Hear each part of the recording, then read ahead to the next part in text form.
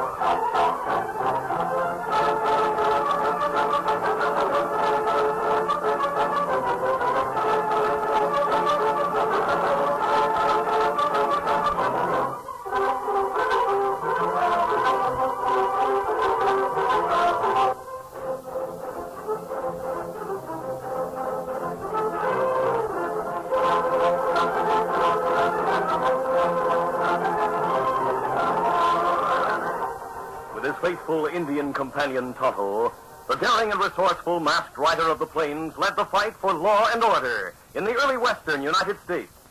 Nowhere in the pages of history can one find a greater champion of justice.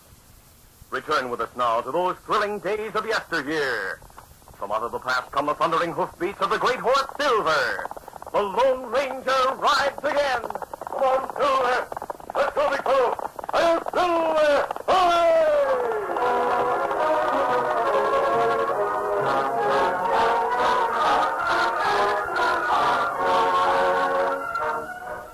This is a story of 3 Christmas trees that figured in the life of Eric Flint. The first was in the small, poorly furnished room in Omaha. Eric was 25 years old and happy with his bride of 2 weeks. Christmas Eve, Eric. Our first Christmas together. And my first Christmas tree. Oh, no, Eric. Not really. It's true, Abby. You mean to say you never had a Christmas tree? Not even when you were a child? I told you about my childhood. Wasn't an easy one. An orphan, you know. Well, that's behind you now. Let's look to the future. Why, in just a month, you'll be starting for the West. And 1 year from now... Oh, Abby, I have a feeling that the West is going to be good to us. I wish I might go with you. Oh, not right away, dear. It'd be better if you stay here where you have friends until I get established. But you'll send for me soon, won't you? Why, of course. And you'll write often. I'll write you, too. I'll write every day. Oh, but I'll not know where to send the letters. You hold the letters until I find a place to settle. I do hope it will be soon. Don't you worry, dear. By next Christmas, we'll be together in the West. We'll have a new home and a new life. That was Eric's first Christmas tree. During the year that followed, Eric met hardships and discouragement. There was little he could write that was hopeful. He moved restlessly from place to place, never stopping long. After long months, he came to Osage and found work to his liking. He decided to send for his wife. It was Christmas Eve when he wrote the letter. Dear Abigail, I am writing by the light of candles on a Christmas tree. It's a small tree in my bedroom. I have it because it takes me back to last year when I was with you. I've decided to settle here in Osage. I've secured a position in the bank, and I think I can make it a career. You were going to write me every day and hold the letters until I gave you an address. Please send them now. And pray join your devoted husband soon, so we may build our home together. That was Eric's second Christmas tree. There was no reply to Eric's letter. He wrote repeatedly and, hearing nothing, finally concluded that long absence had killed Abigail's love. He devoted all his time and energy to work in the bank, and his advancement was rapid. He had no friends and wanted none. He drove hard bargains and was known for his shrewd deals. When the banker died, he bought the business and became more heartless and unbending than ever. Inwardly, he resented the happy homes of other men, and he hated Christmas, which had become a symbol of the hopes and happiness he had lost. In 10 years, he became one of the wealthiest men in the community and one of the most despised. It was early on the night before Christmas when he entered the rear door of his office with 2 men. All right, sit down over there. Sure. Cooper, you and Butch are considered good gunmen. None better. I'm hiring both of you as bodyguards.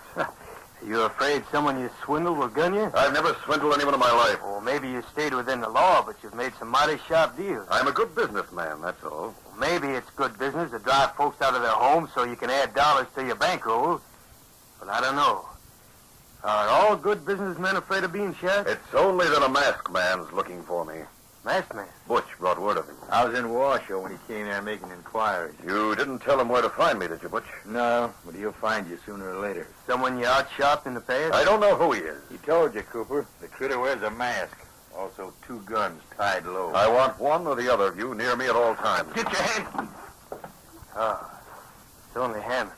Mr. Flint. Hammond, what do you mean by busting into my office like this? Why, I didn't bust in, Mr. Flint. All right, get out. I'm busy. I've got to see you on business. Then see me in the morning during business hours. Tomorrow? Well, tomorrow's Christmas. What of it? And, anyway, that'll be too late to talk about what I have in mind. I owe you some money. Your mortgage is due next week, first of the year. Yes, sir. I won't be able to pay it, Mr. Flint. You know the alternative. Yes, sir. You'll take over my house. That's why I'm here. If you expect more time... No, I know better than to ask for that. I didn't come to ask for an extension. And what do you want? Well, you know very well that my place is worth 3 times as much as I owe you. I always get good collateral on a loan. Well, I figured that maybe you'd let me have just $20 more. I want to buy my boy some things for Christmas. Christmas presents. He's just a little critter. He thinks Santa Claus will sure enough come to visit our house tonight. He's too young to know that... He must learn that life is full of disappointments. The sooner he learns it, the better. The store will be open late, Mr. Flint. If you could just let me have $10. No. Just a couple of... It's not the amount of the cash. It's the principle that's involved. Now, you'll have to excuse me. I'm busy. All right, Mr. Flint. I guess I'll have to tell my boy that... Yeah, poor galoot. I felt like giving him some cash out of my pocket. Well, I'd have done so, but I figured the boss wouldn't like it. And you're quite right. I have no time for sentiment. Interferes with business. Hey, look, the window of face. He's mad. Masked man, get him, get him. There he goes, around the corner of the building. Get your horses. Get after him. Bring him back dead or alive. Come on, Cooper. We'll see why that critter was looking for the boss.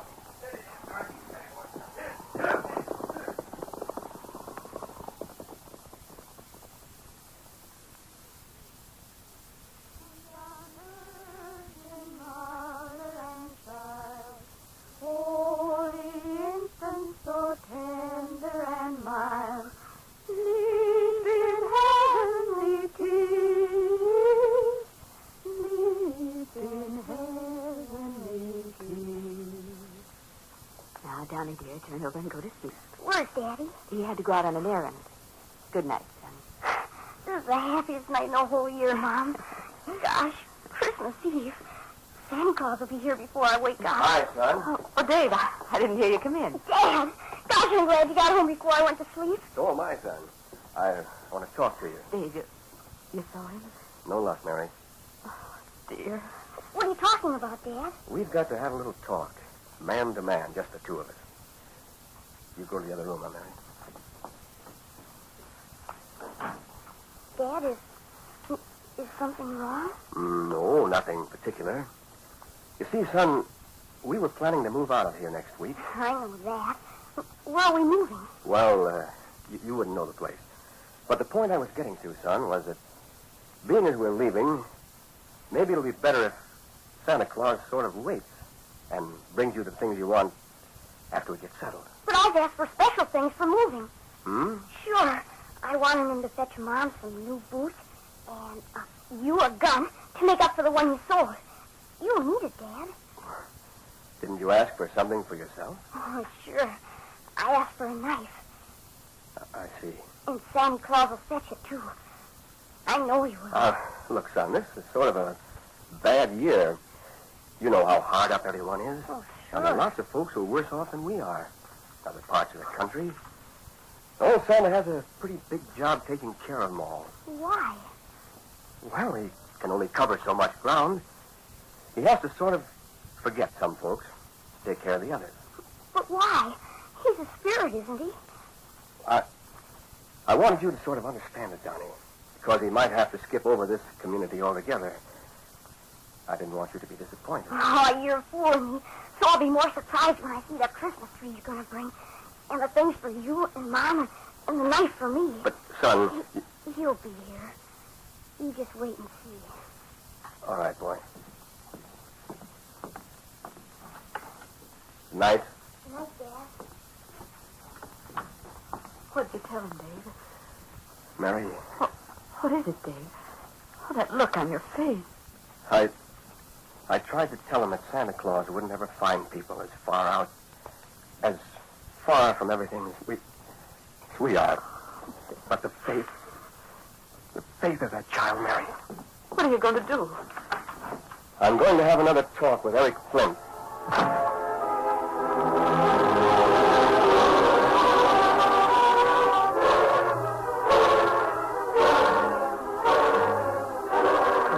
Flint's bodyguards rode hard in pursuit of the masked man, but were quickly outdistanced. After a couple of miles, they gave up the chase and turned their tired horses back toward town. As they halted and dismounted behind the bank, they little suspected that in their absence, Dave Hammond had returned and was with Eric Flint for the second time in less than an hour. The gunman opened the door and found themselves staring into the muzzle of a heavy pistol. Step right in. Hey, what? But keep your hands at shoulder level. Hey, I told you I wanted one of you to be with me at all times. Now look what's happened. Great day. Kick that door closed with your heels. Now draw your gun slowly. Drop him to the floor. Better do as he says. He's out of his mind. I'll kick him toward me. Boss, how'd this happen? How'd Hammond get you roped like that? He came in while you were gone. Threatened me with a club while he took the gun out of my desk. What is it, Hammond? A stick-up? Call it what you want. My son's in bed right now dreaming about Christmas. He's not going to be disappointed. You think that justifies the robbery? I'm taking only the cash you critters have in your pockets up to $20. That's all I'm taking. You're getting my house, Flint. That'll more than make up for what I'm doing. How do you expect to get away with anything like this? Don't you know what'll happen as soon as you lower that gun? I'll get away with this until after Christmas. After that, I don't care what happens. Now, you two face the wall and get your wrists behind your back. After I've got your rope, we're going for a walk. A walk? I'm taking you to an old shack I know of. You'll stay there roped until the day after tomorrow. Then what? And I'll be leaving town. I'll send someone to turn you loose. You just wait, Hammond. Just wait, that's all. I'll see you pay for this if it's the last thing I do. And I'm going to give Donnie a Christmas tree and presents if it's the last thing I do.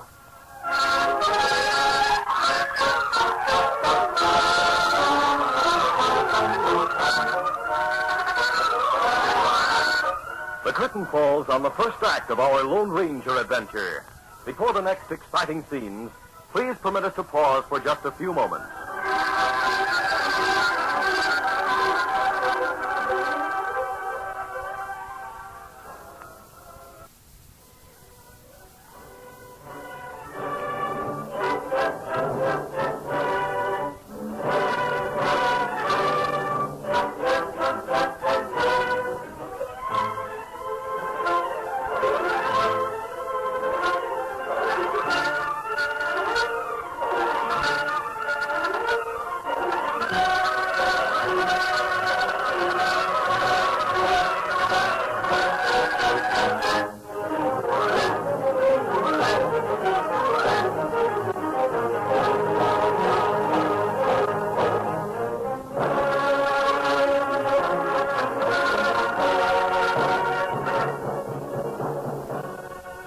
To continue.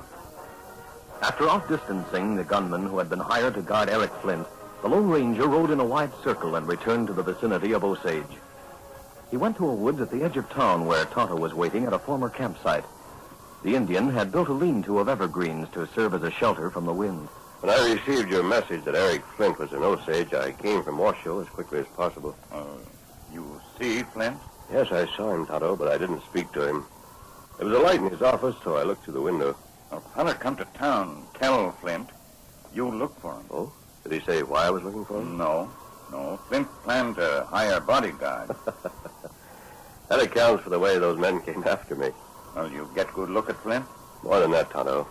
His office window was open just enough so I could hear what was going on. Oh. He's just as bitter as a man can be. Cruel and hard.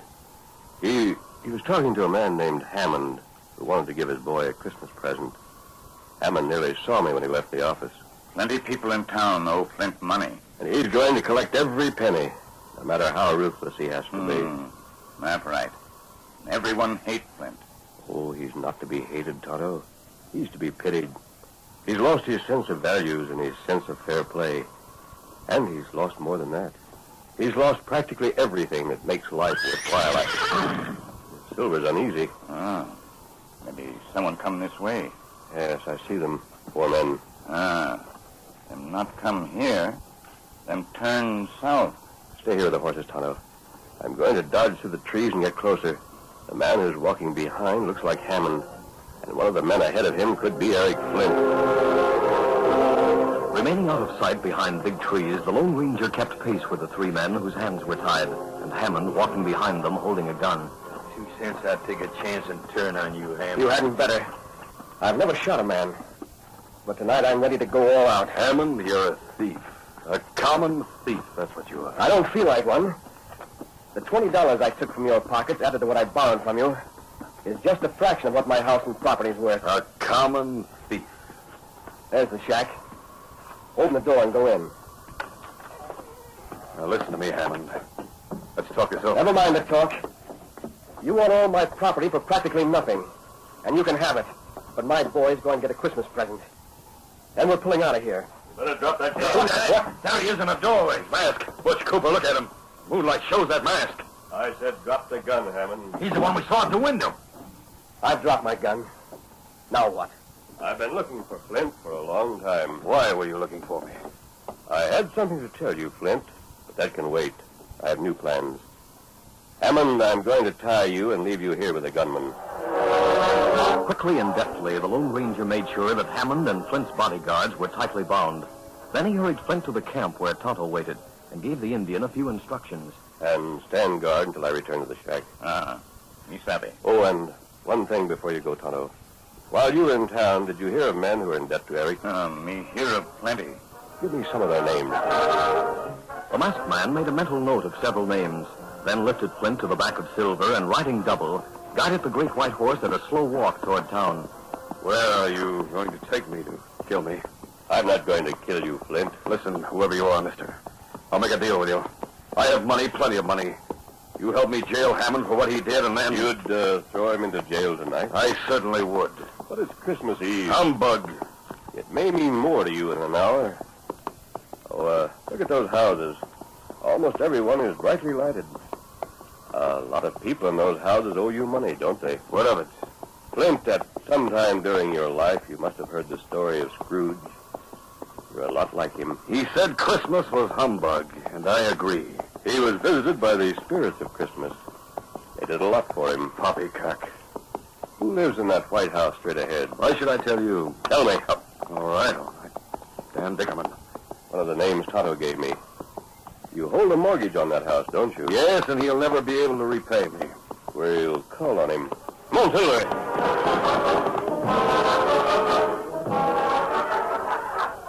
Happy sounds of laughter and gay voices could be heard from Dickerman's small house when the Lone Ranger halted Silver and dismounted.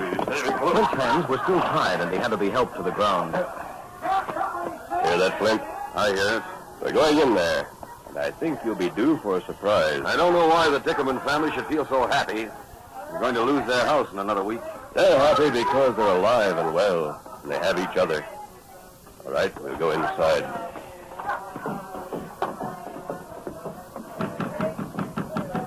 Whoever you are, come in and welcome. Come right in and join the Mr. Flint. Walk ahead of me. Mr. Flint, we don't have to... That is, the mortgage isn't due until... a masked man. Mr. Flint, what does this mean? Can't you see my hands are tied? He's holding a gun on me. This man is my prisoner. Dickerman, you signed an agreement with him, didn't you? Yes, sir, but who are you and why are you masked? Are you going to be able to repay that money? No. But the mortgage isn't due yet. Suppose I told you that your contract with Eric Flint was illegal. Illegal? Suppose Eric Flint could be put into jail for the way he's treated a number of people. That's not true. You can't put me in jail. Every paper I've ever signed is legal and binding. Be quiet, Flint. Dickerman, we can't put Flint in jail without a complaining witness. Will you come with me at once and ride to the county seat? The county. Now? If we started right away, we could be there by noon tomorrow. We'll take Flint with us. But this is Christmas Eve. And tomorrow is Christmas. Christmas means nothing to Eric Flint. I wouldn't put any man in jail on Christmas Day. Not even Eric Flint. Thanks for that, Dickerman. You're thanking me? Yes, and it's not sarcasm. I mean it. The Lone Ranger took Flint to another humble home where another man was trying to keep the spirit of Christmas for his children. Like Dickerman, Sam Blake was indebted to the banker. This might be a chance for you to take advantage of a situation, Blake. I can't put a man in jail on Christmas Day. I'd hate myself forever if I done a trick like that. Why, it'd be violating all the rules of peace on earth. Goodwill toward man. No, sirree. You'll have to get someone else. And that shouldn't be hard. Most half the folks around here owe cash to Banker Flint. As the evening advanced, the masked man took Flint to other homes. And in every one, the answer was the same. Jail a man on Christmas Day? Not me. Flint's manner was changing. After leaving the last house, he said to the Lone Ranger, I suppose I could get back my money by extending all those mortgages. Do you mean that, Flint? Well, of course, Christmas doesn't mean a thing to me. And I can't understand it. Every one of those men has cause to hate me. Every one would profit by putting me in jail. But not one of them would do it. Not on Christmas. How much longer are you going to drag me around like this from one house to another? Maybe we've gone far enough. Let's return to that cabin in the woods. You'll have to help me mount again. These ropes on my hands make it kind of awkward. I'll remove the ropes. When I heard a masked man was looking for me, I thought... Well, no matter what I thought. Why were you looking for me? I had good news for you, Flint. But when I learned the sort of man you were, I didn't think you were ready to hear that good news. Good news? It's about a girl you left in Omaha. What's that? A girl? Omaha? Yes. The girl you married. Abigail. My wife. If you know anything about her, in the name of goodness, tell me. You hear me? Tell me what you know of Abigail. I'll tell you about her while we're riding back to Hammond. The evening had been a long one, filled with worry for Mrs. Hammond. The hours had dragged since her husband had left the house to call on Eric Flint. It was nearly midnight when she heard footsteps outside. She hurried to the door and opened it. Dave. Oh, Dave, where have you been? It's a long story, Mary. When did you hear about Eric Flint? What did you do to him? It wasn't me. It was a masked man. Let me close the door. No, leave it open. You'll know why in just a minute. Mary, years ago, Eric Flint sent for his wife to come and join him. But he never heard from her. That's what made him so bitter. He wrote a lot of letters, and she never answered. Oh. The fact is, his wife replied to the very first letter, but he never got it. You see, there's another town called Osage. She went there, and no one knew about Eric Flint. Her money ran out, and she just stayed there and worked. She's been there ever since. It's a lie. But, Dave, how do you know all this? A masked man brought the news, and he brought Flint a whole packet of letters his wife had written, and never mailed because she didn't know where to send them. A masked man? Well, how did he know? He heard about Abigail Flint and how she'd come west looking for her husband. He remembered the name, Abigail Flint. It was on a letter in the mail pouch that had been tossed aside by stage thieves years ago. Oh, so he set out to find Eric Flint for the woman. Yes? That's Eric Flint right now. I'd never recognized his voice. He sounds happy. There he is. Why, it's a tree. A Christmas tree, ma'am. Be careful, but ease it through the doorway. Don't want to break off any of those branches. Howdy, Mrs. Hammond. This is for your young one. Good evening, Mr. Flint. What's keeping Cooper so long? He's coming. He's loaded down. Oh, I see him. Hurry up there, Cooper. We've got to get those toys and clothes spread out. Just a couple of minutes to Christmas. You loaded me down, mister. Mr. Flint, all these things. Almost had to pull a gun on Jake to get him to open up his store. Oh, look, Mary, a knife and shoes, a wooden gun, a woolen shirt. All these for Doc. There's lots more in those packages, Mary, and some stuff for you and Dave as well. You two will have to hang the trimmings on the tree and fix the candles. I've got a million things to do. I've got to get a wagon and a strong team and load her down with Christmas presents for my wife. Dave told me about Eric. Oh, I'm so glad. You two, Butch and Cooper, what are you standing around for? We're just getting our breath, boss. Well, never mind your breath. You've got some other presents to deliver. Now get back to the store and get those things for Dickerman and Blake and all the others. Yes, sir. Wait a minute. Tell them that I've left town. I'm going to meet my wife. And when I get back, we'll talk about renewing all those mortgages for another year, or 2 years, or for as long as it takes. We'll tell them, boss. And tell them all a Merry Christmas. A Merry Christmas from me. If you don't mind me saying so, boss, those folks will sure wonder what's got into you. Well, tell them what got into me. Tell them it's the Christmas spirit. Tell them Eric Flint has got the knack of Christmas.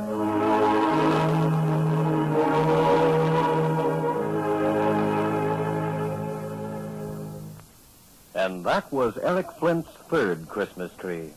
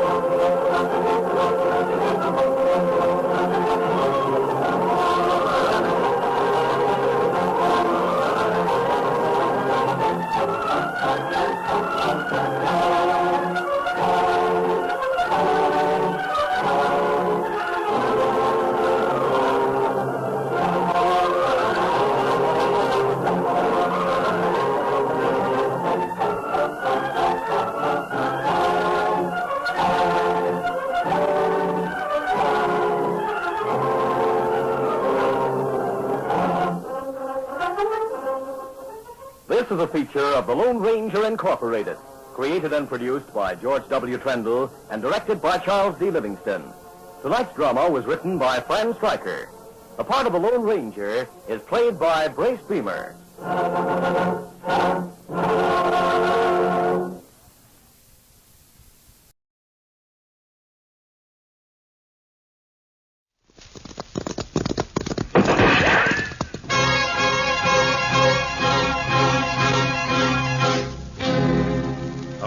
Dodge City and in the territory on west, there's just one way to handle the killers and the spoilers, and that's with a U.S. Marshal and the smell of Gunsmoke.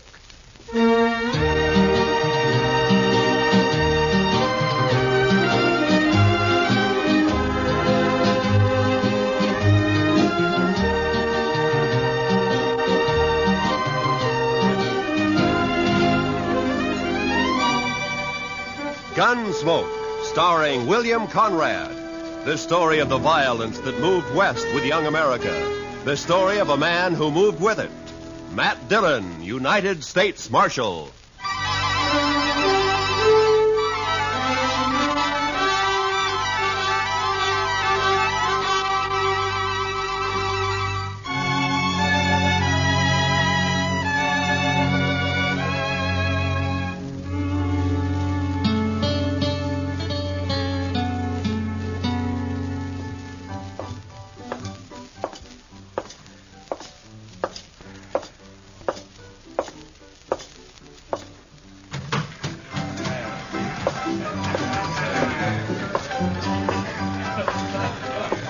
Welcome to the Cherokee Palace, Marshal.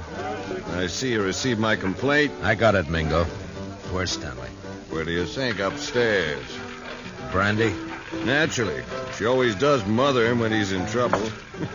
Be careful, Marshal. He might be dangerous.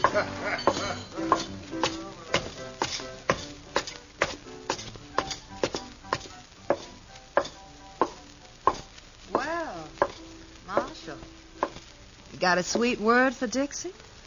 Yeah. Move. Oh, it's not very sweet. It was to the point. Say hello to Jim for me, huh?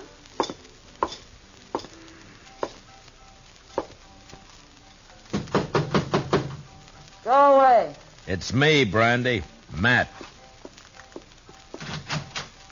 Come in, Matt. Join me in a drink? Where is he, Brandy? In the next room. Cried himself to sleep. Save it, Brandy. I gotta take him. Oh, why, Matt? Jim Stanley never did a mean thing in his life. He's no bad man. He stole money from Mingo's roulette table, and he threw a bottle at him when he was caught. Mingo's pressing charges. Stanley can clear himself in court. Huh. Against Mingo's witnesses? Do you bring Stanley out, or do I go get him? Go get him. But I wouldn't be proud, Matt. Stick to running dance hall girls, Brandy. Let me run the law, huh?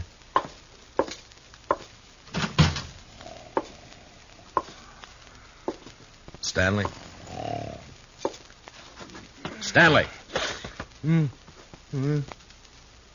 Oh, it's you, Marshal. I was sleeping. I want you to come with me, Jim. Come with you? Sure, Marshal. You better get up. Come on. Come on. Oh, yeah.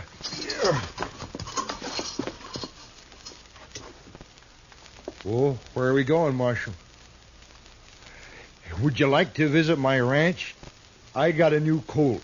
The prettiest little sorrel you ever saw. Jim. What? We're going to jail. Jail? Me, Marshal? Do I have to? Yes, Jim. I've never been in a jail. I'm sorry, Jim. No. I can't go in there. No, Marshal, I ain't never been locked up before. Please, don't make me. I have to. I didn't mean to do it. Honest. I just lost my head when I realized my money was gone.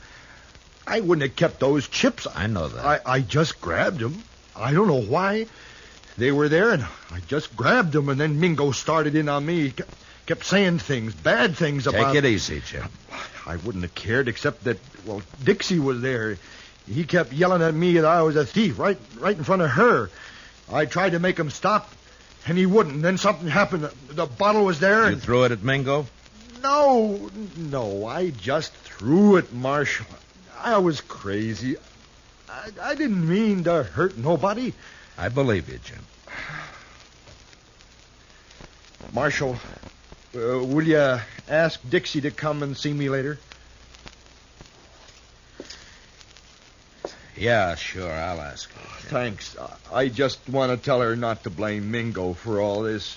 She might say something or give up her job. Don't worry, Jim. I don't think Dixie's going to give up anything.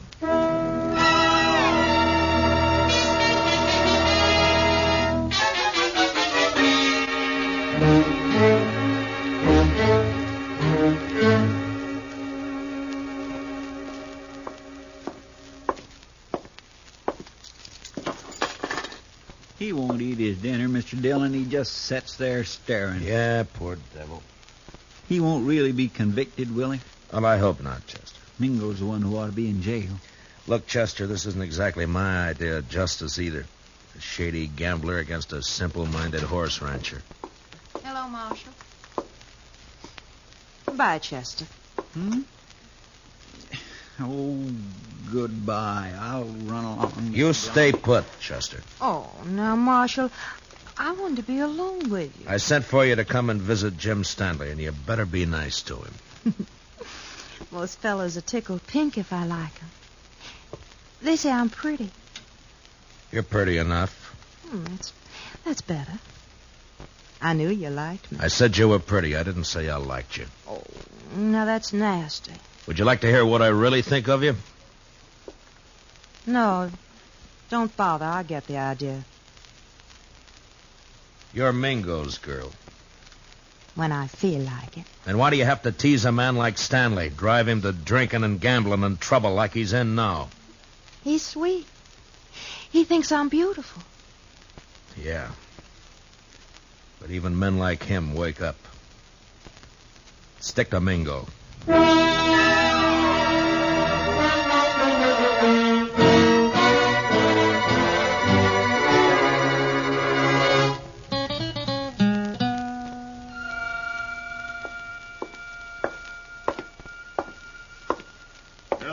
Marshal. Thought I'd drop in and see if your prisoner was all set for trial tomorrow. Mingo, I want you to withdraw those charges. And let that potential murderer go free? No. You got back the chips Stanley took from your table, and his assaulting a man like you is ridiculous. He doesn't even wear a gun. A bottle constitutes a deadly weapon. Look it up, Marshal. Why are you doing this, Mingo?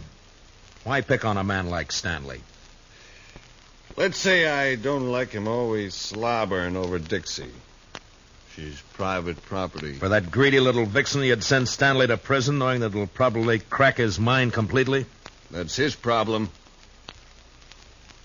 You don't understand, Mingo. I don't like to see people pushed around. Well, don't cross me, Marshal. I already have. People get dead that way. Yeah, so I've heard. Now, just who are these witnesses of yours against Stanley? Ned Cole, Saginaw Henry. Both on your payroll? Dixie. Some of the other girls. All working for you, huh? Jim Stanley's as good as convicted, Marshal. There's not a thing you can do about it.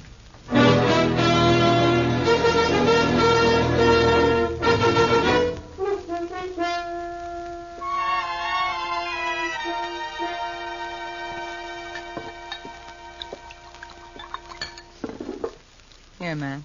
Drink this. Thanks, Brandy. You know, all you need to do is stop fighting yourself, Matt. You're mixed up. Yeah, that's sure true, Brandy. You know, it's funny when it's something you can fight with your fists and your guns, it's easy. But how do you fight a deal like this? You gotta clear Jim somehow. Yeah, with those witnesses against him, Jim can't win in court. Technically, he's a criminal. Oh, criminal, my foot. He admits the crimes. The judge will have to sentence him to at least a minimum jail term. We know there are witnesses who can prove he's innocent. Now, a smart man would find a way to make him talk. I've been thinking about it. Well, I'll tell Jim you were asking after him. I think he'd like that. He's Dixie's. I had me a man once, Matt. I traded him for a bottle of brandy. I paid a stiff price for my name. You're not through yet, Brandy. Oh, sure. I play mother to everybody. Take everybody's troubles on my shoulders. Help salve my conscience. Don't ever hurt a person, Matt. You never get through paying for it. Well, I better be going. Where? To try to get some of those witnesses to talk.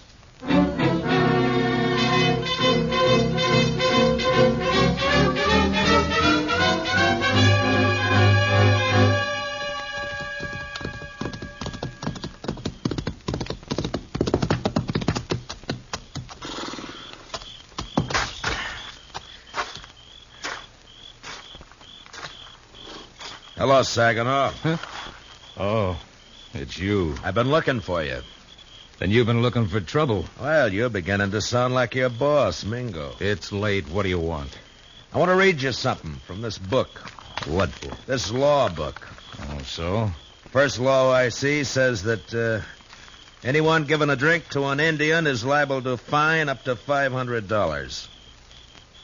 I saw you buy an Indian Pete a drink only last week. Pete's a stable boy. He ain't no savage. Law doesn't say savage, says Indian. Pete's an Indian, so technically you broke the law. You can't make Next one says any man that disrobes in a public place is guilty of committing a public nuisance. Carries a fine of $100. Look, what the devil is all this? I saw you breaking a horse down in Harrison's Corral a little while back. You took your shirt off, and that's disrobing in a public place. Technically. You can't get away with this, Dillon. How much you make a month, Saginaw? 50, 75. Uh-huh. Well, the way it looks, I can get you fined on enough of these laws to keep you broke for about 5 years. 5 years? Then we can start all over again. You're bluffing. I never even heard of these laws. Well, look for yourself here. If you witnesses are going to send Jim Stanley to jail on a technicality, then a lot of you are going to jail the same way. Well, Laws may be there, but they ain't fair. All right, Saginaw, if that's how you want it. Come on, let's go to jail. No, wait. Well, then start talking. Well, Dixie shilled Stanley into losing his money, and me and Ned Cole egged him into grabbing a couple of chips when the wheelman wasn't looking. On Mingo's orders? Sure. Stanley looked down at the chips we swiped, and he reached out to hand them back when Mingo jumped him. What was Dixie doing? Trying to keep from laughing. Yeah, I'll bet.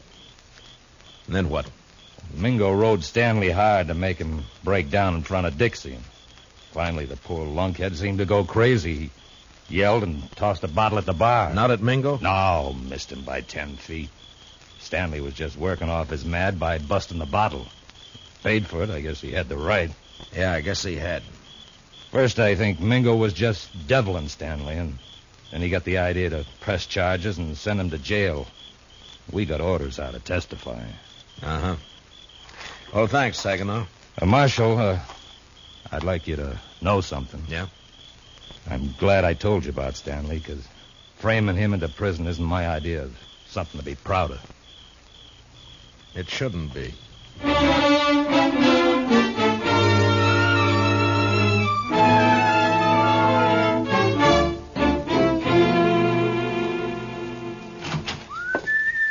Ah, good evening, Chester.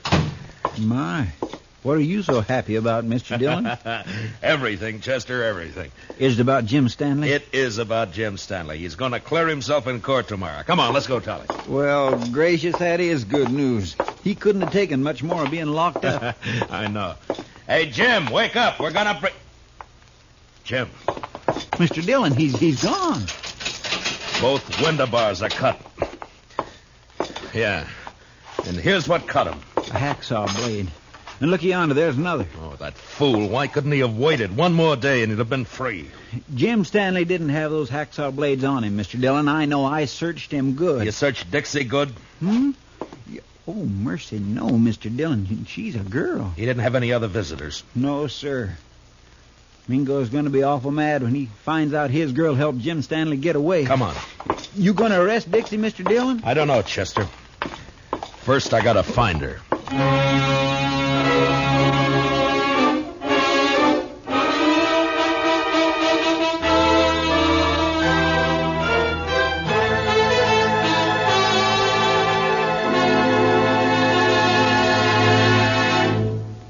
We will return for the second act of Gunsmoke in just a moment. But first, every Sunday on CBS Radio, hear both sides debate the issues on Pick the Winner.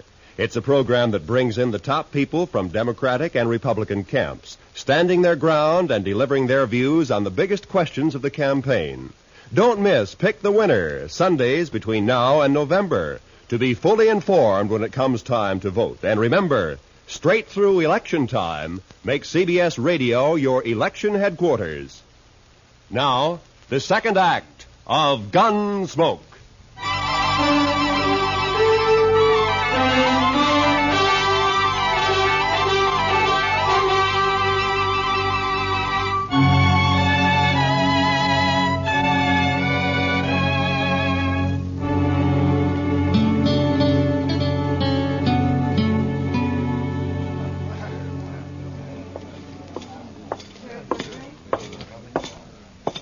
Kind of late, aren't you, Marshal? Where's Dixie, Mingo?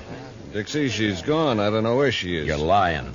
No, I swear she disappeared hours ago. I still think you're lying. Dixie's here someplace. Nah, he's telling me the truth for once, Matt. Dixie's gone, all right. Are you sure, Brandy? Saw her ride out of town. Was Stanley? Yeah, Matt. The two of them. Dixie and Stanley? Dixie passed him some saw blades. He cut his way out. That rotten double-crossing hellcat. She's your girl, Mingo. I'll be the laughingstock of Dart City. Good. I hope they laugh you clear out of Kansas. If it's the last thing I'll do, I'll find her. Both of them. Finding them is my job, Mingo. Go ahead. But you better beat me to them, or you'll be arresting them dead.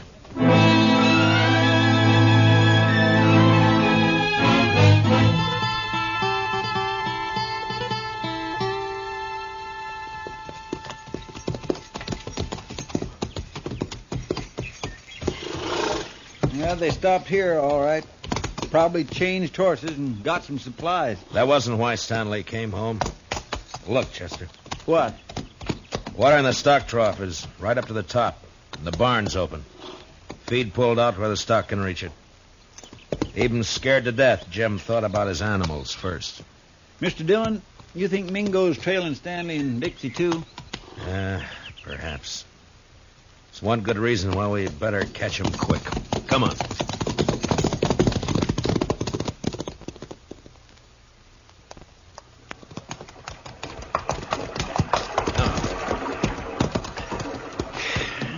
Still no sign. Looks like we've lost them for good now. What do we do, go back, Mr. Dillon?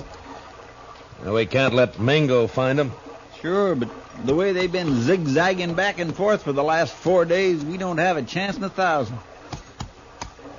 I'm not so sure, Chester. Hmm? You know, there's a certain pattern about the way Stanley and Dixie have been moving. I don't think they're trying to leave this section at all.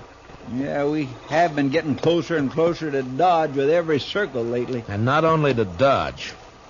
Mr. Dillon, you got an idea? Yeah, maybe. Come on, we'll ride back to Stanley's ranch.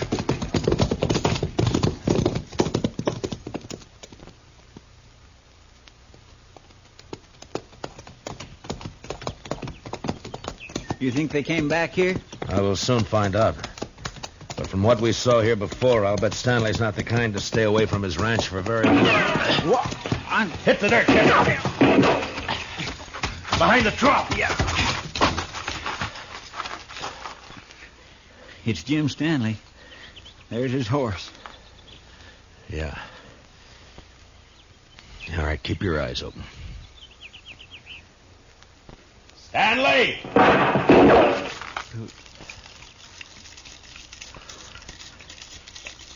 Jim, it's Matt Dillon. Let me talk to you. You go away, Marshal.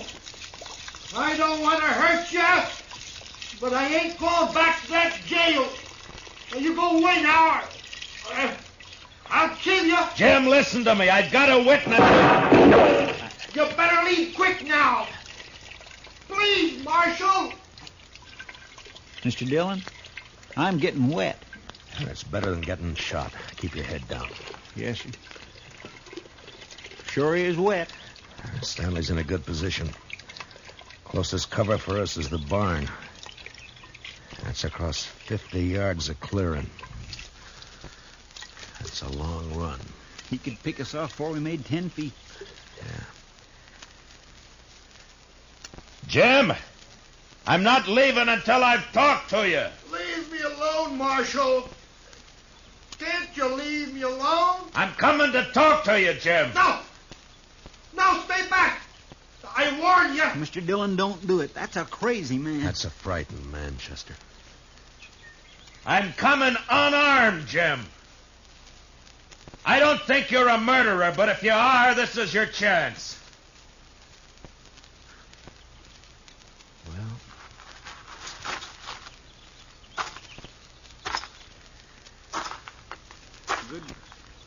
Good luck, Mr. Dillon. Mr. Dillon! Stanley's shot slashed across my side like a branding iron. It was all I could do to ignore my fear and keep going. But somehow I reached the ranch house alive. And I opened the door.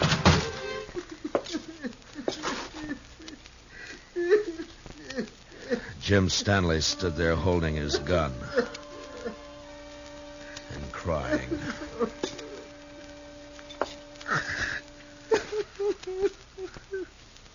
Jim? I didn't mean it. I didn't mean it. I was only trying to scare you. I'm not a killer. I never shot anybody in my life. Honest, Marshal, I can't even shoot a rabbit. I know that, Jim. I'm afraid. I've always been afraid of things. I try to be like other people, and it only seems to bring trouble. You can stop being afraid of the law and jail right now. That's all over with. You mean that, Marshal? Really? Really. But I shot you. Did you? I don't recall. Oh, But Mr. Dillon, shot hit your side. Right there. You see it? It's bleeding. Now, Jim, listen to me. You didn't shoot me. Oh? Well, all right, if you say so, Mr. Dillon. I say so. Here, I'll take that rifle. Now, let's go back to town and get this business settled, huh? You've been good to me, Marshal. Forget it, Jim. There is one thing, though. Dixie. Oh, she brought me hacksaw blades. I know that. She said you were going to hang me and that I had to escape. She kept saying it. She was riding with you. Well, where is she now? Oh, she left me last night. I was glad. I was nearly wild listening to her talk about you and prison. I even swore I'd kill myself before I'd go back to jail. I'm glad you didn't mean it. Oh, I meant it at the time. Oh, I was sure scared. You feel better now? Oh, yeah. Yes, I know everything's just going to be fine.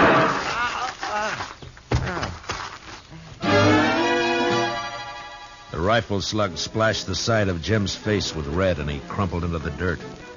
From the water trough, Chester opened up and drew the fire of whoever was hiding in the hayloft of the barn.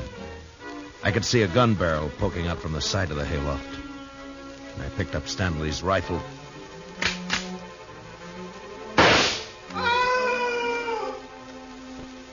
Mingo. Mr. Dillon, are you all right? Yeah, Chester. But Mingo's dead. Well, how about Jim Stanley, Mr. Dillon? Yeah, he was scared more than hurt. He should come to any minute. Well, my goodness. Oh, this looks like a sure enough war's been happening around here. Where have you been, Dixie? Oh, sure now, Marshal. A girl's got a right to look after her investments. My Mingo and Stanley both dead. Well, now that's a real shame. Hmm? Oh, but Jim Stanley's Chester. You said investments. The only investment you've made is prison time for helping Jim escape. Me? Well, how are you going to prove anything, Marshal?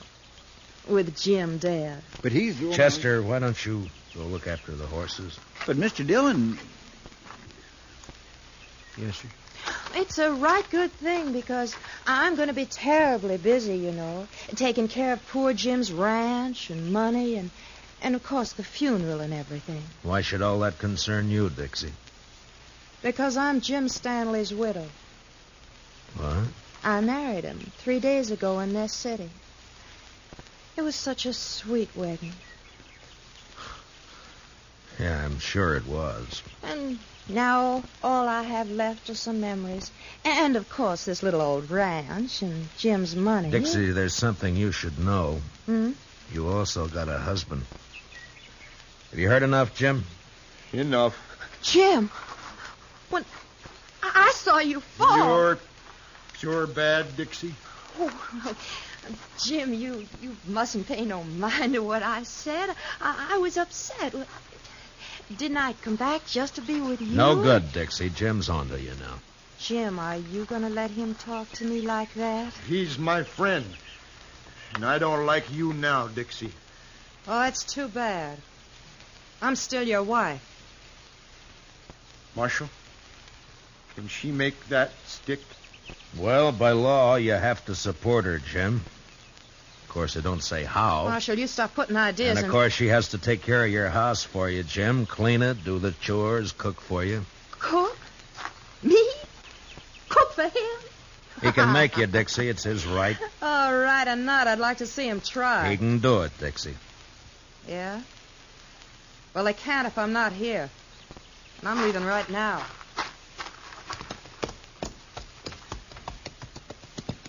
You want to ride into town with us, Jim? No. I think I'd rather stay here for a while, Marshal. If it's all right. Yeah, sure. I'll fix it. But in a few days, when you feel like it, come in and see me, and we'll help you get that divorce taken care of. Divorce? On grounds of desertion. She just deserted you, remember? Chester and I are your witnesses. Oh. Well, thanks, Marshal. I sure do thank you. So long, Jim. Goodbye, Marshal. Bye. Come on, Chester, let's go. He's had it too rough out here on the frontier, hasn't he, Mr. Dillon? Jim Stanley, I mean. It's addled him, sort of. Yeah, I guess that's it, Chester. Men like him need looking after. Yeah, we got all kinds out here, Chester. Come on, let's get back to town.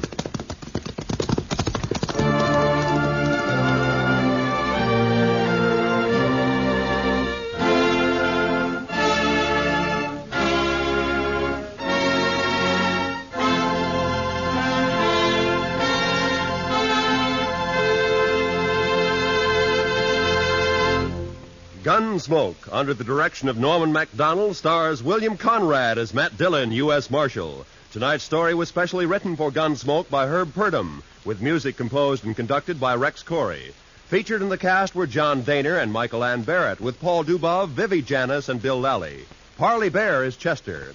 Join us again next week as Matt Dillon, U.S. Marshal, fights to bring law and order out of the wild violence of the West in Gunsmoke. Tomorrow's speakers on Pick the Winner, representing both the major parties, will be Harold Stassen, Republican, and George Ball, Democrat.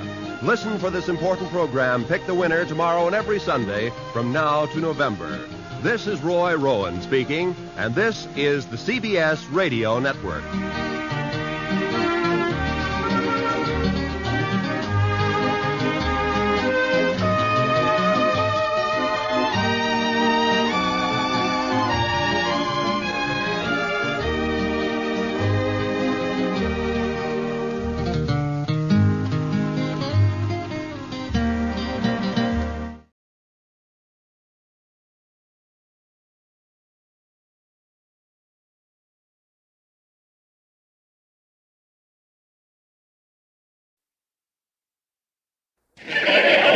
The Johnson Wax Program with Fibber, McGee, and Molly.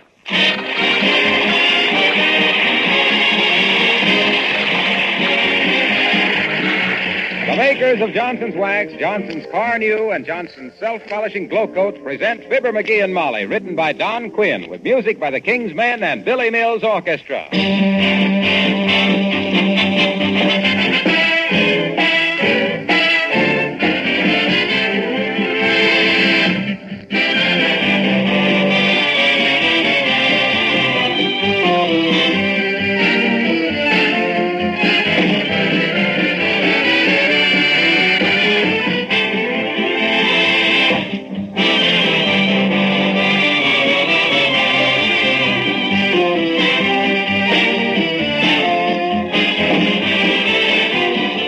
In this week before Christmas, there's probably more friendliness in the air than at any other time of the year. As we grow older, it's not the gifts of Christmas that we feel, but the friendly spirit back of them, the good smile, the warm hand clasp of neighbors and friends. When these friends and relatives gather with your own family in your own home, you realize what it means to have a home in a free country.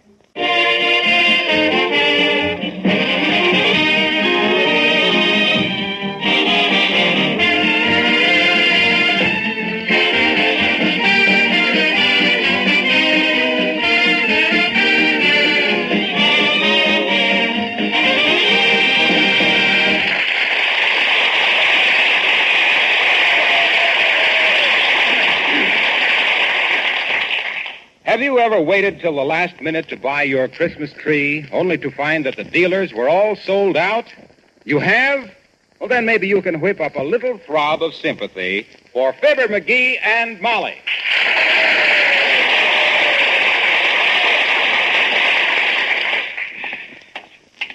Well, I'm afraid it's no use, McGee. We've been to 7 different lots, and we haven't seen a loose spruce. Don't worry. I'll get us a Christmas tree if I have to chop one off the courthouse lawn. Well, then I'll have to change my Christmas present for you. Huh? That war bond. I'll make it a bail bond. Yeah. Say, why on earth didn't you go buy a tree last week, as I suggested? Because they were asking ridiculous prices, that's why. Most of them slum-raised lumberjerks were asking $7.50 for a bow-legged little balsam no bigger than a whisk broom. You think they get cheaper as they get scarcer? That ain't the point. The point is to find the guy that's overstocked, see? Afraid he isn't going to get rid of them by Christmas. Get one for a song that way. We should have brought Nelson Eddy with us then. I've heard you sing in the shower, and that soapy opera of yours wouldn't get us anything but a raspberry bush. Merry Christmas, Mrs. Nesmith. Who's that? Mrs. Nesmith. Oh. Say, there's a lot right along in here someplace where the guy had 1,000,000 trees last week, and he can't possibly... Oh, here it is. Come on. Oh, that must be the salesman. I beg your pardon, sir, but is that Christmas tree for sale, and if so, how much... Well, heavenly days, Uncle Dennis. Hello, Molly, darling, and Fibber, lad. Hi, Unc. Where's the sap in charge of the saplings?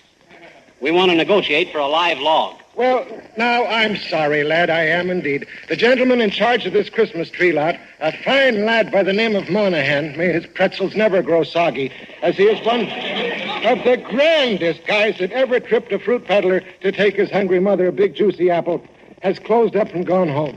Yeah, but we wanted to buy this Christmas tree, Uncle Dennis. Yeah, not that it's much of a tree. I've seen better fur on a mouse. Well, now, isn't it a shameful thing that you should be too late and all like that? It was only 10 minutes ago, lad, by your very own wristwatch, which I happened to be wearing as it was lying about loose in your top dresser drawer, and I don't happen to have one myself. It was sold. Oh, dear, but there's no sales tag on the tree, Uncle Dennis. And who, may I ask, was stupid enough to dish out good dough for that beetle-bitten hunk of tumbleweed? 'Twas myself. You? You? You bought the last Christmas tree in this lot, knowing that we didn't have one? Now. And how was I to know that a smart gossoon like yourself would be getting caught without a tree? It was a bargain given to me by my good friend Monahan, who is quite a man at singing the camalias, which are a regular feature of Grogan's beefsteak dinners. May they soon be resumed when Hitler, the dirty little house painter, gets his comeuppance and Hirohito finds our heroes turning on the heat hole. Say, why do you want a Christmas tree, Uncle Dennis? You live with us. Come on, Unc, sell it to us, will you? What do you say? Whatever you paid for it, I'll toss an extra 2 bits on the drop. 2 bits? That I could not do, lad. Huh? 'Twas buying this tree for a dear friend I was. And there ain't enough money in the world to make Dennis Driscoll betray a trust. And the very idea is enough to make my old father, may the little people keep his pipe lit for him, look down and say, would you think of making it $2 extra now? No, I wouldn't. That's ridiculous. Very well, you can't blame a man for trying to pick up a couple of bucks. A very Merry Christmas to you. Oh, turn on the tail, people!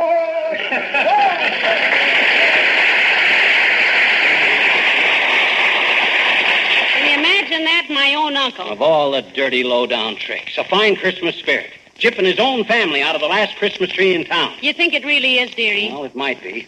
Come on, let's look some more. Goodwill toward men. That was a fine sample of it. Here we are with the whole world full of misery, needing friendship and sacrifice more than any time in history, and what happens? We get bopped with a balsam.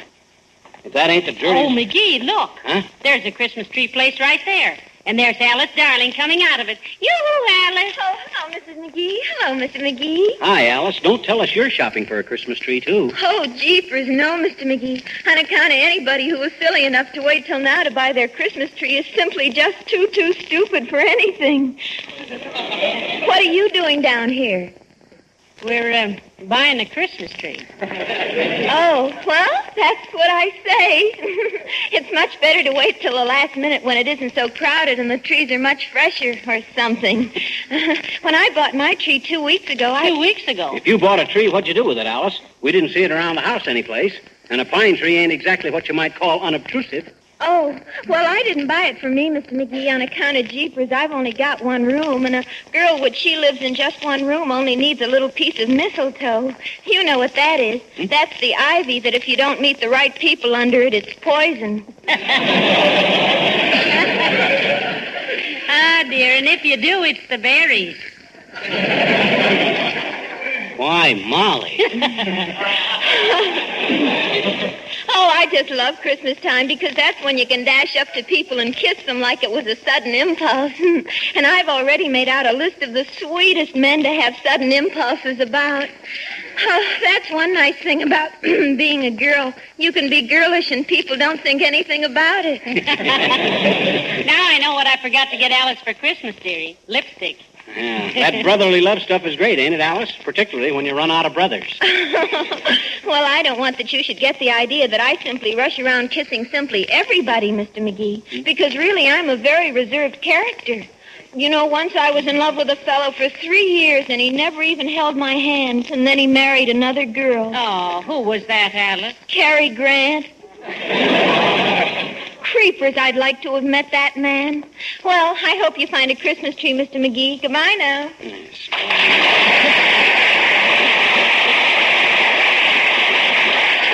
Well, shall we give it up, McGee? No, sir. I started out to get a Christmas tree, and by the curly cotton cover crop of a corner Kris Kringle, I'm going to get a Christmas tree.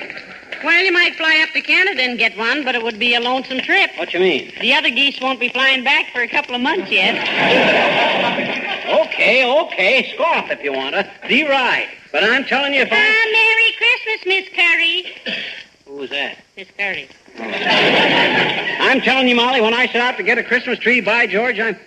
Hey, here's a place on the corner here. Oh, yeah. Come on.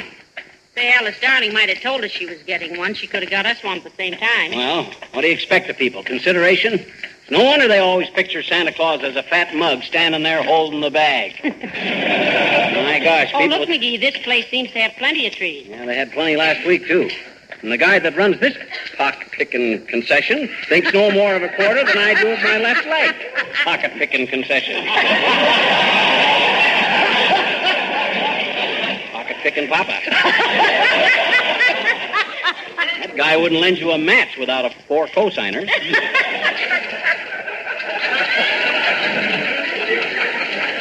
Hi, bud.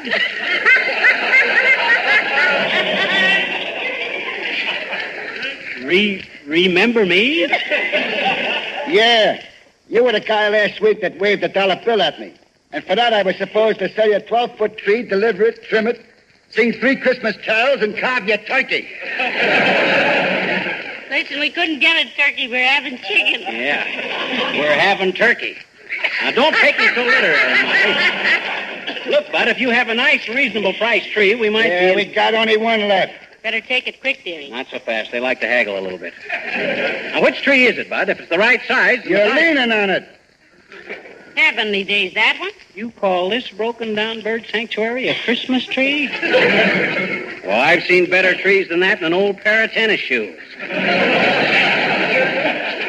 That moth-eaten bramble looks like it was raised in a cold hothouse. How much is it, sir? Much too much, lady.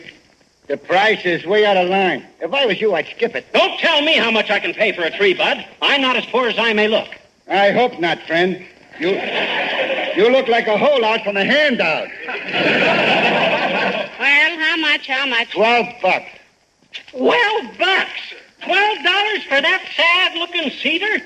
Why, that cone carrier's got more broken branches than the Berlin Public Library. And look at those bare limbs. You could sure find a haystack in those needles. And besides, last week you only wanted $9 for the same tree. Well, last week the town was full of Christmas trees. And furthermore, Oh, hiya, Mr. Wilcox. Hello there, Louie. How are you, Molly? Hiya, Fibber. Hello, Mr. Wilcox. Hi, Junior. What you looking so happy about? Who, me? No, I don't know. Just the old Christmas feeling, I guess. I love this time of year, don't you? No, I guess everybody does, Mr. Wilcox. Got your Christmas window shopping all done? Just about.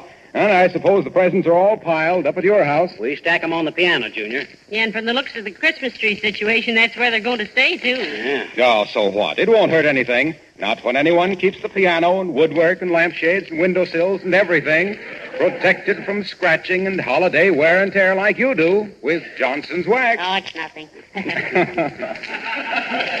You think it's nice, Junior? You think it's nice to be so commercial about Johnson's wax on a holiday like Christmas? You think that's very couth? This, pal, is Tuesday. Christmas is Saturday. And on Saturday, I say nothing about Johnson's wax. I merely say things like, thank you. And, gee, that's wonderful, but you shouldn't have done it. And, Very little ice in mine, and stuff like that. Well, personally, we've been so upset trying to get a Christmas tree, Mr. Wilcox, that we haven't... Excuse me, Molly. Hey, Louie, how much is this tree here? $12, Mr. Wilcox. It ain't worth it, frankly, but it's the last one I got. I'll take it. Here's 15, and wish yourself a Merry Christmas with the rest of it. For $3, I can wish myself 6 Merry Christmases. Thanks, Mr. Wilcox. Hey, wait a minute. I was dickering for that tree myself, Wilcox. Now, looky here, Louie. To you, friend, the name is Mr. Zambowski. And we can't do no business. The tree is sold. You see, Mr. Wilcox, we were... Gee, I wouldn't have had this happen for anything in the world, folks, if I'd only known you wanted it. I thought you were merely friends of Louie here. He should live so long. They say a man can't have too many friends, but in your case, Bud, it would be too many. Now, look, Wilcox, we haven't got a Christmas tree, and we were merely trying to decide about this. Believe me, pal, believe me, I'm terribly sorry. To think that I should walk in and grab it right out from under your nose. Well, I ought to be ashamed of myself. I'll take it with me, Louie. Well, I'll see you later, kids. To think that I should pull a shabby trick like that on my best friend. Well, Paul,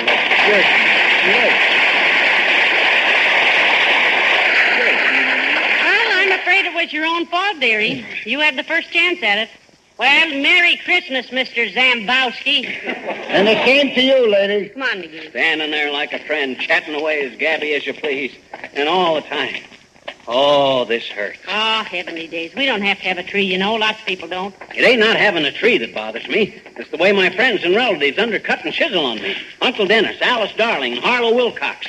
Christmas spirit. Where is it?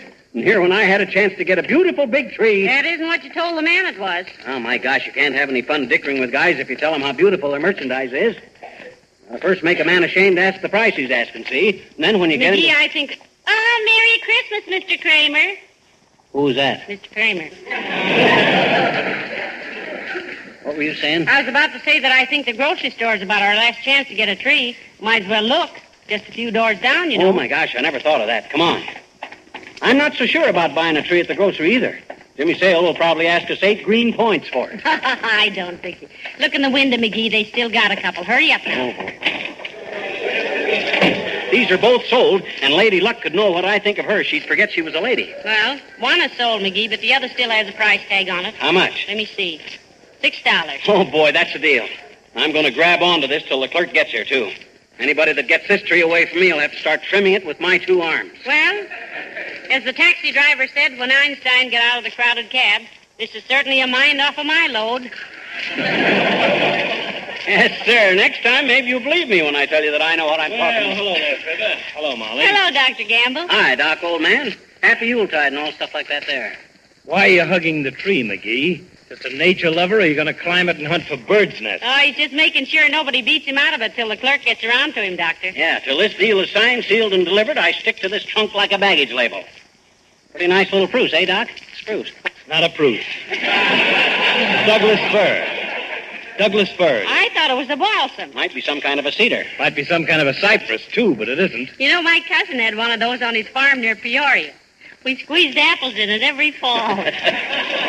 In what? A cider press. Oh. I didn't say cider press. I said cypress. Oh. The cypress is a symmetrical evergreen common to the western United States. Very interesting study, that of our non-deciduous trees. The pine tree, like most coniferous trees, is an evergreen, the larch being a conspicuous exception. Oh, are you an expert on plants and trees, Doctor? They used to be a hobby of mine, Molly. Botany is a very interesting subject. Of the two, which do you like best, Doc? Of which two? Plants and trees or botany? Why, they're the same thing, dearie. I had it in high school. In fact, I was the pistol-packing mama of the lily collectors. I thought maybe Doc knew so much about him because he was a tree surgeon at heart. No, but if I ever hear of a sap needing a transfusion, I'll know where to come. Oh, yeah? I'd show you who was a sap if I dared let loose of this tree for a minute. Oh, now, boy. One excuse is as good as any, McGee. Yeah. By embracing that tree, you're probably saving yourself a few very spectacular contusions. Is that so? Yes. Why, you unreasonable facsimile of a male brother. For 2 aspirin tablets... Now, McGee. Is that any way to talk while hugging a Christmas tree? No, it isn't, Molly, and it was my fault. Sorry, McGee. No time for quarrels. Okay, Doc, old man. I'm a little hasty myself at times. Not about buying Christmas trees. Well, real friends are too scarce to fight with them. In fact, McGee, I retract all the unpleasant things I ever said about you in the past. Oh, I do too, Doc. I even take back the stuff I thought about you. And that's even dirtier than what I said.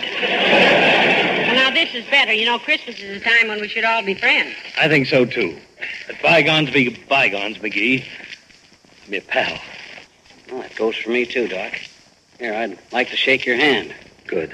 So would I. Isn't that nice? Wait till I get untangled from this weeping willow here, and put her there, Doc. I think this is one of the sweetest things I ever saw. All right, Doc, let go of my hand. Wait a minute. Hey, Joe. Yes, Doctor? Put that Christmas tree in my car, will you? What? Hey, wait a minute. What the? Now, look, Doc. Pay for it the next time you come in. Doggone it, Doc, let go of my hand, will you? You double-crossing double... Doc Gamble, come back here with that Christmas tree.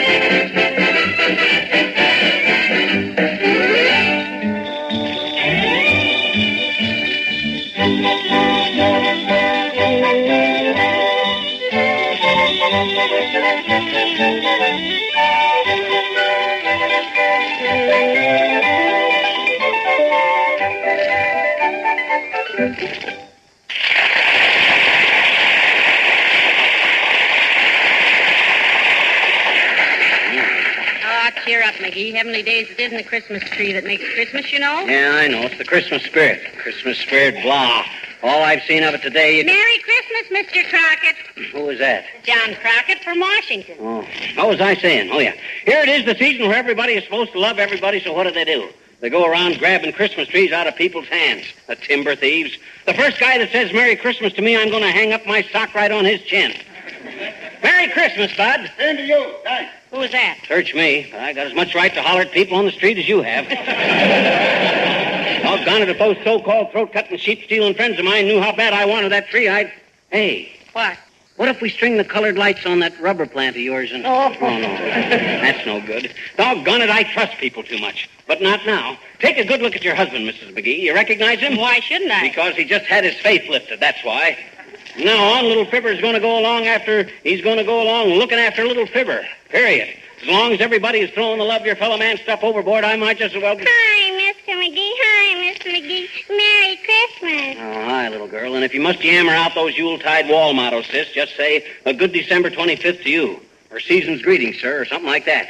Skip the Merry Christmases as far as I'm concerned. Yes, he's a little disappointed. He'll get over some. Yeah, I'll get over this like Dan McGrew got over his lead poisoning. Sis, I'm glad I saw you while you were still young. If you still believe in this... Hey, mister. Huh? Look up on your front porch. What do you mean, look up on our front porch? Why, McGee, look, the porch is full of Christmas trees. Why, what in the... I've just been reading the tags on them, mister. Huh? There's one from Dr. Gamble and one from Mr. Wilcox and Alice Starling and one from Billy Mills, I bet you, and one from Uncle Dennis and Oh, one... my gosh, you mean they were all buying them trees for us? Well, I never thought... Well, gee whiz, come on. Boy, Hero. Oh, my heavenly days. Here's the King's men and everybody. McGee, get out the root beer. I'll get some cookies. Just a small root beer for me, McGee. I got to operate in the morning. McGee, can you close your mouth and pull in your eyeballs long enough to thank these people for the Christmas trees? Well, look, everybody, well, gee whiz, all I can say is Well, Merry Christmas. Yes, indeed.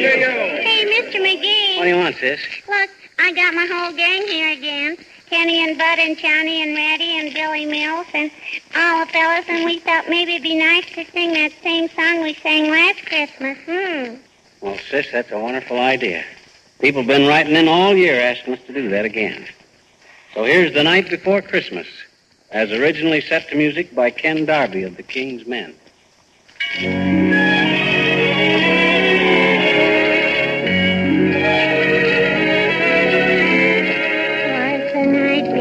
Christmas and all through the house, not a creature was stirring, not even a mouse.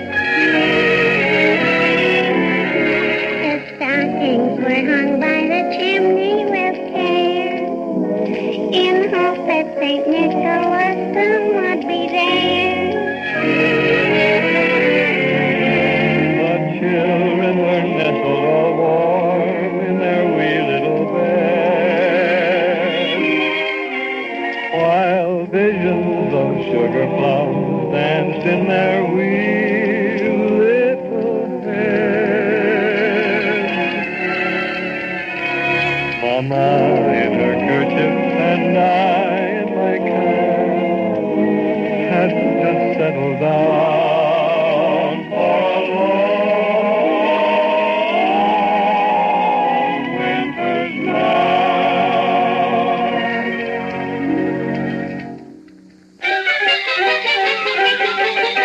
When out on the lawn there arose such a clatter, I sprang from my bed to see what was the matter. Away to the window I flew like a flash, tore open the shutters, threw open the sash. Then, what to my wondering I should appear but a miniature sleigh and a tiny reindeer. With a little old driver so lively and quick that I knew right away that it must be St. Nick. All bundled in fur from his head to his foot, old Santa was covered with ashes and soot. I drew in my head and was turning around when down the chimney he came with a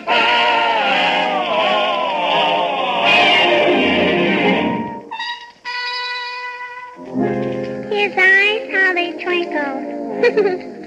His dimples, how merry. His cheeks were like roses. His nose like a cherry. His droll little mouth was drawn up like a bow. and the beard on his chin was as white as the snow. The stump of a little old pipe he held tight in his teeth, and smoke went around and around and around his head like a wreath. He was chubby and plump, a right jolly old elf, that I laughed and I laughed and I laughed when I saw him in spite of myself. He had a broad face, oh ho ho, and a little round belly, oh ho ho, that shook when he laughed, oh ho ho, like a bowl full of jelly. Oh ho, he gave me a wink of his eye and a twist of his head, a chuckle and a smile I knew all the while I had nothing to dread. He spoke not a word, but went straight to his work and filled all the stockings. Oh, boy. Then turned with a jerk. Then laying a finger aside of his nose and giving a nod up the chimney he rode.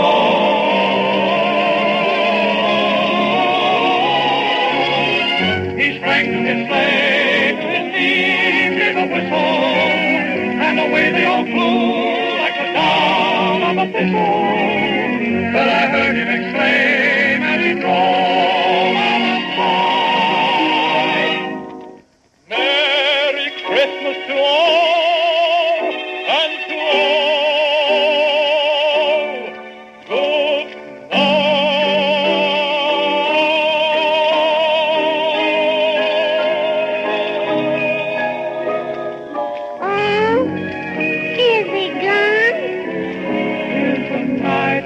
good and all through the house, not a creature is stirring, not not even the mound. The presents are scattered and broken, I fear, and St. Nicholas won't come again for a year.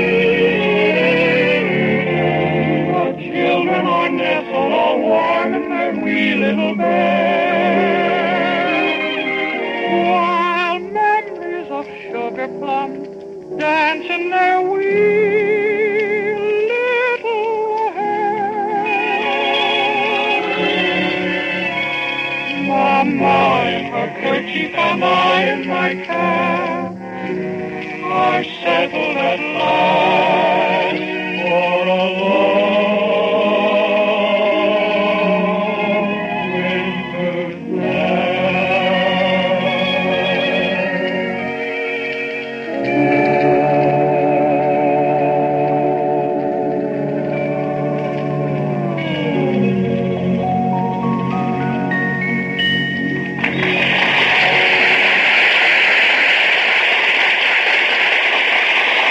Ladies and gentlemen, most of you have brothers and fathers and sons, yes, and maybe daughters in the service, here and overseas. Yes, so when you write to them next, please tell them they have the sincere and heartfelt wishes for a speedy and safe return and a Merry Christmas from Fibber, McGee. and Molly. Good night. Good night, all.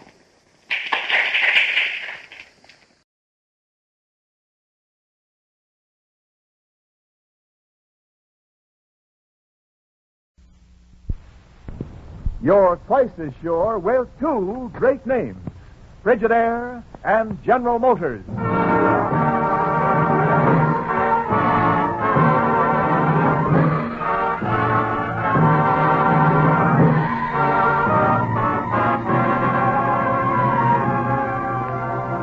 Frigidaire presents Hollywood Star Time. Today, for the first time on the air, A Tree Grows in Brooklyn, starring Peggy Ann Garner and James Dunn.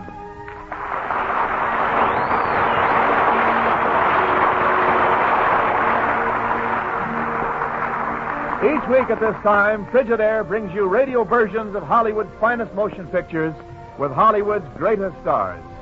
Today, A Tree Grows in Brooklyn, which film critics from coast to coast recently voted the second best picture of 1945.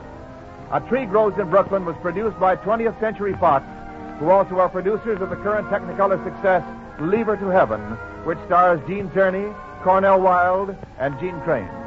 Now, in just a few moments, A Tree Grows in Brooklyn.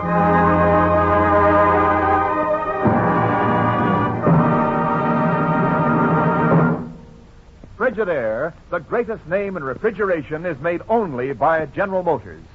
And it's this association of experience with experience, of skill with skill, that makes Frigidaire America's favorite refrigerator today. The 7 million Frigidaires built and sold are the best proof of Frigidaire's outstanding record of dependability, of lasting satisfaction. For back of every great refrigeration principle pioneered by Frigidaire, back of every exciting new Frigidaire feature, back of every exclusive Frigidaire advantage, is one all-important purpose: to keep food good to eat. Remember this when you choose your new refrigerator. Remember the record of millions of Frigidaires in millions of American kitchens. And remember, you're twice as sure with two great names. For Frigidaire is made only by General Motors. And now the first radio production of A Tree Grows in Brooklyn, starring Peggy Ann Garner and James Dunn, with another brilliant musical score conceived and conducted by Alfred Newman.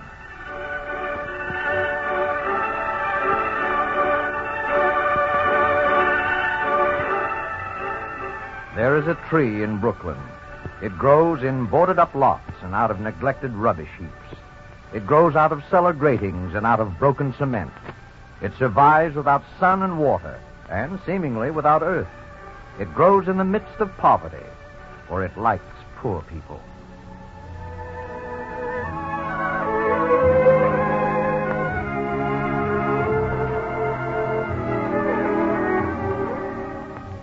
My name is Francie Nolan. We used to live on the third floor back. Mama, Papa, my brother Neely, and I. I went to public school 32, but I didn't like it much. I used to like to sit on our fire escape and read, or look down on our tree in the backyard near the garbage cans. But most of all, I used to love waiting to hear Papa singing when he came home. There was a game we used to play. I'd always try to get to the door before Papa could finish his singing. I've won! Well, now, I wouldn't be too sure of that if I was you. But I did. I got to the door and opened it before you finished, and that's the rule. Let's call it a draw, huh? And where's your beautiful mama? Up on the top floor washing the halls, I guess. In that case, you'd better start laying out my clothes. You're always making fun, Papa. You know you haven't any more clothes. No, what's this then? A tie. And this? A dickie. And this? An apron. Them's clothes, ain't they? And you'd better be getting that apron ironed. Oh, Papa, you've got a job for tonight? Do you see the palm of that hand? That's right where I got the world tonight. Where is it, Papa? Plumber's big wedding party. Lots of tips. Singing or waiting? Both. Oh, Papa, maybe tonight'll be it. Maybe tonight the impresario will be there. And he'll hear you sing and he'll put you on the stage. And why not? Ain't I the Brooklyn Thrush? Only you'd better be getting that apron ironed. Have it in a jiffy, Papa. Coffee's on. You know, you're going to make a mighty nice wife for somebody someday, Prima Donna. Oh, Papa, you're crazy. Maybe so, but things are going to be different around here. Now, you wait and see. Yes, Papa. And when our ship comes sailing in, what's the wish you wish the most? It already came true. What is it, baby? Come on, tell me now. Well, I wish that when you came home today, you wouldn't be sick. Oh. Who told you to call it sick, baby? Ah, haven't you got a better wish than a silk dress or something? No, Papa. I just... Just what? I just love you so much, Papa. Oh. You're a nice girl, baby. Come on. We better tell your mama the news about my job.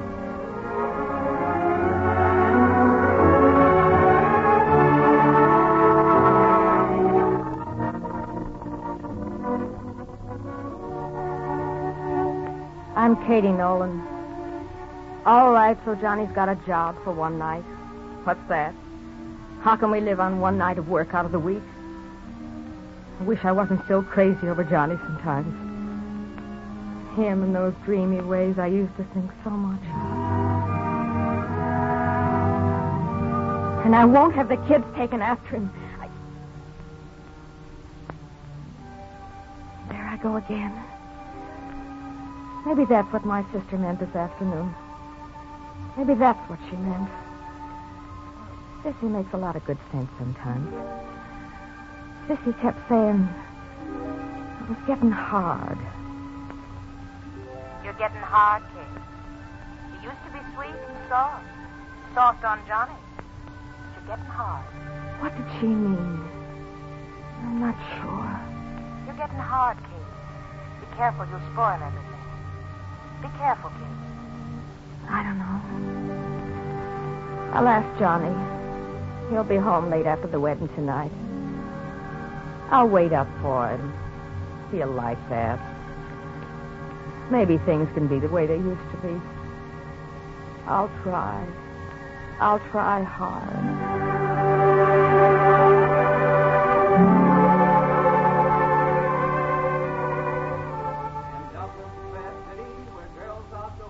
Open the door for your father, Francis. I know.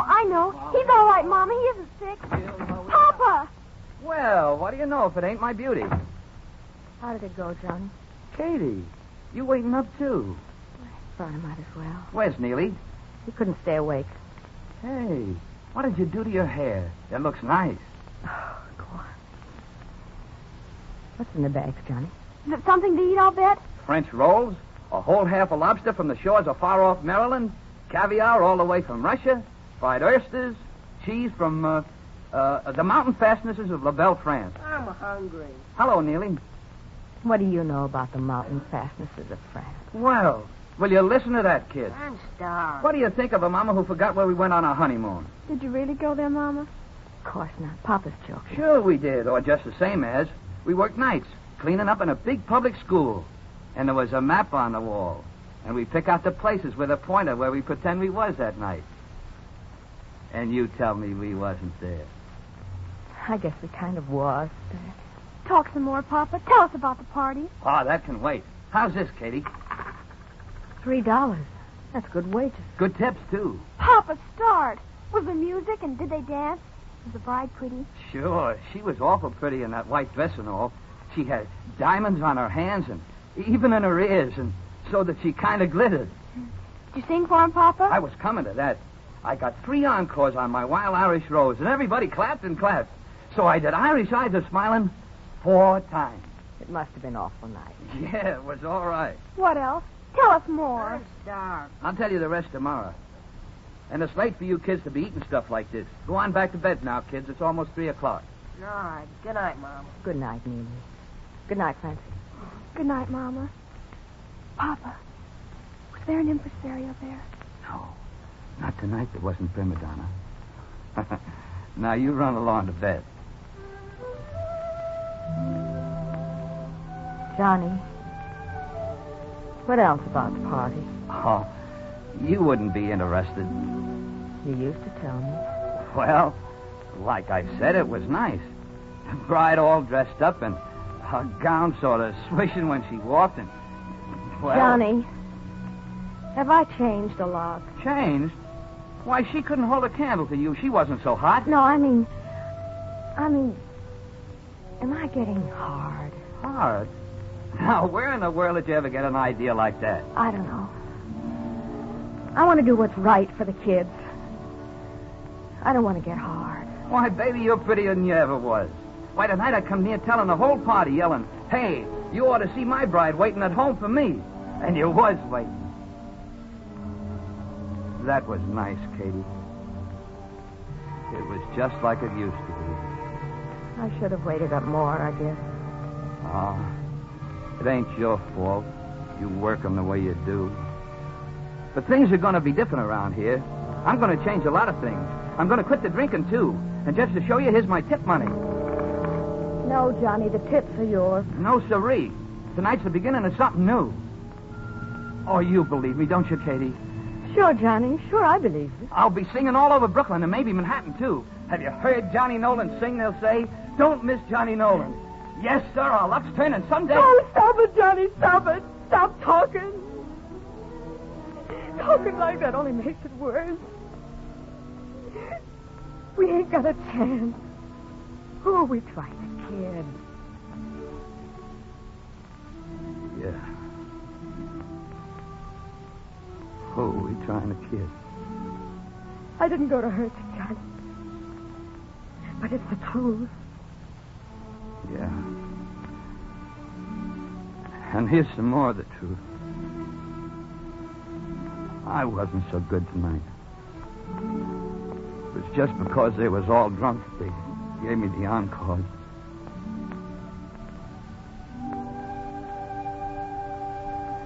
What's the use of talking about it?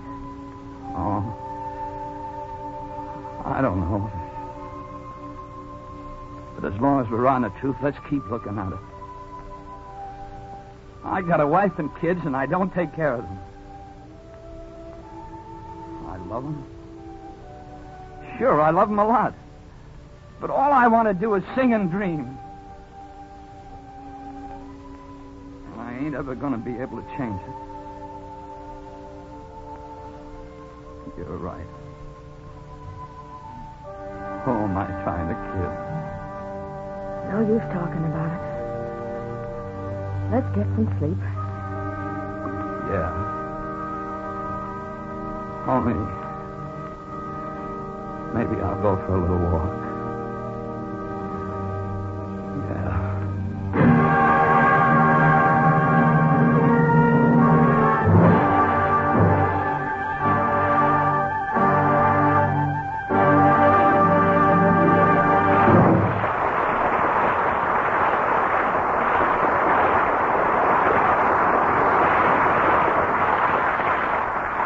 In a few moments, Frigid Air will bring you the second act of A Tree Grows in Brooklyn, starring James Dunn and Peggy Ann Garner.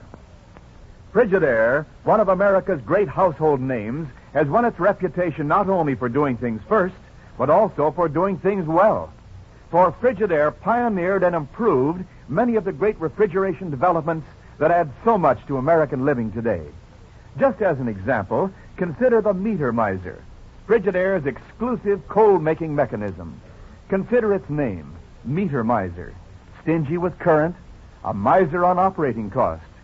The meter miser earned its name by producing loads of cold on a mere trickle of current. Actually, the meter miser earned its name from the first time it was set down on a drawing board by Frigidaire engineers, because they set out to design a mechanism that would do away with complicated parts in the trouble they caused. One that would do away with the trouble of oiling and fans and belts and pulleys. And they succeeded. They built a mechanism so dependable that the whole works is permanently sealed in a bath of oil. So simple that it's no bigger than a derby hat. So economical that it uses no more current than an ordinary light bulb. And that's why the meter miser earned its name. That's why it is called the simplest refrigerating mechanism ever built. So when you choose your next refrigerator, remember, only Frigidaire has the meter miser. And remember, you're twice as sure with two great names. For Frigidaire is made only by General Motors.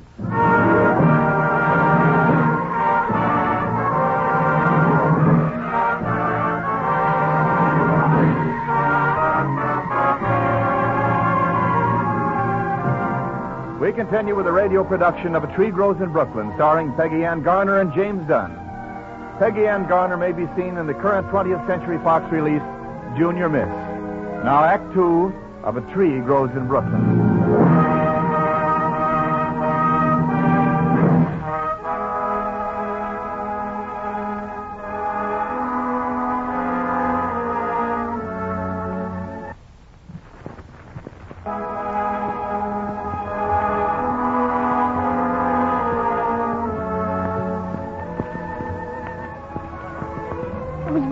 Mr. McShane, the policeman on our block, to bring Papa home the next morning from the Garrity saloon. Some of the kids saw Mr. McShane help Papa home. At school, they sort of snickered and made jokes about Papa. And I couldn't stand that. I didn't think I liked that school much anyhow. Oh, I loved school. But not that one, not anymore. So I got Papa to take me for a walk on Sunday. Kind of a long walk. Here, Papa. Stop here. Huh? Look over there. Yeah, I'm looking, baby. Bend down, Papa. I wish I could go to that school, Papa. Oh, so that's it. Well, now, it would be awful nice, but they got rules, honey. You got to go to the school where you live. I know. I didn't really think it Oh, you want to go there awful bad, don't you? Well, now let's see. Maybe we could move near here. Oh, Papa, could we really? Well, make believe, that is. How do you mean? Well, for instance, suppose we lived in, say, that little white house over there. Pretend, that is. Then you'd have to transfer to this school, huh?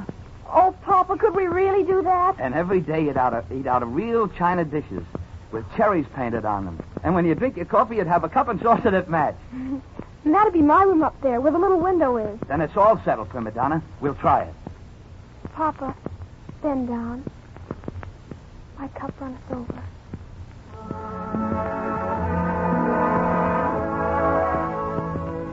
And that's how I got to go to the school that I really liked. No wonder. No wonder I love my Papa more than anything else in the world. No wonder.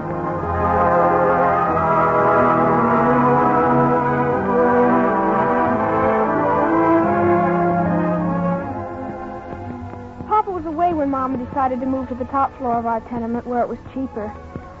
Papa didn't say much when he came home. And then it was Christmas. Aunt Sissy and her new husband came to spend Christmas Eve with us. And then some of the neighbors, like Miss Maggie and Mrs. Gaddis and the Tinmore sisters, came in, too. And everybody sang Christmas carols and songs, and oh, it was so nice. What's the matter, Katie? I'm all right, Sissy. Why'd you stop singing?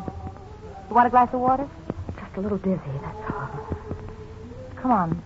Let's go into the bedroom. I want to talk to you. I tell you, I'm all right, Sissy. I get these spells. Look, kid, I'm nobody's foolish sister. I couldn't miss that bassinet when I hung my coat in your closet. I'm awful glad for you, Katie. I'm scared. You got no call to be. Look at how swell those other 2 kids of yours turned out. I know. Have you told Johnny? No. You ought to. Maybe it'd help him. Thanks. Maybe it would.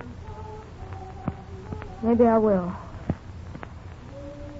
I'm glad you came tonight. Forget it. You're a fine girl, Katie. I never said any different. And Johnny's one wonderful nice guy. Don't let nobody ever tell you different. Silent night. Huh? Nothing, Sissy, nothing. Just thanks. Thank you. Thank you.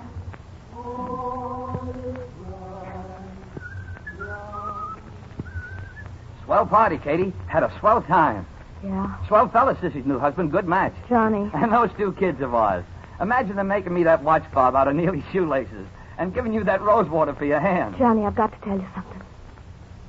The real reason why we moved up here where it's cheaper. We're going to have a baby. A baby?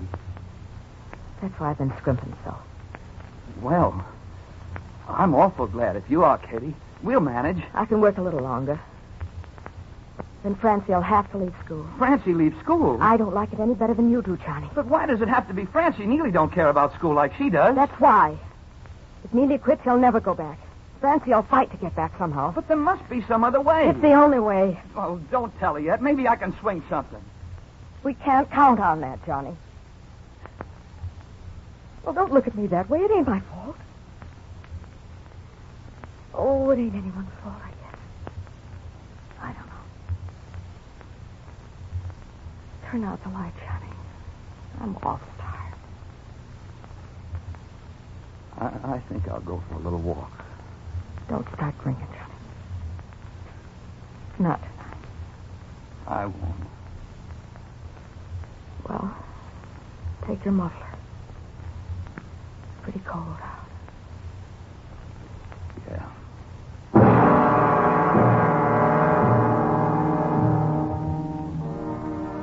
Papa didn't come home that night. The next night either. Then on the 3rd night, Officer McShane came to the door. Told us about Papa. Papa had been out looking for work to show Mama she could count on him. He got sick. Really sick this time. The doctor said it was pneumonia. But Papa died.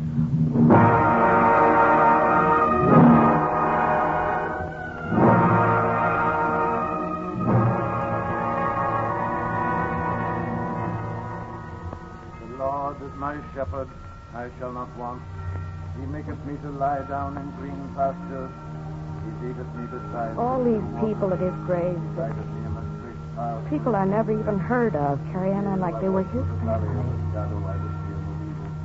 I don't know. He took the time to make folks love him, Katie. And Francie, she scares me. She ain't cried once. Best leave her alone. She just looks at me. That's all. Amen.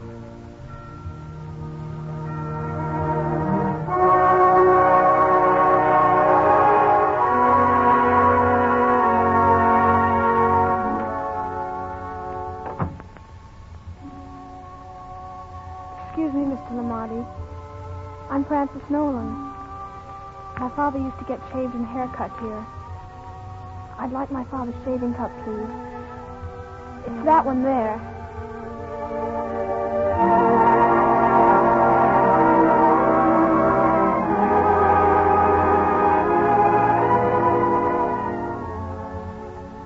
Francie, where you going? Just up on the roof. Why? It's cold up there. Just to look around. I like to look around.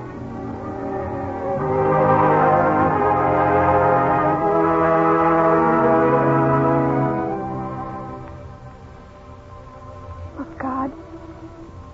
He can't be gone. Maybe I could have a baby someday. And it could be a boy. So it could be just like him. Nobody else loved him like I did. Maybe you could do that for me, God.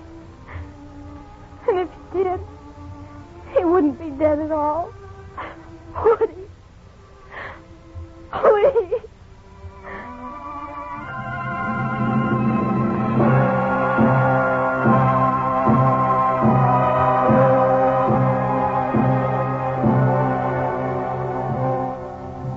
Look, Chickabiddy, can't your Aunt Sissy help any? Your mama feels awful bad. Same as you. She needs you. She doesn't need me. She doesn't love me like Papa did, and she didn't love him either. Not really. She hurt him. She hurt him lots of times, but he never hurt anybody. Baby, don't feel like that. Oh, leave me alone. Please go away and leave me alone.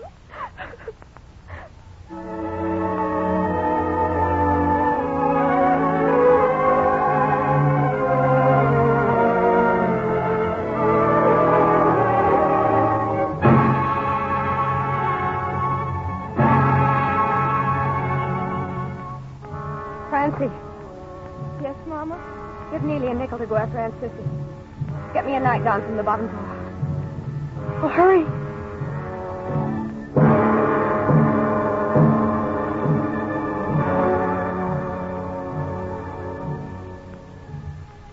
Mama.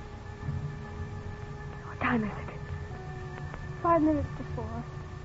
Mama, wouldn't you rather have Neely here, even if he is a boy? No, it's you I want. You're the comfort now. It's nice having a visit. Johnny's little girl. Oh, don't, Mama. I never wanted for you to quit school, but he wouldn't forgive me. He just walked out. You never forgave me either. Please, Mama. What time is it? 4 minutes before, almost. If Neely stopped school, he'd never go back. You will, you know that. Yes, Mama. Yes. All right. Read me something. Read me one of your compositions. I never read your compositions like your papa did. I only remember one, and you won't like it, Mama. Tell it to me. Hurry. It's called The Man People Love. Hurry. Perhaps many people might have said of him that he was a failure. It is true that he had no gift for making money, but he had a gift for laughter and for making people love him. He had the gift of making you feel proud to walk down the street with him. He had nothing to give but himself, but of this he gave generously, like a king. Yes, like a king. That's right. Just walking with him down the street, I always felt like that. Did you, Mama? Oh, Francie, I miss him so much. Oh, Mama. The baby's a boy. We'll call him Johnny. Oh, yes. Please let him be Johnny, Mama. And if it's a girl, we'll call her Molly. He always sang Molly Malone so sweet, so sad. And either way, it'll be him all over again. Won't it, Francie? Either way. Thank you, Mama. Thank you. Either way.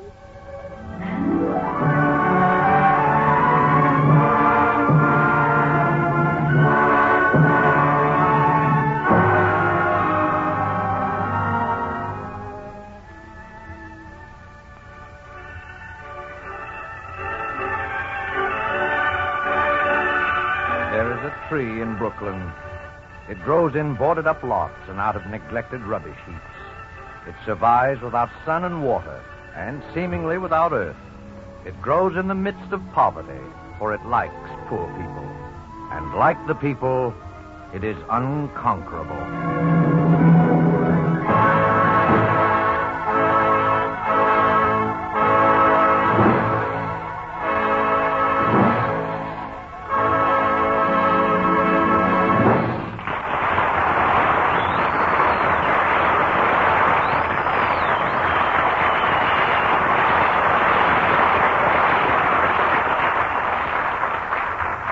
Thanks to Peggy Ann Garner and to James Dunn for a brilliant performance. The radio adaptation of A Tree Grows in Brooklyn was written by Milton Geiger. Music was supervised by Alfred Newman, and the entire production was under the direction of Robert L. Redd. Frigidaire Hollywood Star Time is presented each week at this time with the best wishes of your Frigidaire dealer, who invites you to come in and learn about the famous line of Frigidaire home appliances. Electric refrigerators, electric ranges, electric water heaters, home freezers, and a wide variety of refrigerating and air conditioning equipment for homes, farms, stores, offices, and factories.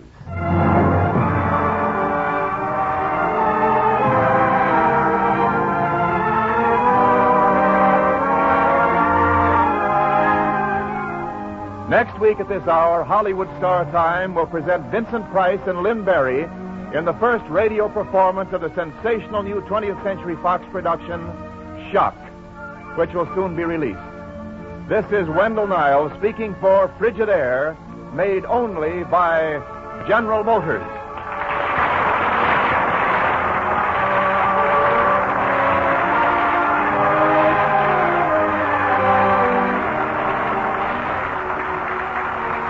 This is CBS, the Columbia Broadcasting System.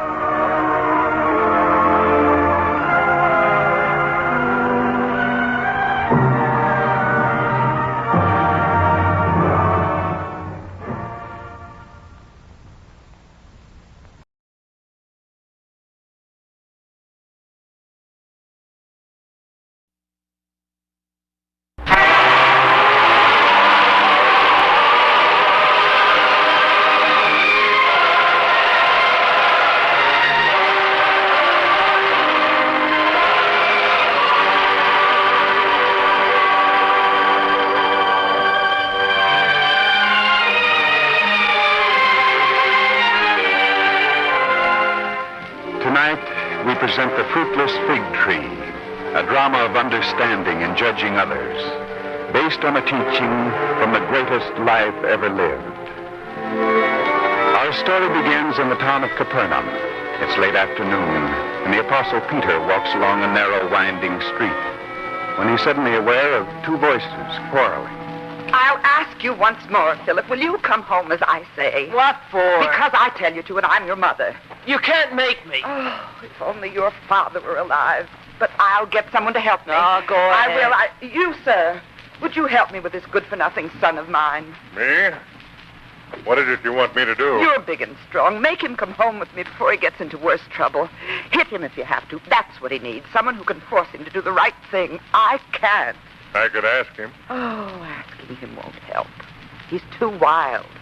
He runs around with the worst boys in this town, stealing from the merchants in the marketplace, annoying decent people. It's a lie. You won't say your mother lies, do you hear? I won't stand for it after all I've done to try to bring you up properly. I don't know what to do anymore. Please, Mother, let me talk to the boy. I tell you, talk won't help him. You must be beaten in order to understand. Nobody's ever going to beat me again. Pretty strong, aren't you? What about it? You think that because you're stronger than your mother, you don't have to obey her? I've obeyed her long enough. You see, he's growing up to be a criminal. A criminal. Someday they'll stone him, send him to the galleys. He's got to be punished while there's still time. You can't beat goodness into anyone. Look, son. What do you want? It's being strong and thinking that makes you right. It doesn't always work out. It works for me. Does it? Hit me. What? Go on, hit me. You're strong. You're tough and hard. Hit me. What are you trying to do? I'm just asking you to hit me. Go on. If you really want me to. Is that your hardest blow? Well, yeah. It didn't hurt me. Now, if I were to hit you... Wait, don't, please. You see, if strength is what makes right, then the next man who comes along and is stronger than you is right. And you're wrong, just because he says so. Well, And since I'm stronger than you are, I could tell you to do anything I want you to, and you'd have to do it, according to your own rules. But I'm not going to tell you to do anything, because big and strong as I am, I don't believe in that. Since I started to follow the master, I know that strength does not make right. You're one of the master's followers? Yes. My name is Peter. Peter? Say, I've heard of you. And so have I. If you follow the master, you must know how wrong my son has been, how bad a life he's led, stealing and fighting. Wouldn't the master himself want this worthless son of mine punished? I don't know. Well, he teaches right, goodness, honesty, all the things that my son is not. He teaches more, too. He teaches us not to judge too quickly or without understanding all the factors in the things you judge. I can remember, not so long ago, that he told us all a parable. A parable would do you good to hear, just as he told us.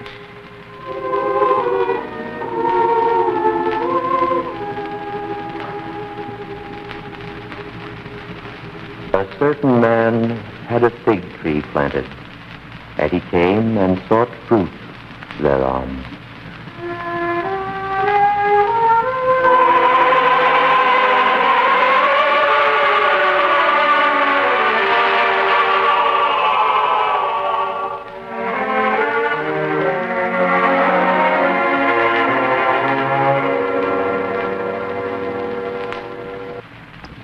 These are my fig trees, young man, and yours will be a position of great responsibility. For in all this part of the land, no one raises better figs than I. Do you think you can fill the job as gardener on my estate? Oh, yes, sir. I think I can. All my life I've lived on farms. I've worked hard. I've had good experience. I want to warn you, Nathan, that I'm a strict man, a perfectionist, and that once, each harvest season, I demand that all of my gardeners bring me the choicest fruits and grains they raise. If they're not up to my standard, well, I don't have any man on my estate who can't produce the finest. You understand? Yes, Abner, I understand. Well, then, you think you can fill the job, move into the little cottage on the other side of the vineyard. It's yours. Oh, thank you very much, sir. My wife and I, we haven't been married very long. The cottage will be our first real home together. So, you see, I've got to make good. Well, I hope you do. Now, get along and get settled, and the first thing tomorrow I'll show you around the vineyard and acquaint you with your duties. Yes, sir.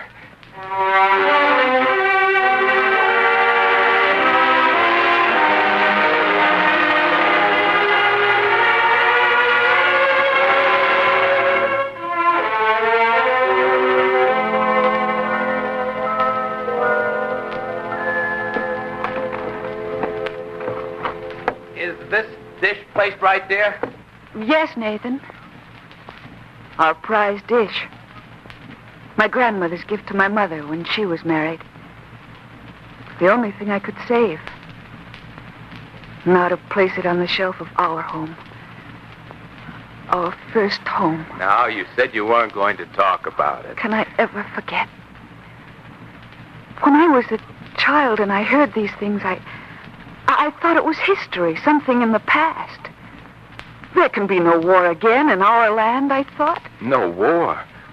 This land is destined to be the battlefield of nations forever. The Egyptians, the Philistines, the Syrians. So it has gone, and so it will go. When the invaders come in, you carry what you can, bury the rest, and escape into the hills.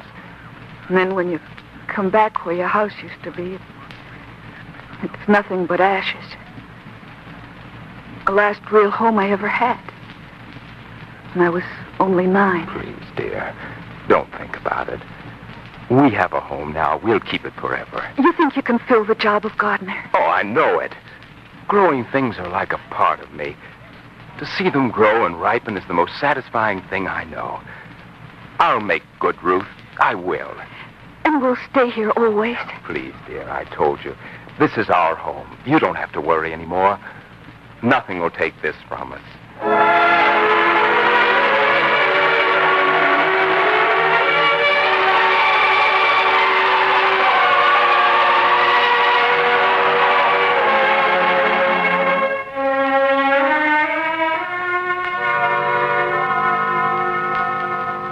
If you're as good a man as Eli was with fig trees, you won't have any trouble.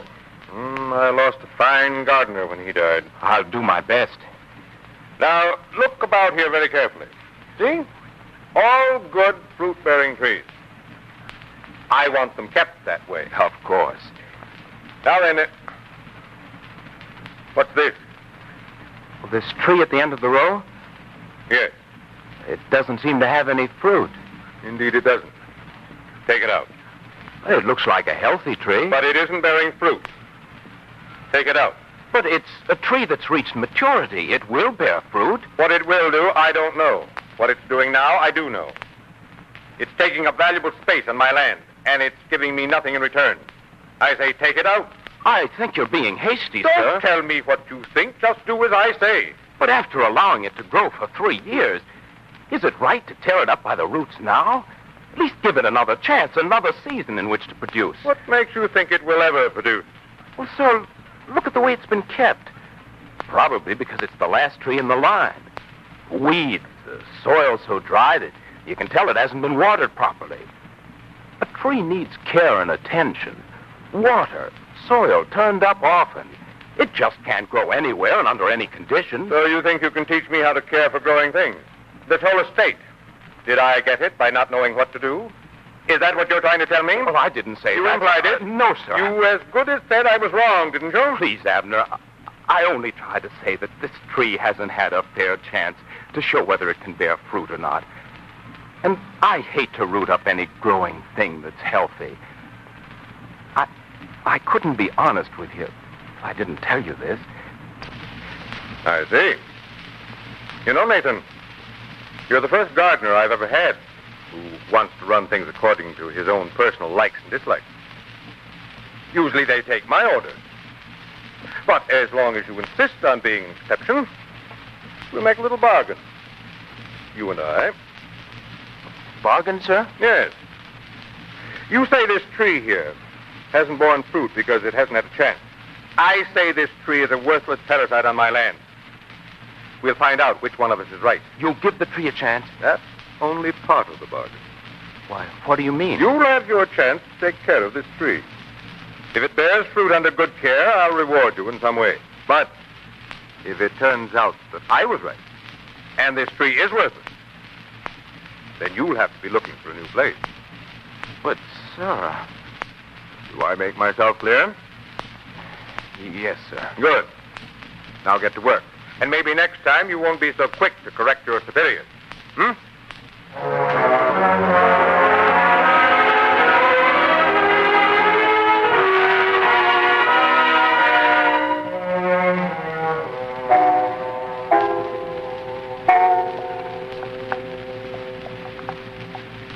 Don't you like the meal, dear?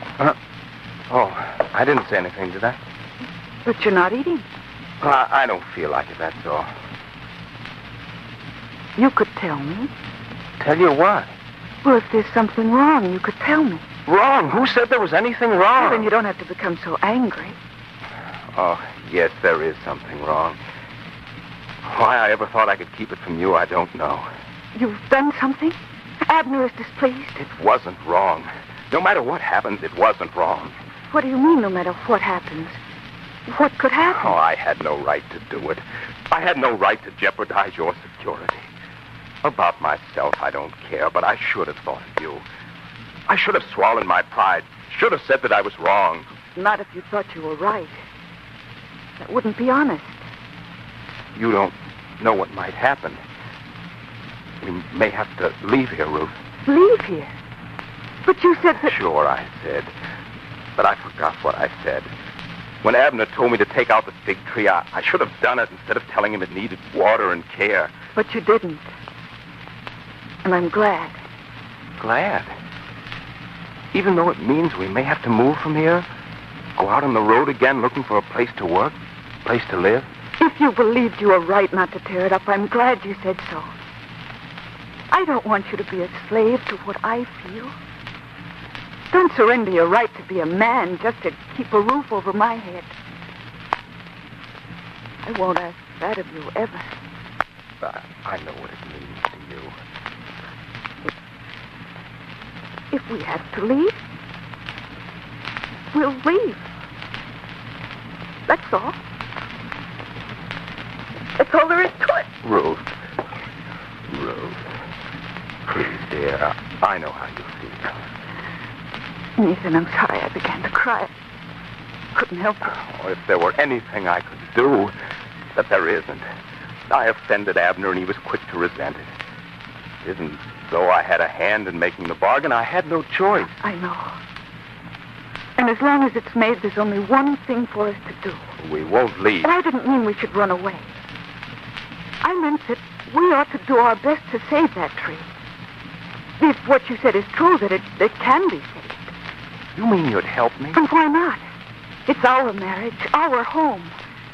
Why shouldn't we both work for it? Then we will. We could start right now. No, at night? You said the tree needs water. We'll give it water, day and night. We'll work for what we both want, and we'll start now.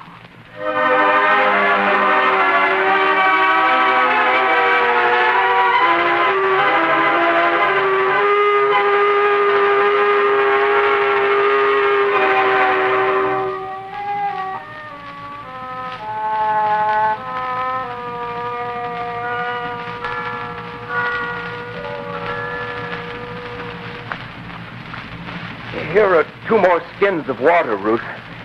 You should rest a while. It's a long walk from the well to the vineyard. And with 2 heavy bags of water. Now, don't worry about me. I'm used to hard work. But you should have been in bed hours ago. These will be the last 2 bags. Then let me pour them. You rest. Oh, I can do it. I'm strong enough. You're not nearly as strong as you are determined. Here, now let me do it. All right, dear. The fruit must grow. It must. It will. Oh, if only I hadn't said anything. It's too late to look back now. You said it. We'll work hard. The fruit will grow. Ruth. Yes. It wouldn't be fair to make you feel so sure that disappointment might be too great. Disappointment? There are trees that never bear fruit. Barren trees? Yes, I've seen some during my time on the farm. No one knows why. They seem perfectly healthy, but somehow they never bear fruit. Is this one of them? You never know. Time's the only way to find out. Time and proper care. We'll do what we can. I only wanted you to know what might happen. I wouldn't want you to feel betrayed or disappointed in me. The last thing in the world I'd want would be for you to suffer because of me. I know that you love me, Nathan. And because I do, I know everything else you're trying to tell me. Whatever it is, we'll face it together. Now, if you're finished, we can go back to the cottage. Back home, you mean? Yes, dear. Back home.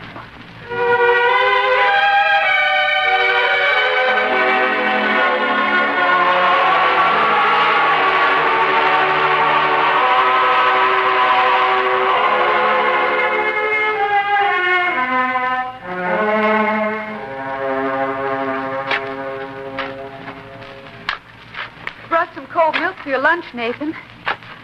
If you don't drink it soon, it'll get warm. Just a little while, dear. The earth must be turned over around this tree, and I want to finish it before I stop. Has anything changed in the past 2 weeks? Well, nothing that I can see. Usually it takes more time, doesn't it? Well, you can't tell. You mean if there were going to be fruit, some signs might have appeared already? Oh, I don't know. You can't tell about things like this. But it doesn't look too good. Now, please, dear. Stop and have your milk, Nathan. Well, maybe I'd better. Here. You'll work better after you've had a cool drink. Yes, Oh. What is it, Nathan? He's coming this way. Abner? Yes, he's coming here on his usual inspection. Maybe you'd better leave. Go that way so that you won't have to pass him. I'll go. Just a moment. I've wanted to meet you, my dear. Oh, me? Come here, Ruth. So this is your wife, Nathan? Yes, sir. My wife, Ruth. Fine-looking girl. And from what I've heard, a great help to her husband. You've heard? Yes. In a way, it was funny, too. 2 people had been seen prowling around the vineyards at night. I had Ephraim posted one night to watch and see if they might be people who would mean some harm. But I heard it was you and your husband. There's nothing wrong. Oh, no, but 2 grown people sitting up with a sick fig tree. Well, doesn't that amuse you? Even a little? Huh? It's not funny to my husband and me. Ruth, please. Now, let's have a look at it. More leaves. Thicker foliage. We've done what we could. But let's see. Fruit. I don't see any fruit. It takes time. There should be some signs, at least, if a fig tree is going to produce in season. It should be showing something by now. Isn't that right, Nathan? You know all about trees. Tell me. Yes, sir. It should be showing signs, and it isn't. I may be wrong. This tree may never bear fruit. But I still wouldn't feel I'd done my job if I'd let you uproot it. Of course, of course. And I only want to remind you that when we have the harvest feast, you and all the other gardeners will have to come and show your produce. I'll be on the lookout for the fruit from this tree. Need I say more? No, sir. I understand. Good day, Nathan. And good day to you, my dear. Nathan. Oh, Nathan.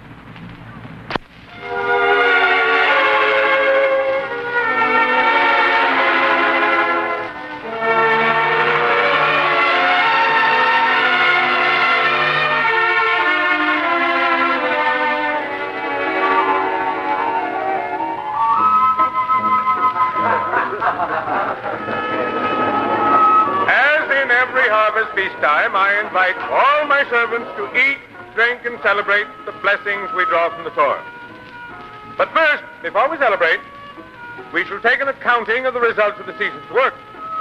All gardeners are to line up here with samples of their finest produce. And now, first, you, Simeon, samples of the grain from your field. Abner, for 34 years, I've been bringing my produce to the head of this family. Your grandfather, your father, and now you. And I can say that never have I shown finer grain than this. Oh, yes, yes. Yeah, pick up a handful, Abner. Feel its firmness and its weight. Yes, I can see. There, very good, Simeon. Excellent. Thank you, sir. Simeon, there will be a special reward for you later. Thank you, sir. Next. Jonathan. The olives? Yes, sir. The olives here in this bowl. First look at them, then test them for oil. I have no more to say. You feel sure of your crop? Oh, I only ask you to put them to the test. Examine one. I will. Excellent. So full of oil. When you press one of these olives, it's like tipping a jar. The oil flows so freely. Very fine. Next. Well, who's next? Nathan, my big gardener. Step up, Nathan. Show me what you have produced. Well, yes, sir. Here, I'll uncover this tray of figs. Would you taste these, sir? Mm-hmm. Let me see. This one. Yeah. Good. Very good. As good as we had last year. Thank you, sir. Oh, but wait. You and I have a special bargain, don't we? There were some special figs in which I was interested. The very tree which you and your wife have cared for. Have you any figs to show from that? The fruit of that tree, sir, is here, in this other tray. Let me see. I don't believe it. Look, taste. Let me have one of those. Well, they're big. Even bigger than the others. Yes, sir. And the taste... Never mind. I think you're playing a trick on me. No, sir, if you'd like to see the... I would indeed. And if this is a trick, you'll be punished accordingly. Come with me. And you too.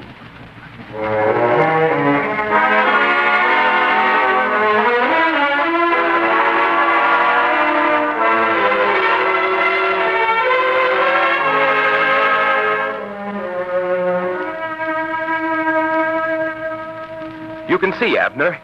Here it is. And the branches are hung heavy with fruit. Is this a trick? I can't believe it. Amazing. Amazing. We didn't believe it ourselves at first, did we, Ruth? No. When the fruit first began to appear, we thought it wouldn't grow. We thought it would die on the branches. But it didn't. The harder we worked, the larger and firmer the fruit became. Till now, this tree is the finest fruit of all.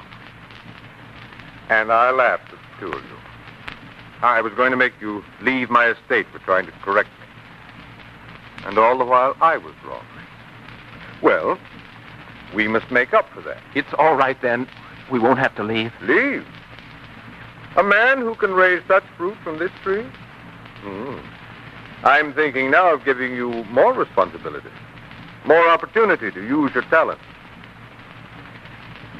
A man as courageous as you are to risk your future in order to seek truth is a very valuable man indeed.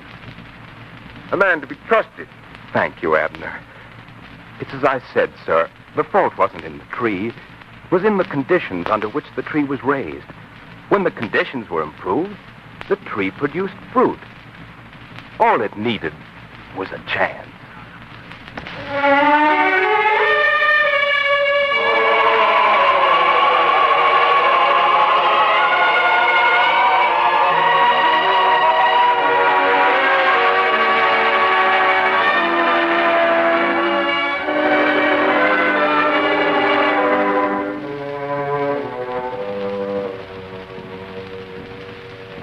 And so you see, my dear woman, that's what the master would say about your son.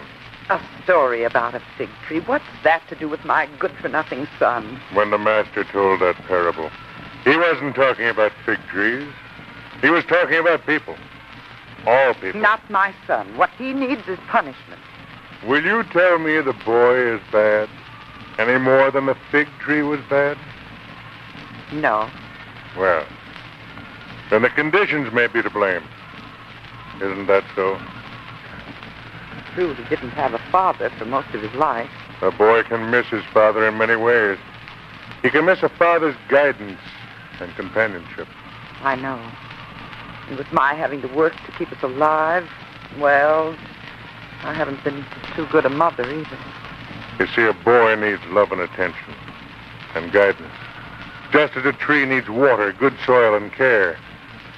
We can't punish the boy any more than we could cut down the tree without giving it a chance under good conditions.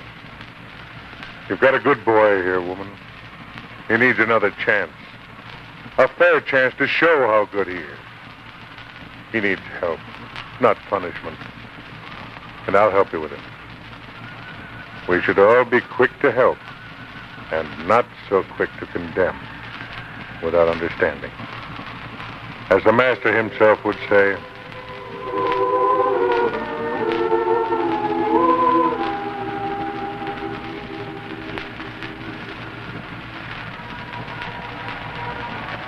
judge not, that ye be not judged.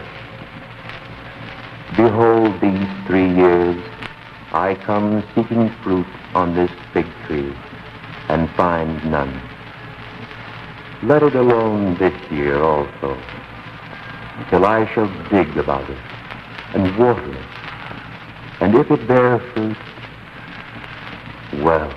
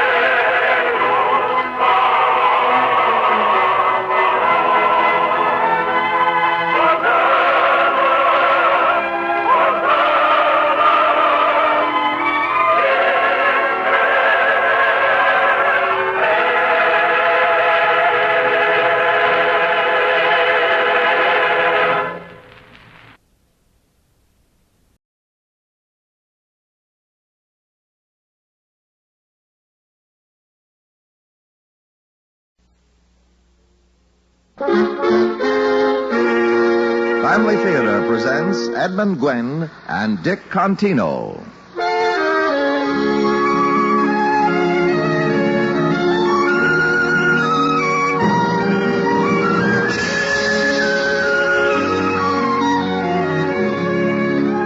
From Hollywood, the Mutual Network, in cooperation with Family Theater, presents The Story of Little Tree, starring Edmund Gwenn. And here is your host, Dick Contino.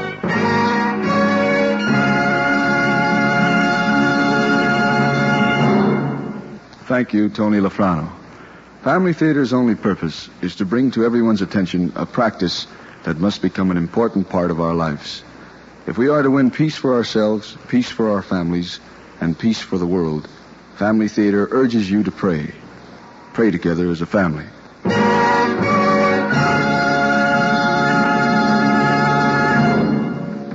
And now to our transcribed drama, The Story of Little Tree, starring Edmund Gwenn as Grandpa.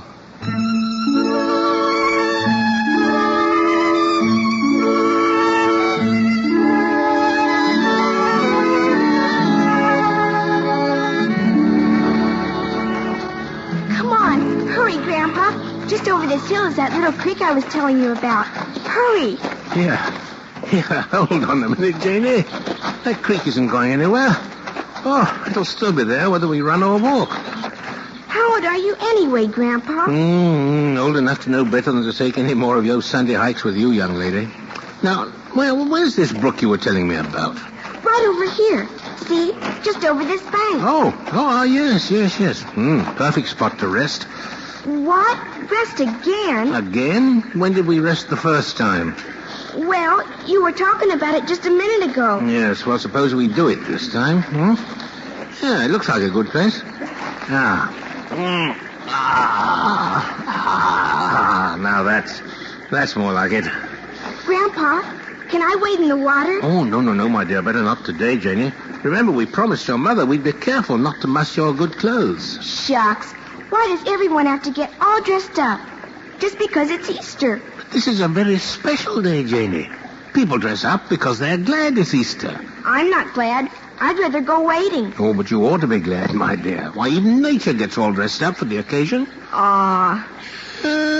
Yes, well, just look. Look round you. The flowers are all budding and beginning to bloom. The grass is green for the first time all winter. The trees are full of young leaves. Oh, yes, Jenny, yes. Nature knows it's Easter. How could grass or trees know about Easter? Why, honey, a tree probably knows more about Easter than any living thing. You mean that this big tree here knows it's Easter? That's right. Well, just look at it. See all those little leaves? They all face upwards toward the sun. Do you know why they turn that way? Our teacher says they turn up so they can get the sun. Well, she's correct. Yeah, they need the sunshine to grow. But there's another reason, too, if you care to hear it. Oh, yes. Well, now, you just settle down beside me here, and I'll tell you how a tree knows about Easter. Is this a true story, Grandpa? Well, you won't find it written in any history books, but nobody said it didn't happen this way. No.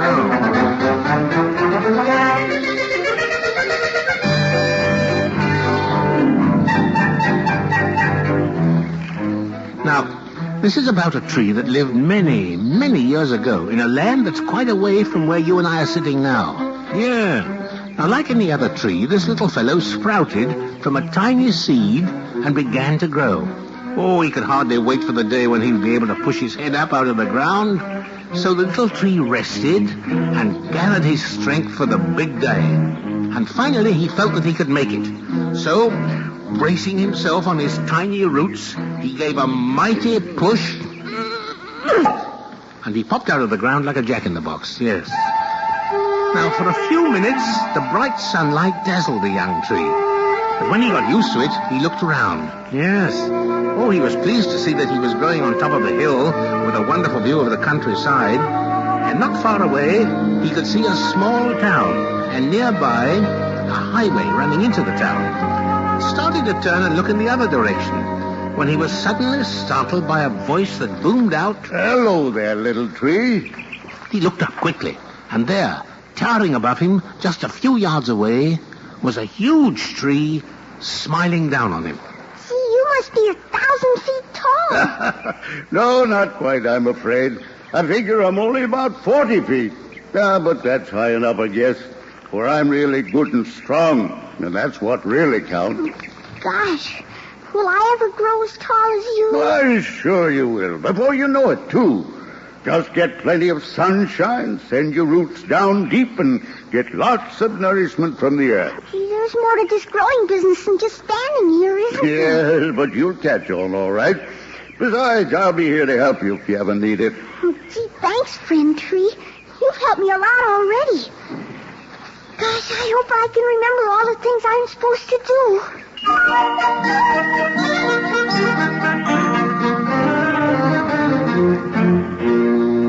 Well, the days went by and Little Tree grew like a weed. By now he was almost 6 inches high. And the big tree looked after him like a mother. Every night he'd keep watch over his small friend until Little Tree was asleep. And then the big tree, too, would relax and fall asleep.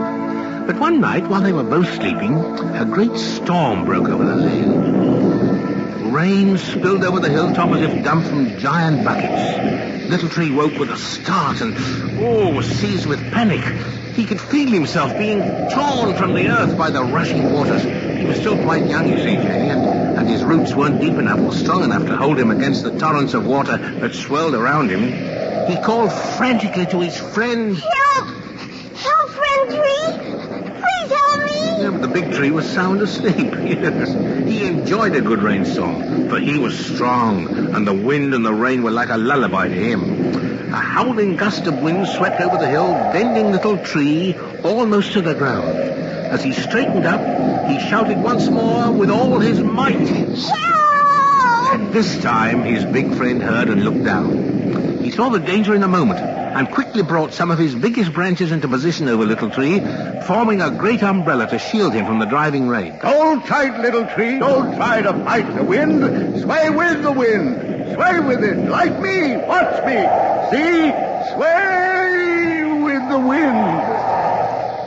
Oh, I see. Like this. Oh, yes, this is much better. That's it. You'll make it all right now. The storm's dying down. Boy, that was a close one. Gosh, I've never been so scared in my whole life. Yes, I believe you were. While you turned white as a birch tree.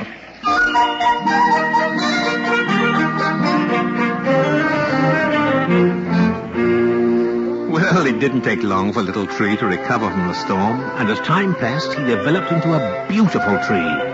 Actually, he wasn't such a small tree anymore, but his friends still called him Little Tree, and the name seemed to stick. Now, as he grew up, Little Tree began to think more and more of what might happen to him when he reached the age when he would be of value as lumber. And he and the big tree would wonder about it by the hour. Yes, I've been thinking about it for years, Little Tree. I'd like to be made into an ox cart and travel about the country. I'd like to see what's beyond those hills in the distance. Oh, I can't decide what I'd like to do.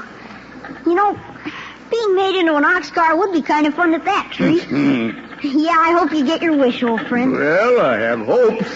Hey, see that rickety old ox cart coming along the road there now? Gee, it looks like it's about ready to fall apart. That's what I mean. That man's had that old cart for almost 20 years now. And he's ready for a new one. But why do we have to be cut down and made into something at all? Why can't we just keep on growing here like we are? Well, maybe we will. You see, Little Tree, I believe that everything on earth is put here for some reason. Oh, shucks. What good are those pesky little bugs that bother us all the time? Well, now, don't forget that while they annoy us, they're food for the birds. Yeah, I guess you're right. As usual. Well, the big tree got his wish sooner than he expected. For a few weeks later, the man who owned the old ox cart came with saws and axes to cut him down. Little Tree was sorry to lose his friend, but the big tree was so happy that Little Tree found he was feeling happy too. Well, goodbye, old friend. I'll wave to you every time you pass by the roadway. Goodbye, Little Tree. Take good care of yourself. Maybe I'll see you in a big building somewhere, Goodbye. And the man hauled the big tree away toward the town. And Little Tree was left alone on the hill.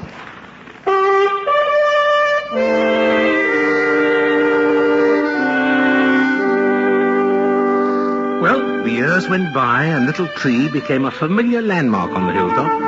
By now, he'd grown quite large, and the people of the town always stopped to rest in the cool shade he cast for them. He was happy, for he felt that he was performing a useful service in offering a shady rest haven for the travelers along the road.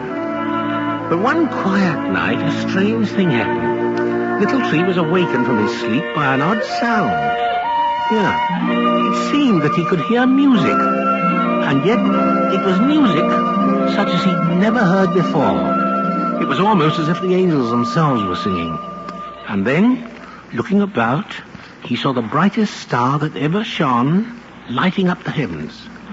Little Tree's leaves were as 1,000 eyes, and he turned them all to watch. The star seemed to cast a light down on one small village some distance away. He heard people speak of the village. It was called Bethlehem. Little Tree didn't know or understand what had happened this night, but a wonderful calm seemed to settle over the land, which made him feel that all was right with the world.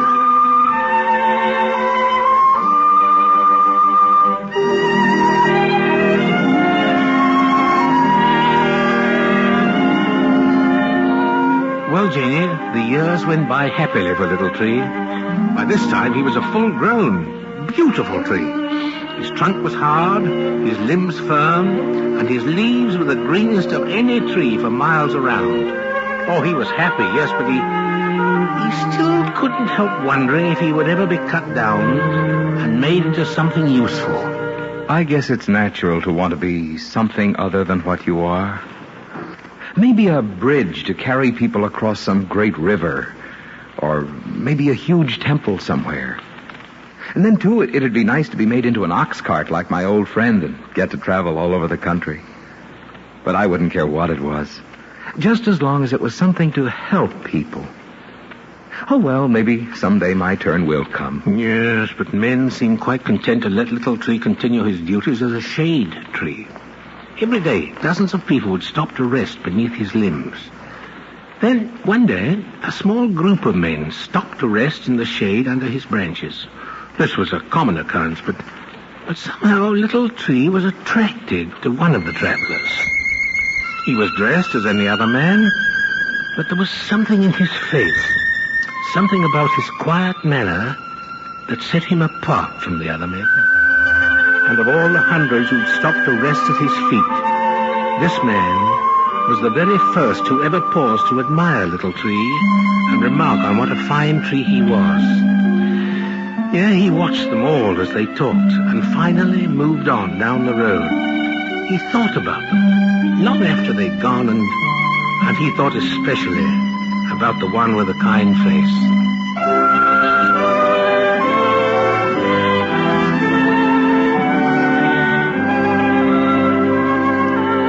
One evening, as Little Tree was preparing to settle himself for the night, he saw a great storm gathering in the distance.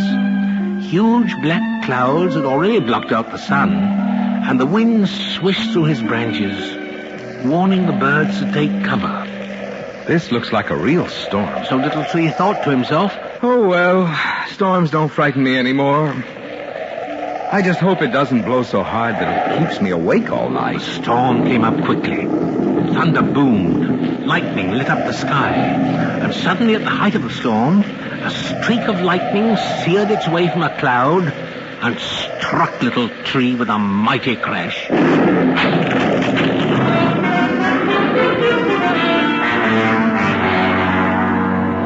His trunk was split almost in two by the blast, and he felt the burn to the very tip of his roots. Little Tree was stunned for several minutes. Yeah, but when he was able to move again, he gathered all his strength and tried to hold himself together to last out the storm. He knew he could do nothing to repair the damage until morning. He was too weak. But gradually the storm passed, and morning dawned over a clear sky. All the earth was fresh and glistening. It was a lovely day. Oh, but Little Tree couldn't enjoy it.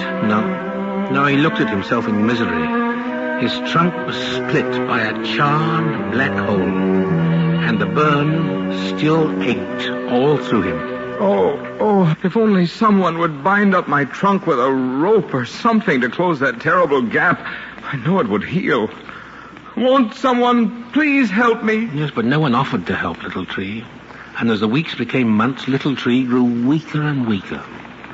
His leaves began to wither and drop away, until his once beautiful foliage was all but gone. He began to give up all hope of ever recovering. No one seemed to care whether he lived or not.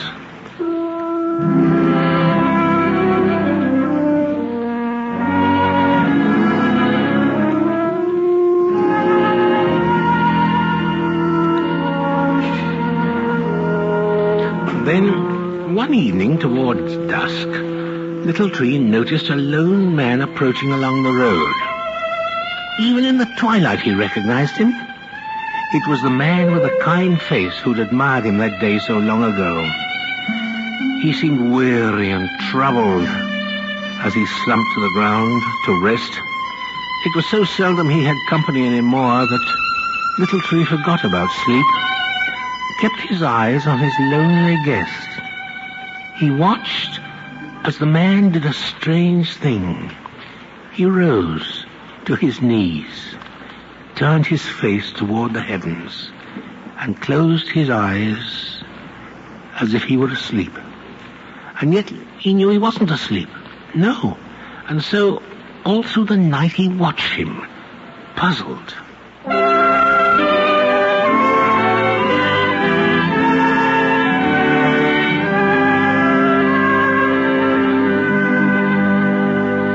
Just before dawn, the man arose and prepared to leave. But then he seemed to notice Little Tree for the first time and looked at him for a long while. Little Tree wished that he could make himself disappear, for he imagined the man must be remembering what a beautiful tree he was when they last met.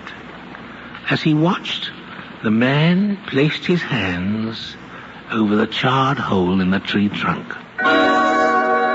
Little Tree felt, completely relaxed for the first time in months. And as his visitor walked away toward the town, he fell fast asleep.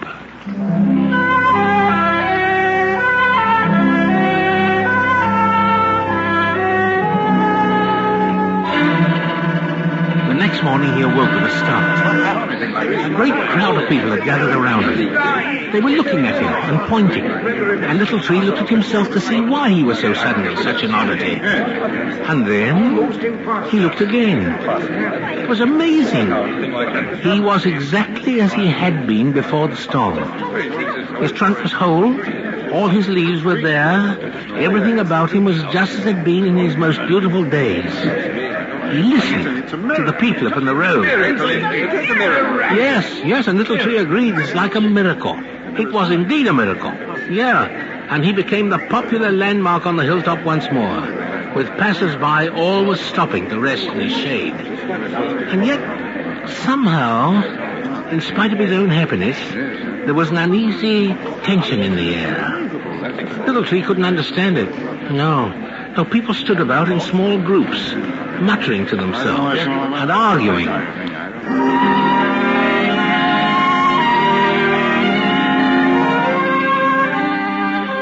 Then, one day, several men with saws stopped before Little Tree and began to look at him from all sides. Little Tree thought, surely his big day had come at last, and he shouted to the birds in his branches. At last I'm going to be made into something. Oh, and it'll be something wonderful. I just know it will. Yeah, but instead of setting their saws in his trunk, the men climbed into his branches and sawed off one of his biggest limbs and carried it away with them. Little Tree was perplexed. Couldn't understand what they would want to make with just one limb. Wondered about it all that evening. And the next day it was still puzzling him when he noticed a large procession coming along the road. There were many soldiers and hundreds of men and women, and as they drew nearer, the bark about his trunk stiffened, and he remained still as stone. For there, leading the procession, was the man with the kind face.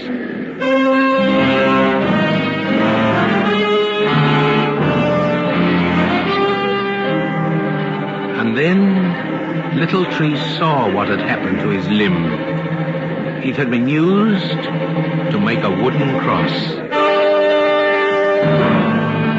Time and again the man stumbled and fell under the weight of the great cross. But no one tried to help him. No, the mob threw stones, made fun of him. Here, master. Here, let me help you. Here there, away with you. Please, it is too heavy for one man. Let me help him. He needs no help. He is king. He is God. Or so he says. Let him call forth his angels if he needs help. Come, master. Lean on my shoulder. Away, I say. Please, sir, let me help. I have all the help he needs right here. My whip. See? That's all the help he needs. You will sadly rue the day you laid a hand on the master, I promise you. And I promise you'll rue the day you try to interfere. All right, along with you, King. We haven't all day for this business. Come, maybe a few more stones will hurry him along. Out of the way, fool, else you may find yourself in similar straits. Take me gladly instead of him. Away, we have the man we want. But he is innocent. Innocent? You heard Pilate's order. I heard. He found no fault with him. Then you heard the people's order. They said crucify him. Now be gone that we may carry out justice. Onward! As Little Tree watched the procession reach the top of the next hill, he could scarce believe his eyes.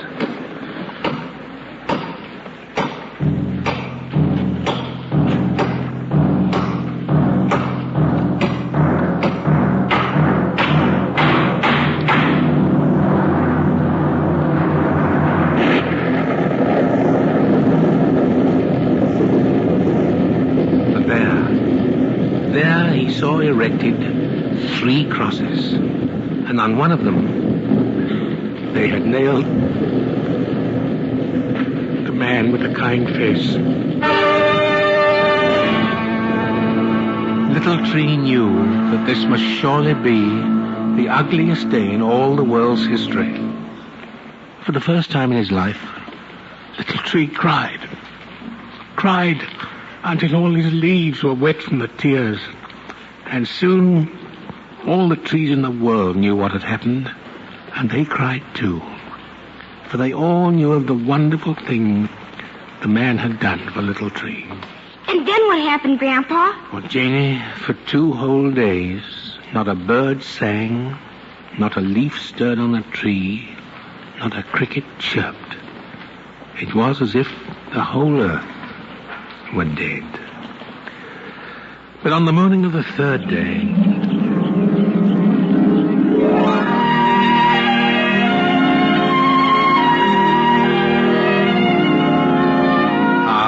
that morning was different. Yeah. Little Tree could feel it from the moment he awoke. The birds were singing, the sunshine was warm, the world was suddenly happy again. And then later, he knew why it was happy again.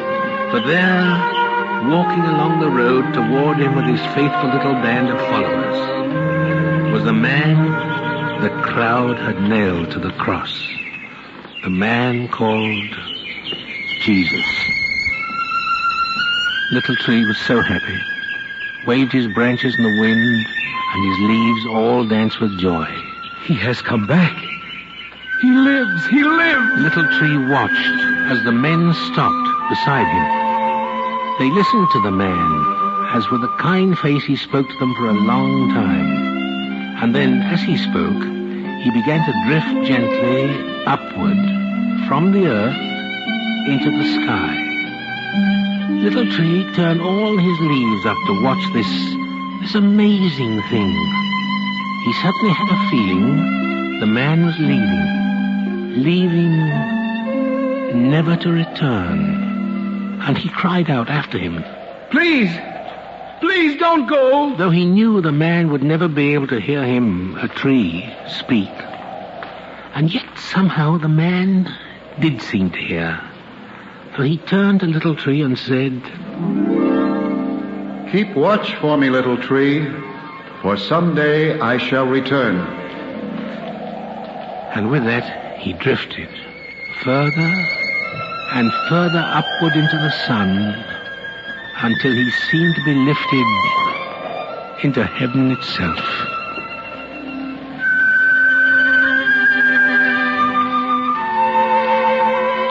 And Little Tree did keep watch. Yes, each day he would turn all his leaves upward toward the sun and follow it closely from dawn to sunset. And soon, all the other trees on earth heard what had happened, and they too turned their leaves upward, keeping watch with Little Tree. Yes, and so it is that even today, every tree turns its leaves upward toward the sun, keeping watch, as Little Tree first did centuries ago.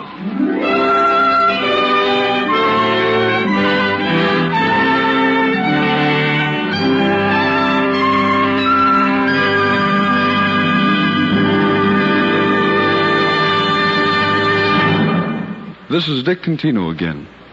You know, like Little Tree in our story, we all like to feel we can be useful and helpful.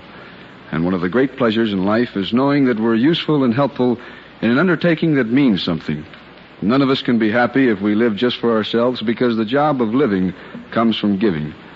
Yes, giving ourselves to something we know is bigger and better, worthier and more enduring than we are. That's why the greatest pleasure in living is giving ourselves to God. When a family joins together to give themselves to God in family prayer, they are united in a joy and happiness that only family prayer can bring. I guess we all know from experience that it's true. Whatever we give to others comes back to us in some way or another. And whatever we give to God comes back 100-fold. So let's give God a little time in our homes each day. Let's take a little time out to join together with our family for family prayer. Then we'll really know how true it is that the family that prays together stays together. More things are wrought by prayer than this world dreams of.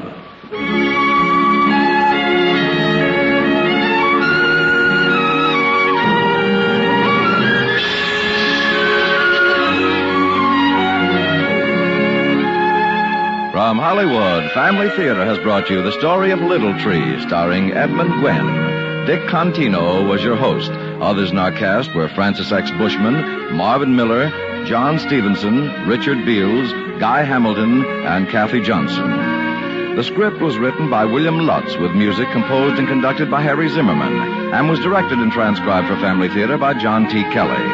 This series of Family Theater broadcasts is made possible by the thousands of you who feel the need for this type of program, by the Mutual Network, which has responded to this need, and by the hundreds of stars of stage, screen, and radio who give so unselfishly of their time and talent to appear on our Family Theater stage. To them and to you, our humble thanks.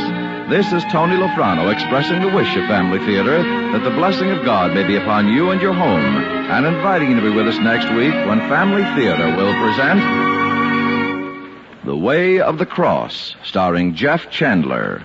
Maureen O'Sullivan will be your hostess. Join us, won't you?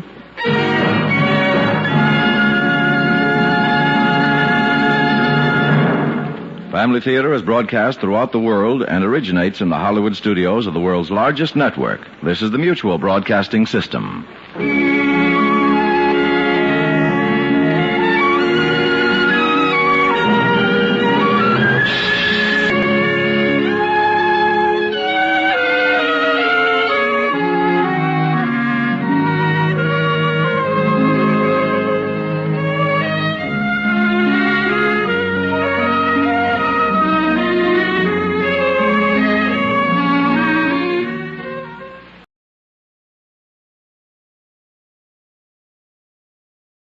From Hollywood, the Hollywood Radio Theater.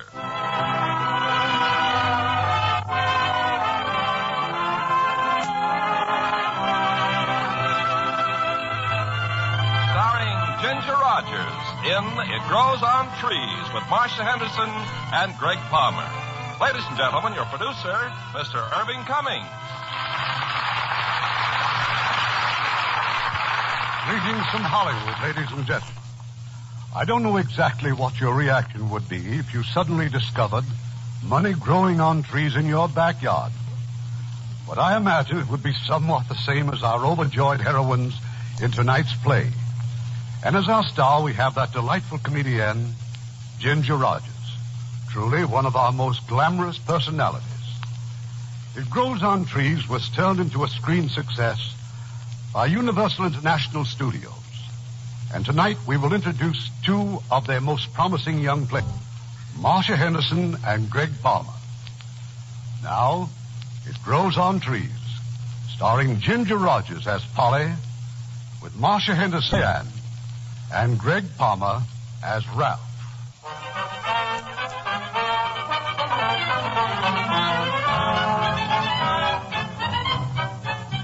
It started off like a perfectly normal day for Polly, the usual early morning scramble involving 3 children of various dimensions, 1 loving husband, that's me, and the daily battle to get us out of the house on time. Polly! Polly, where are you? In the hall, dear. Where are you? In the bathroom. Oh, good. I was afraid one of the kids had locked you out again. I'm trying to shave. Who were you talking to just now? Mrs. Pryor. She wanted to borrow some sugar and butter. Why do you let her get away with it? Some neighbor we've got thought that woman's an outright thief. Well, what I really wanted to know is what happened to this window. Where's the screen? Well, it was all rusted, dear, and full of holes, so I gave it to Mr. Gonzalez to fix. Well, it's windy outside. Look at the dust and stuff blowing in here. Well, then put the window down. I tried. I suffocated. Well, then put it halfway down. Oh, Phil, really? There. You see? It still blows in. Diane, dear. I'm getting dressed. Well, hurry, dear. Help Flip and Midge get started on breakfast. Oh, and take Midge's best shoes down to her, will you? Best shoes? Well, Midge can't possibly wear her school shoes, dear. She's worn them out. Again?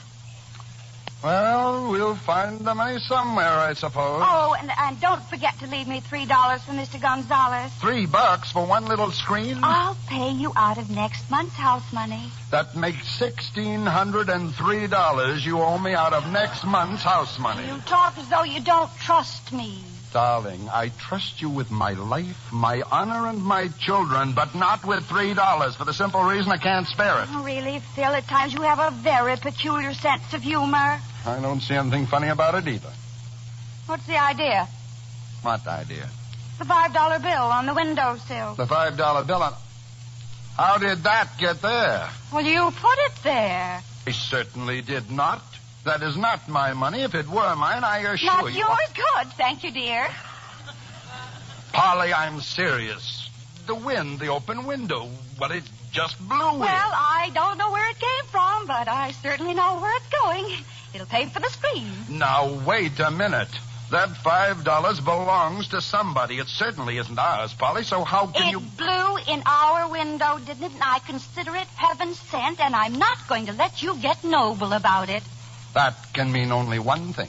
You've gone through your house money again. That has nothing to do with it. Besides, what's the difference? Today's payday. And tonight's our little budget hassle, too. Oh, not again, dear. We'll tackle it right after dinner and cook a good, substantial meal. I'll need all my fortitude for your extraordinary bookkeeping. Just wipe that lather off your face and give me a kiss. You big bully. That evening, we launched into our monthly struggle with economics. Midge and Flip promised not to make any noise, and Diane agreed to do the dishes. So the 3 of us sat down, Polly and I and the budget. Oh, I don't mind doing this, dear, but it's just a waste of time now, isn't it? The bills have to be paid regardless. Item number 1 is milk. And there it is in black and white. Only $8? Well, congratulations. That's much better than last month. $18, dear. Huh? The 1 sort of ran into the K in milk. $18 for milk? Who bathes in it around here? We have 3 growing children, and it's good for them. Oh, I'm sorry, honey. It's only that I make so little. I want us to get ahead so I can open up my own office. We'll make it one of these days. I'm a pretty good accountant, Polly, and once I get started for myself, why, I'll... Judas on a raft. What's this? What's what?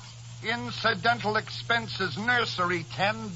Well, Polly, don't tell me... Well, I mean... Oh, are you crazy?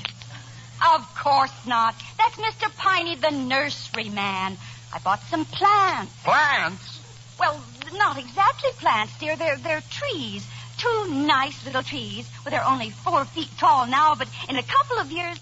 Oh, I thought you saw them. From now on, I'll bow to them. What kind of trees cost $10? Well, I'm not sure, but you see, Mr. Piney got a shipment of something by mistake, and, well, I don't really know, dear, except that's why I got them so cheap. 2 anonymous trees, 10 hard-earned bucks. But it isn't as though I bought them for myself. They're for all of us. And you know how I need to see things grow. What about needing to see our bankroll grow? What about our getting... We're going to the movies tonight. Flip, dear, you know Daddy and I are busy. Well, I mean later, when Ralph gets here. Ralph's taking Diane to the movies, so how come we can't go too? I'm afraid not, Flip. We simply can't afford it. You might explain it to him, dear. We can't see the movies for the trees. Jackson again, Mama. Here, kitty. Now, what on earth has she brought in this time? All right, Cassie, come on, now drop it. Come on, drop it. Another mouse? Did you ever see a green mouse? But what is it? Well, she had this all rolled up. Bill! Wait, it's a $10 bill. Hey, kids, get in here. We've got a cat with a private income. We've got a Midge, honey, you can start charging this cat for room and board. Look. money. A $10 bill. Where'd she get it? Hey, doesn't anybody answer the doorbell? Where's my date? In here, Ralph. Hi. Mrs. Baxter? Mr. Baxter? Hello, Ralph. Hello, Ralph. Better get ready, Diane. We'll miss the first show. Anything wrong here? Something wrong with the cat? Oh, Ralph, you're a bank teller. Take a look at this bill. Is this a good $10 bill? Well, it's chewed up a little, but I wish I had a bushel of them. What's it all about? Casanova brought it in so we could all go to the movies. Come on, let's get our coats. Now, just a minute. If this bill is good, we've got to give it back. Give it back to whom? The cat? It's Casanova's money. She wants it. It isn't anybody's money, dear. It came to us because we needed it. Polly, for heaven's This morning we needed money for the screen, and we got it. And we need money now for Midge's shoes and a little entertainment, so here it is. Oh, but, Mother, that just doesn't make sense. Your mother still believes in fairy tales. Of course I do, and it's high time life caught up with fairy tales. Come on, kids, we're going to the movies.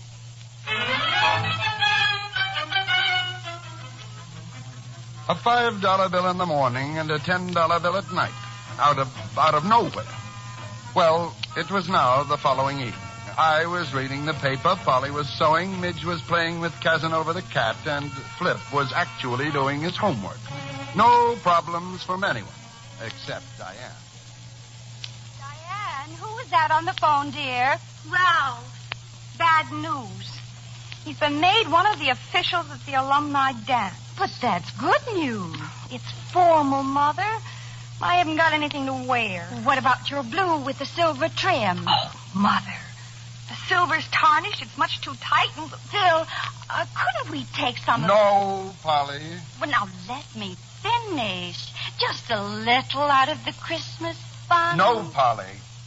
Diane, I know Mother's doing this for your sake. I also know that I am a tyrant. Yes, Father. But from now on, we're not going to talk about money for the very simple reason that we don't have any. I'll take $19, please. Midge, I just said that we would not... Phil, for heaven's sake, she's just playing a game. What kind of a game? We're playing Stir, Papa. I'm Mr. Burns at the grocery, and Cassie's a customer. And I take all the money, see? But that's real money. Mother, look. Midge, where in the world did you get... $10, $20, $30, $35. Midge, honey, this is not play money. This is real money. Now, where did you get it? But I found it. I found it outside. outside. Where, dear? Where outside? Outside in the backyard. But it must have been someplace in the backyard. Bill, she's just a little girl. $15 yesterday and now $35. But whose money is this? It's ours. You bet it is, Mother. Well, it's just as I said yesterday. We needed it, so it's here. It'll buy Diane's new dress. Polly, darling, you've got to find the rightful owner and give it back. I'll stop off at the police station in the morning and turn it in. And I suppose you're so disgustingly honest that you'll want to give back the other 15, too. Yes. But we've already spent it. Then it will have to come out of your house money. Father, now really. Now look, both of you. We just don't spend money we haven't come by legitimately. What you're doing, Philip Baxter, is snatching a dress right off your daughter's back. We'll drop this discussion right now. Just don't lie. You're the most. Just the most. All right, Polly. How much do we have in the Christmas fund? Now, you just sit here, and I'll get the little bank book. I think we have almost 100. The next day was Saturday. That afternoon, as I was watering the lawn... And don't forget the driveway, will you, dear? Oh, and 2 little trees. You will be careful, won't you, Phil? You won't water the leaves because the buds might fall off. What kind of trees have buds this time of year? But I told you, dear. Even Mr. Piney doesn't know what kind they are. Oh, incidentally, did you, stop off at the police station? I did. They probably thought you were crazy. Oh, no, they didn't. They thought I was a good citizen. What's more, I'll bet that right now somebody's come in and claimed it. Probably someone who needs it very badly. Mother, I'm ready. Diane's new dress. We're fixing the hem. I'll be right up, dear. Don't forget the driveway. Well, I was doing the driveway when a police car drew up to the curb. Hiya. Hi. You the man who turned that money this morning? I am. Well, I just stopped by to let you know it's been claimed. Good, I'm glad. Someone who needed it, I'll bet, huh? Sure looked like it. Never saw anyone so glad to pick up $50. They leave any name? Mrs. Polly Baxter. Who? Mrs. Polly Baxter. She'll probably get in touch with you. Yes. Yes, I'm sure she will.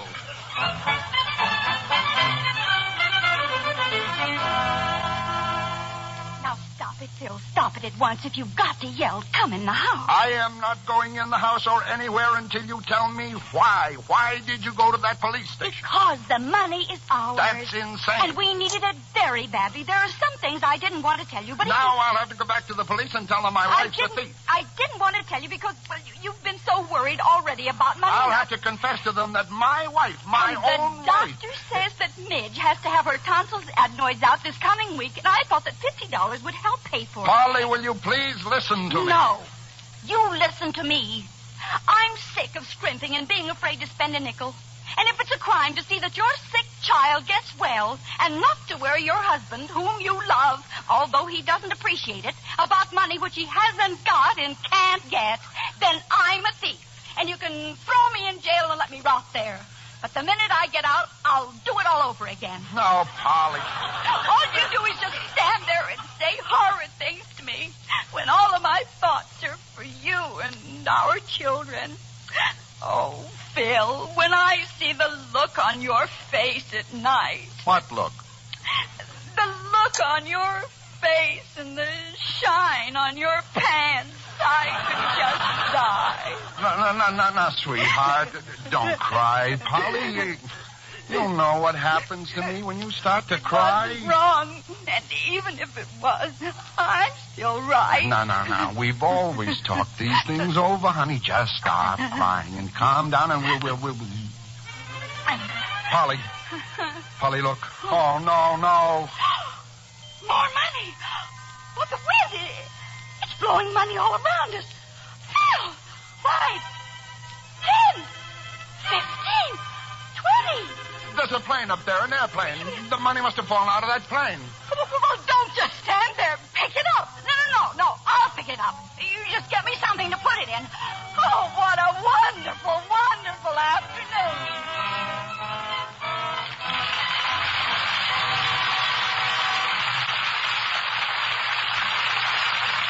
Act 2 of It Grows on Trees in just a few moments.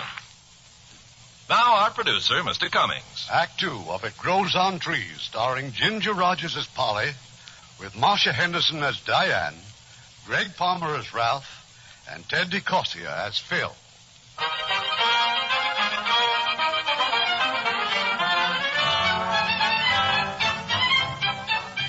I left Polly in the backyard and ran into the house. I called the airport. No planes had been flying around dropping $5 and $10 bills. And just then Polly rushed in. Phil, you've got to come out and look at those trees. Darling, this is no time for me to look. You won't believe me. You will think I'm crazy. The little buds have opened. Well, that's fine, dear, but what's a little more important is where did that money come from? That's what I'm trying to tell you. The trees. Instead of flowers, they're $5 bills and $10 bills. Phil, you don't believe me. About the money. You are not to spend 1 cent of it. That is an order. But Major's tonsils. We'll borrow on our insurance. Now, what did you do with the money? It's in the kitchen cupboard in the salad bowl. See that it stays there. There's some more of it in the cookie jar. Quite a bit more. Polly, you're not to mention this to a soul. Not until I've figured out something. Just as you say, dear. Oh, my, but this is fun. I don't know how much money rested in our kitchen cupboard that night. All I know is that by bedtime I still hadn't reached any sort of a sensible conclusion. It's a lovely night, Phil. Did you notice how bright the stars are? One thing is certain. No one is just throwing money away. Polly, have you heard of anyone else finding money? And such a big yellow moon. Are you listening? Of course, dear. They couldn't have found any. Why couldn't they have? Because I would have heard about it. Well, we'll just give it to charity or something. Good night, honey. Phil, suppose it did. Suppose it did what?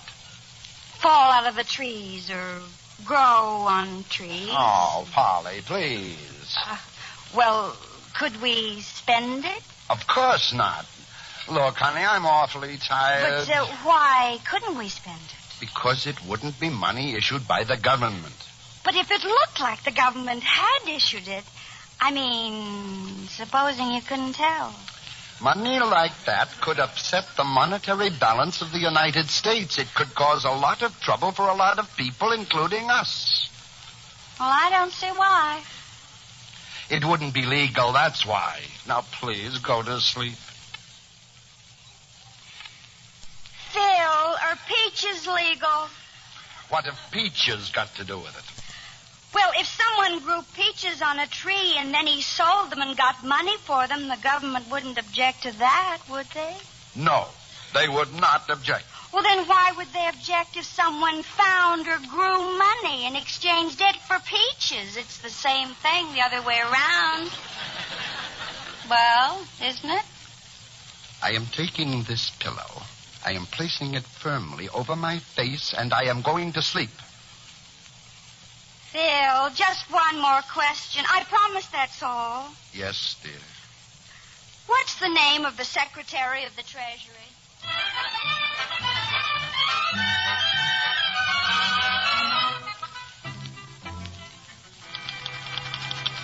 And both trees are growing money. The tree nearest the garage is in the shade and produces $5 bills. But the other one gets full sun and grows $10 bills. I've already used some of the money. However, I'm a little puzzled since my husband, who is the soul of honor, says that money that grows on trees is not legal. Is it? I would appreciate your opinion very much because if the money is legal, it would be a real blessing.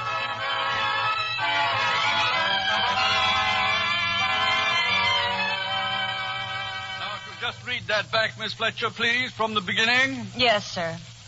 Dear Mrs. Baxter, in reply to your very interesting and unusual communication, may I say that if you are in possession of trees which produce the currency of our country, and if it meets all our standards, it is my opinion that the money is perfectly legal.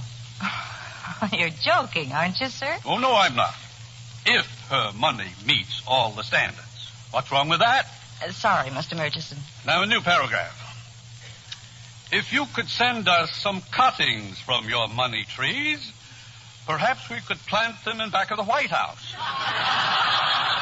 This would please the president, I'm sure, since he would no longer have to send budget requests to Congress, a procedure which he frequently finds very discouraging.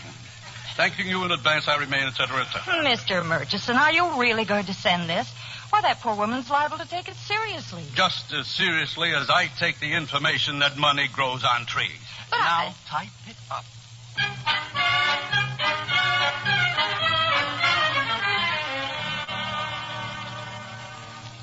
You, Miss Baxter. Oh, hello, Mrs. Pryor. I was just reading my mail. Oh, just one letter, huh? Oh, but it was the one I was waiting for, from Washington. You got friends in Washington? I have now. Huh? I was wondering, well, since you're my nicest neighbor, you got any extra milk? Sorry, we used it all at breakfast. Oh. Well, then I guess there's no use borrowing a cup of oatmeal. No. It's not very good without milk, is it? Say, I've been wondering about those trees of yours. What about them? You've been covering them up so careful with those old sheets. Seems to me it's too early to be worrying about frost. Oh, well, they're very delicate, you know. What kind did you say they were? Oh, well, they're a sort of mint. Oh. Good morning, Mrs. Fowler.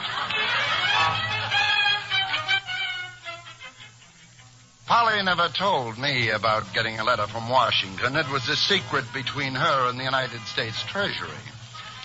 Meanwhile, I had something else to think about. Our daughter, Diane, announced her engagement to Ralph, that nice young fellow from the bank.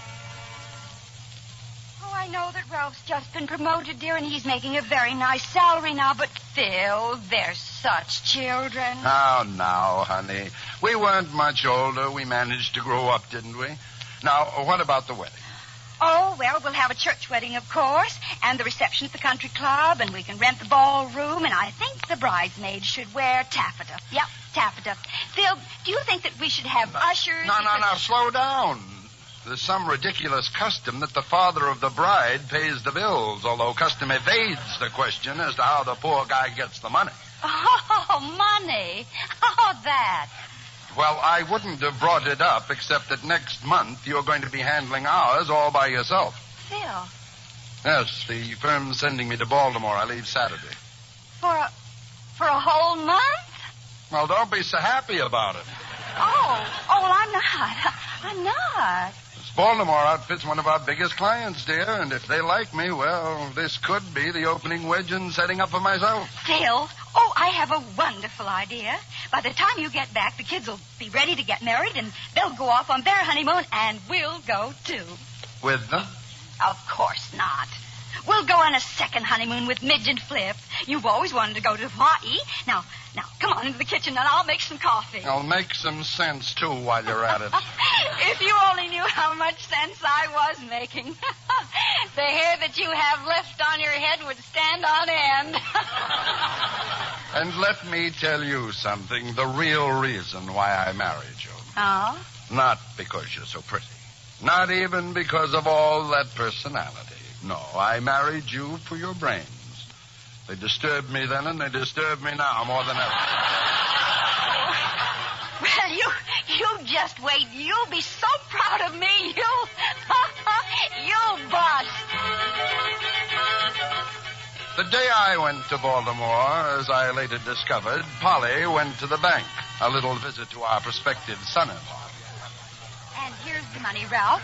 $1,718. And that pays our mortgage off in full. Well, good for you, Mrs. Baxter. I'm a little nervous because I had a little windfall. Yes, I see. It looks more like a hurricane to me. I bet I know exactly where you got this money.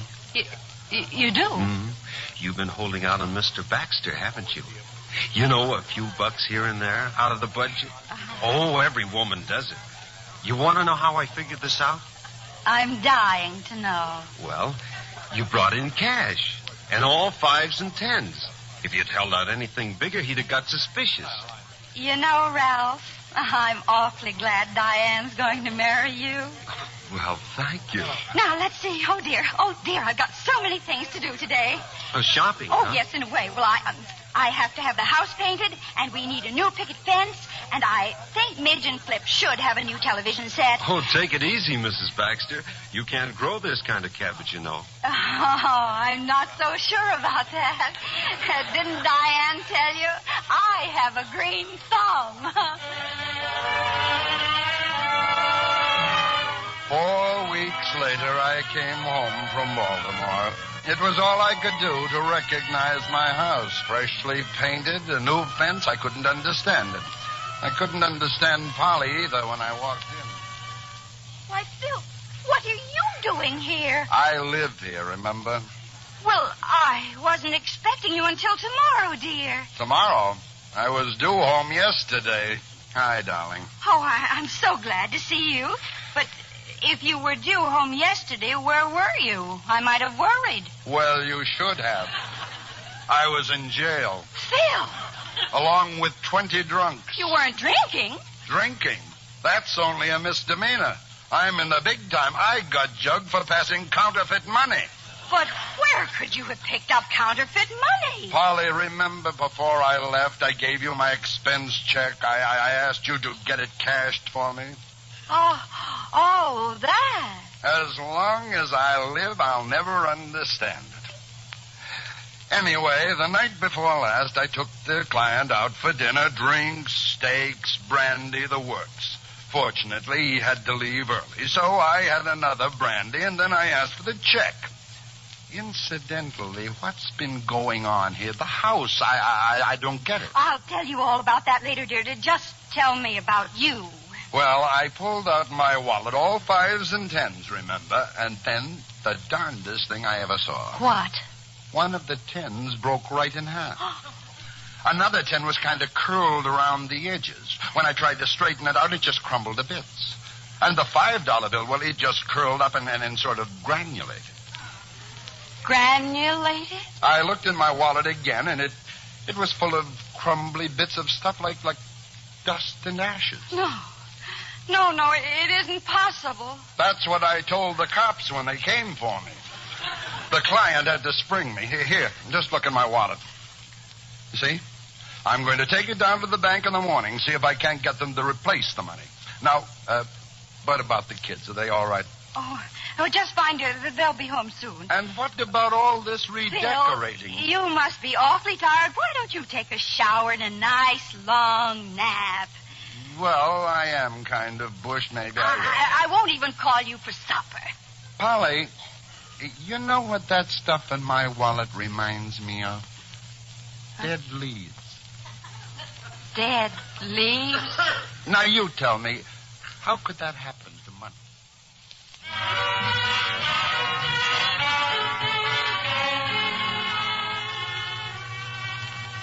You, dear. Oh, I've just been out in the backyard cleaning up.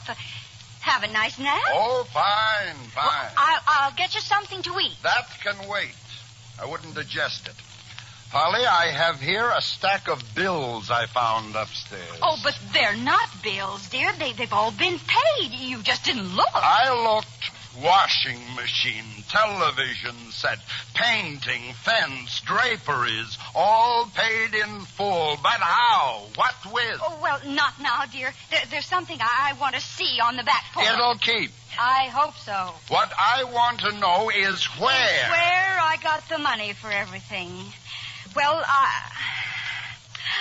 I just can't tell you. I got it honestly and legally, only Only you'd say it wasn't, and you'd want me to stop spending it or give it back. If you came by it honestly, why should I object? Because you're just too ethical and righteous and wrong. Besides, things are happening which I didn't expect, and, well, you've got to give me time to work them out somehow. You sure you wouldn't like a little sardine sandwich or a nice time, Ralph. Just go away and leave me alone. Diane and Ralph. But, honey, I didn't say your mother was a thief. Diane, come in, please. Hello, Daddy. Oh, Mother, he did. He did say that you're... I didn't. I only said... He said that you gave him some bad money, and that's why he's been demoted at the bank. And now he can't marry me. Oh, my poor baby. Mrs. Baxter, please. All I said is that since I'm getting less salary again, we'll just have to wait. What he's trying to do is break off our engagement, Which is just simply fine with me. It's just the way I want it. Only he needn't call my mother a counterfeiter in order to do it. Now, let's be calm, Ralph. Let's take it easy now, boy. What's all this nonsense about my wife giving you money? Any kind of money, let alone bad. Well, sir... Oh, no. I'm not going to stand here and listen to him say it again. Diane. And don't try to hush me, Father. I'm too old to be bullied. And if you're going to let him stay in this house after the things he said about your loving and devoted wife, well, then you're no better than he is. We'll try it again, Ralph. Mr. Baxter, I'm not trying to break our engagement. Believe me, I love Diane. It's just that Mr. Sleemish, he's the bank manager, well, he demoted me on account of the money. But I didn't say that you were what she said I said, Mrs. Baxter, honestly. And I wouldn't tell him who you were. Oh, dear.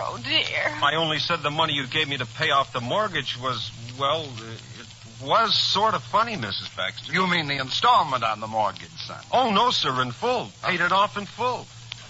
Only it wasn't any good. What was wrong with it? Well, sir, it crumbled. Mr. Sleemish didn't like that at all. Crumbled, sort of granulated? Yes, sir. Never saw anything like that in my life. Ralph, not $5 and $10 bills. How did you know? I have moments of clairvoyance. Well, I guess I started something all right. I just don't know what to say, believe me. But if anything happened to me and Diane, and if this wasn't going to be my family, well, I just couldn't take it. Well, Polly, don't you think it's about time you told me where you got this unhappy money? It grows on our trees. I beg your pardon. It does. On the trees I bought from Mr. Piney. Your expense check, I didn't cash it at the bank. I cashed it at the trees. And I suppose the chief teller there is a woodpecker? You don't believe me. You just don't believe me.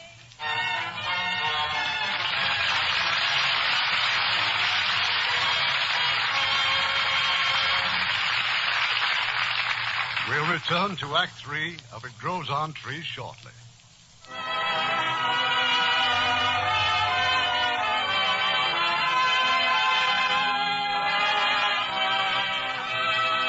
pause now for station identification.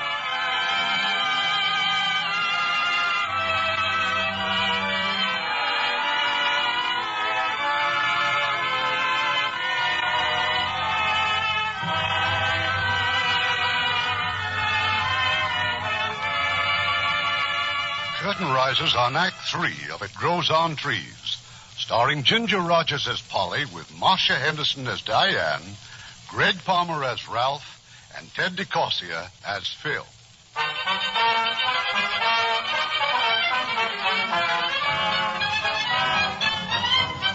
Polly took me by the hand and led me out onto the back porch. She took a blanket off her wash basket. It was full of money. Just don't say a word until I've finished. All right, you see all this money? Well, something's happening to it. The bills are drying up. I suppose I could complain to Mr. Piney. Please, Polly, don't. Well, after all, it's only a plant. You yourself said it reminded you of dead leaves. Anyway, I don't think they're quite dead. I've been sprinkling them with a little cool spray every hour, like they do lettuce at the market. Oh, good.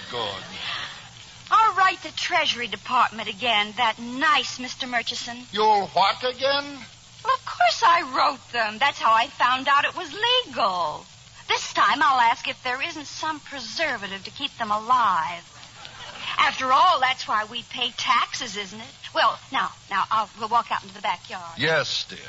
Oh, I know exactly how you feel. Why, when I found out that the trees had money growing on them, well, believe me, it was quite a shock.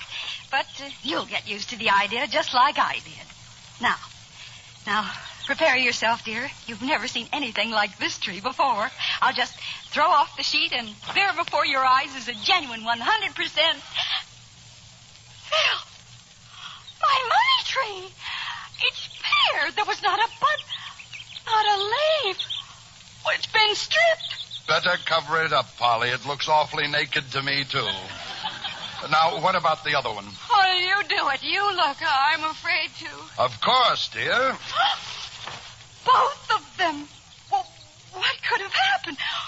Well, Phil, they were just loaded with... Darling, please, when will you tell me the truth? So I'm crazy. I've lost my buttons. All right. Will you believe the United States government, the Treasury Department? Yes, implicitly. Mr. Murchison's letter is right there on the shelf in the kitchen cabinet. Go ahead and spend the money, he said. That's just what he said. He even asked me to send them some cuttings for the White House. And if you think a man like Mr. Murchison... I stood in the kitchen as Polly frantically searched for the letter, but of course there was no letter. It was, and I'm not crazy, and I don't tell lies. Not big ones. And, well, it does grow on trees. Of course it does, sweetheart, of course. And if you think I'm making it up about the letter, too, well, you can just go next door and ask Mrs. Pryor. She saw me the day I got the letter. She even asked me... Mrs. Pryor. Phil, she's taken it. She's done something with it. Now, take it easy, honey. I know how Mrs. Pryor comes in here and helps us up, but she wouldn't take a letter, now would she? Who called her a thief? Did I? Oh, no, you did. Polly, please listen to me. And she's taken some of the money, too. Oh, now I'm sure of it. At first, I thought I hadn't counted it right. Oh, you've got to talk to her, Phil. It isn't the money I care about. It's what you think of me, and it does grow on trees. It does. Well, it seems that at just about that time, our nimble-fingered neighbor, Mrs. Pryor, dropped in at the bank. Ralph just happened to observe her. Naturally, he called his boss. You give me back my money. Oh, you wait till I get a lawyer. You call this joint a bank? Why, it's nothing more than No, madam. Of course you can have your money. All we want to know is where these $5 and $10 bills came from. None of your business, that's where. I suppose you're going to tell me they're not legal. All right, I will. I do not consider this money legal. Well, it just so happens that the United States government does. Here's a letter to prove it. Huh? You see this? Well, what does it say? United States Treasury Department. Oh, you just wait. But this letter's addressed to Mrs. Philip Baxter. Wait, you just give me back that letter. I'll take my trade where it's appreciated. Ralph? Yes, sir? I'll thank you to step back in my office. I'm going to get to the bottom of this right now.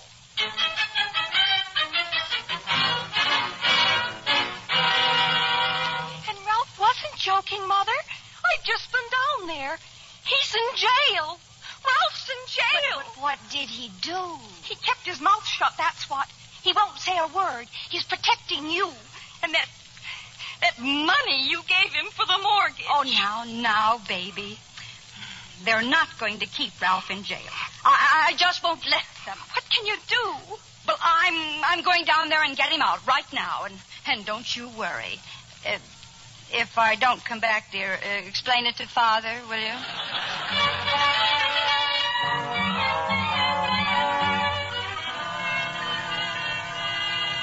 Yes, ma'am. What can I do for you? Well, I'm Mrs. Polly Baxter, and I've come here about Ralph Bowen. You've thrown him in that nasty little jail back there. We sure have, lady. Well, you can just go back there and let him out at once. At once. He's not guilty. I am. I gave him that money. That phony Gatus? Now, listen to me. It is not phony. It just happens to be dying. You see, when I gave that money to Mr. Bowen, I'd quite forgotten that it was a growing thing, that all things that grow must... You'd forgotten what was a growing thing, lady? The money. It grows on my trees. Oh, I know. I know. My own husband doesn't believe me, but it's true. Lady, you may be running a little temperature. You maybe don't feel so good. I feel fine, and I demand that you release Ralph Bowen. Madam. Yes. Get out of my police station! Well, that did it. That just busted it wide open, that's all. You see, a reporter just happened to be at the police station. By morning, you could have read about Polly and her money trees in any newspaper in any part of the world. The result? Shambles. Get your tree inspector badges, folks. Get your tree inspector badges. Here you are, only 2 bits. Who wants fun? Who wants a tree burger? They're hot, folks. They're delicious. All right, who's next? They're hot, they're nourishing, they're Just delectable. a minute, Bob. Where do you think you're going? Home. I happen to live here, officer. You, her husband? Yes. Gee, that's a shame. Here you are, ladies and gentlemen. Get your souvenirs. Get your branches from our tree. Here, only 10 cents. Buy a branch from our tree. Midge, flip. Hiya, Pop.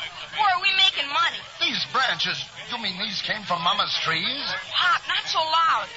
They're from the trees out front here. But that's not honest. Well, there are trees, too, ain't they? Get your souvenirs. Genuine branches right from our tree.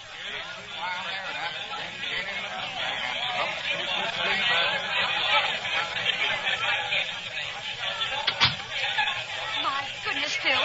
You've never seen anything like it. Why, the phone hasn't stopped ringing all morning. I finally had to take it off the hook. Polly, do you know that Flip and Midge are practicing petty larceny on our sidewalk, on your public?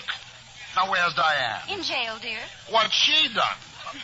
Nothing. She's waiting for Ralph. They're going to let him out on bail. Well, where do we go from here, Polly? Well, now that you ask me... Never mind, I know where. I'll take Ralph's old cell, and you can double up with Mrs. Pryor. Phil, look. The window, there's a car turning into our driveway. And that license plate. Oh, my. United States government. We met them in the backyard. Mr. Murchison from the Treasury Department, Mr. Leatherby from the Internal Revenue, and Dr. Burroughs, Botanical Research. And I'm Polly Baxter. Well, gentlemen, this is a great honor, I'm sure. At the risk of sounding rude, Mr. and Mrs. Baxter, it's my opinion that this whole thing is a hoax. These 2 trees, why, they don't even look capable of growing leaves, let alone money. What's your opinion, Dr. Burroughs? Well, they're probably deciduous, Mr. Murchison, which means they lose their foliage this late in the season. Oh, no. It was all Mrs. Pryor. She picked them there. Well, you must have read her confession. It was in all the newspapers. Polly, please. Mrs. Baxter, do you actually believe these trees grow money? Of course they do. Why else would I have written to you about them? Very, very curious. In all my experience, I've never run across this particular species. You see, the buds, well, they're just like tulips. And when they open, inside, each was a lovely little green $10 bill. And on that one, $5 bill. Fascinating. Oh, we've got to put a stop to this, Mrs. Baxter, and you're the only one who can do it. But how? By issuing a statement that was all a deliberate hoax. Oh, but I couldn't do that. It wouldn't be the truth. Besides, Mr. Murchison, if she did, well, there's the letter you signed. You not only condoned, you also encouraged, which makes you an accessory and equally culpable. I am not going to let you make Mrs. Baxter your scapegoat. Thank you, dear. That was very nice of you. Mr. Baxter, have you actually seen money on those trees? No. But my wife, and I've had her nearly 20 years, and I should know her by now, is an honest woman. And if she says her trees grow money, then her trees grow money. But, my dear sir, it sounds like a... Like a wish come true. And that's exactly what it was. And that's what makes life so full of wonder. Does anyone know what she's talking about? I'm talking about wonder. Personally, I wouldn't want to live in a world without it. And the world does have it, you know. It's just full of wonder. Except people forget. Or even when they grow up, they meet it and they call it phony and fake. Gentlemen, I have a wonderful news. Well, Burroughs, what is it? I've re-examined the trees, and one of them, the $10 tree, is expecting. It has a bud on it. Money bud? Well, pick it off, open it. Oh, I should say not, Mr. Leatherby. Why, it's much too early. When?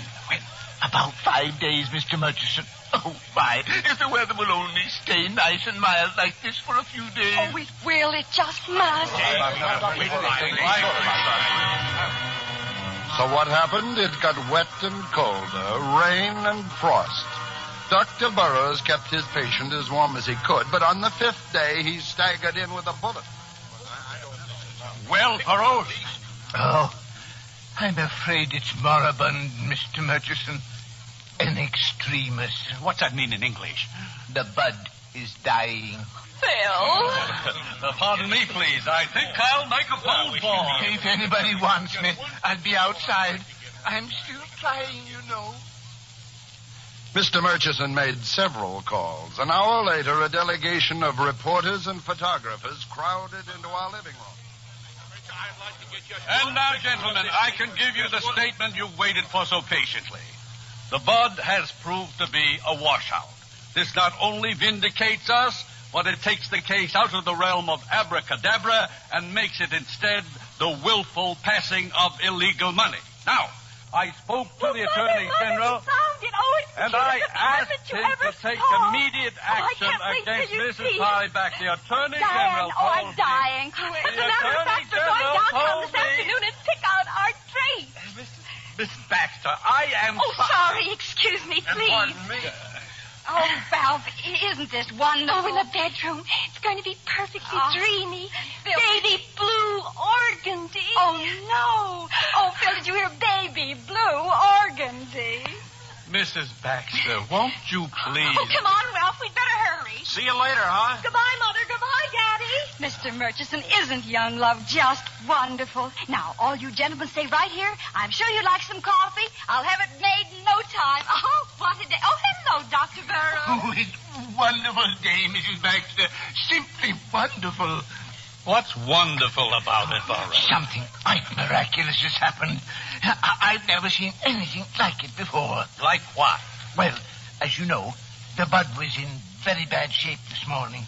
Quite hopeless, in fact. You told us that an hour ago. But what I didn't tell you is that it was also in a very critical condition last night. So, I plucked it off.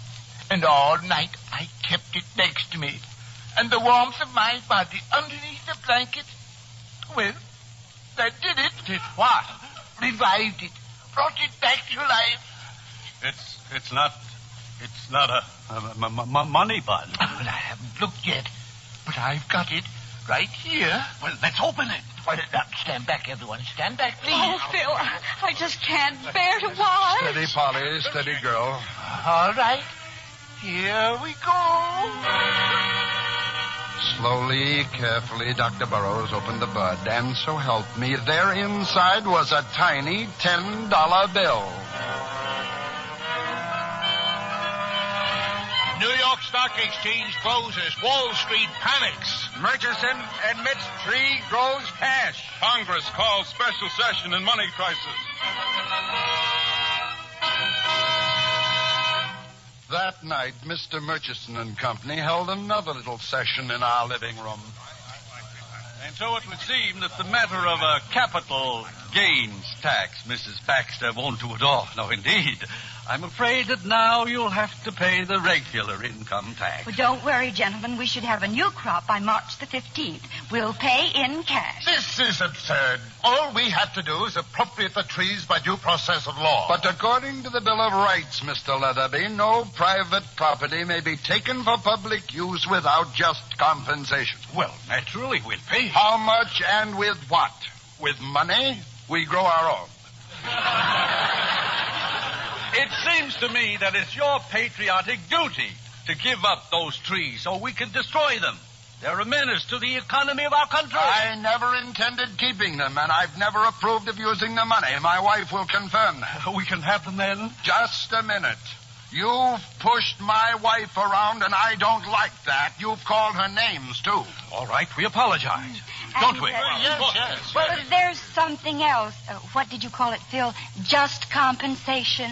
What about just compensation? Well, just that the money I spent will have to be replaced, and we haven't got it. We'll take care of that, Mrs. Baxter. Of course we will. How much? $2,904. I have a full account of everything right here, gentlemen. My husband is a certified public accountant in business for himself now. You'll have the money today. Now, where's Burroughs? He'll have to prepare the trees for shipment to Washington. I'm right here. Oh, this is terrible, Mrs. Baxter. Simply terrible. What now? It's all my fault. I went to the hotel to write my report to the Institute, and I quite forgot what the weather was like outside, and the trees. Dead? They're dead? The frost? I'm afraid so, Mrs. Baxter. Oh, this is the end. Gentlemen, this is positively the end.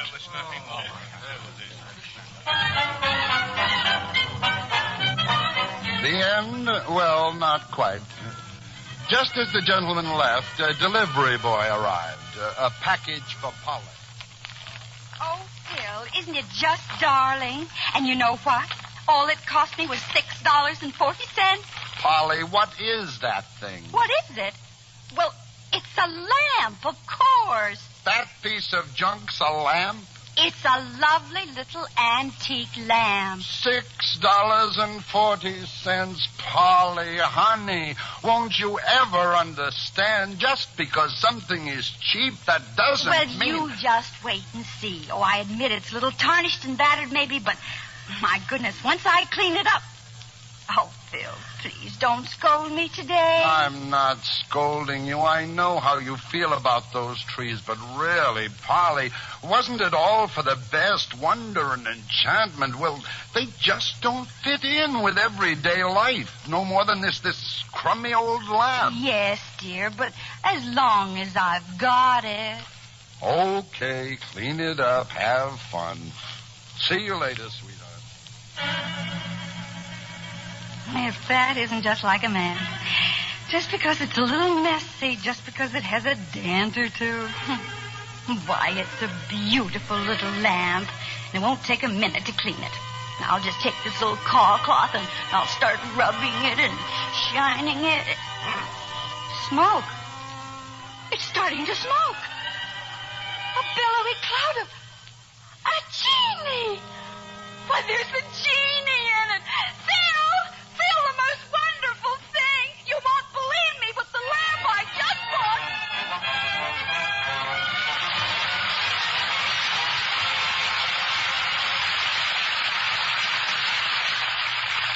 In a moment, Ginger Rogers will return. Now, Mr. Cummings and our star. And we welcome Ginger Rogers to our footlights for a justly deserved curtain call.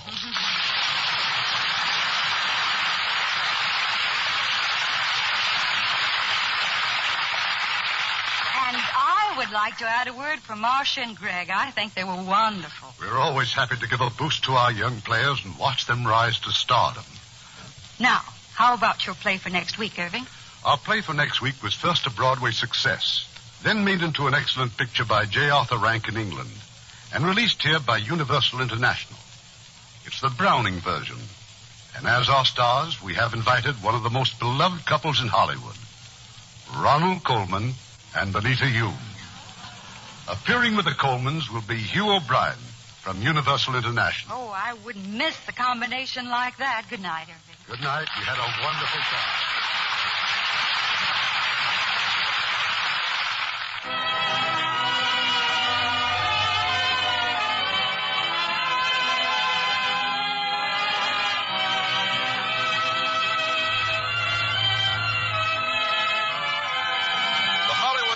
Theater is produced by Mr. Irving Cummings. Our orchestra is under the direction of Rudy Schrager. This is Ken Carpenter inviting you to join us next week at this same time for another presentation of the Hollywood Radio Theater.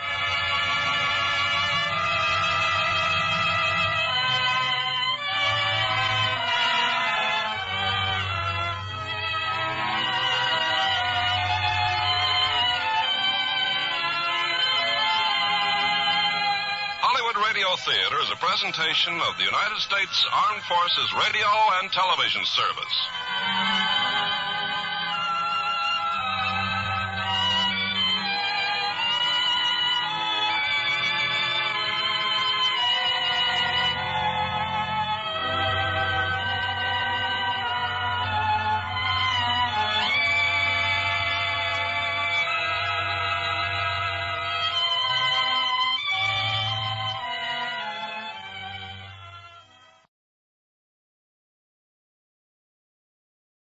Good evening, this is Orson Welles, your producer of a special series of broadcasts, presented by the makers of Pabst Blue Ribbon. The Mercury Summer Theater of the Air.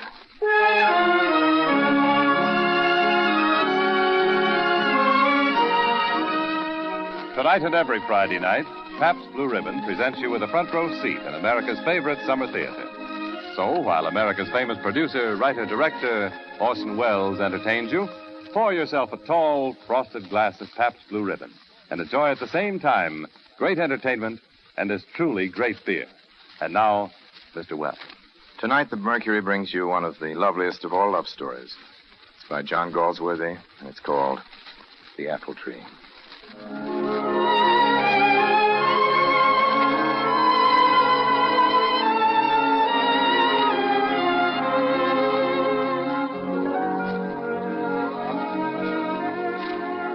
Stella's and my silver wedding anniversary. We'd motored to Torquay, where we'd first met, to celebrate. Well, Stella had suggested that we take a lunch and drive out on the moor. It would be so lovely there, Frank. It's quite warm in the sun. I can do some sketching while you read. We drove several miles and stopped on a high hill with a view into the deep valley beyond. Stella wandered off somewhere to sketch, and I stretched out in the sun and watched the sky and longed for I knew not what. There was no reason I should be unhappy or even mildly disturbed. My life had been pleasant, my marriage quite successful, but as I lay there, it seemed to me that there was something missing. Something that had nothing to do with pleasant lives or successful marriages. The familiar words of Hippolytus echoed in my mind. The apple tree. The apple tree of the singing and the gold. The apple tree. And then quite suddenly, I remembered. I'd been here before. Years before. I'd stood on this self-same hill. I knew the valley into which I looked. That ribbon of road and the old well behind. Life has moments of sheer beauty, of unbidden flying rapture, but they last no longer than the span of a cloud's flight over the sun. I'd stumbled on just such a moment in my own life. I'd stumbled on a buried memory, a wild, sweet time. It was after my first year in college. A friend of mine, Robert Cart, and I were making a walking tour of the country around Torquay. But my knee, which had been injured in a football game the year before, was giving me trouble. I knew I'd have to give up the tour. We were looking for a farmhouse somewhere where we could put up until I got better. I don't think you ought to walk much farther, Frank. Why don't I go ahead and reconnoiter? Oh, I won't need to. There's someone coming. It was a girl. The wind blew her crude little skirt against her legs and lifted her battered tam o' shanter. It was clear she was a country girl. Her shoes were split, her hands were rough and brown, and her hair waved untidily across her forehead. But her lashes were long and dark, and her gray eyes were a wonder, dewy as if opened for the first time that day. Hello? Could you tell us if there's a farm near here where we could spend the night?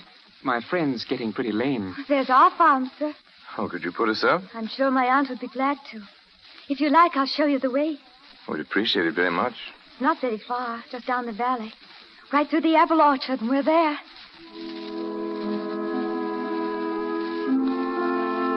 Just through a narrow wood, we came on the farm.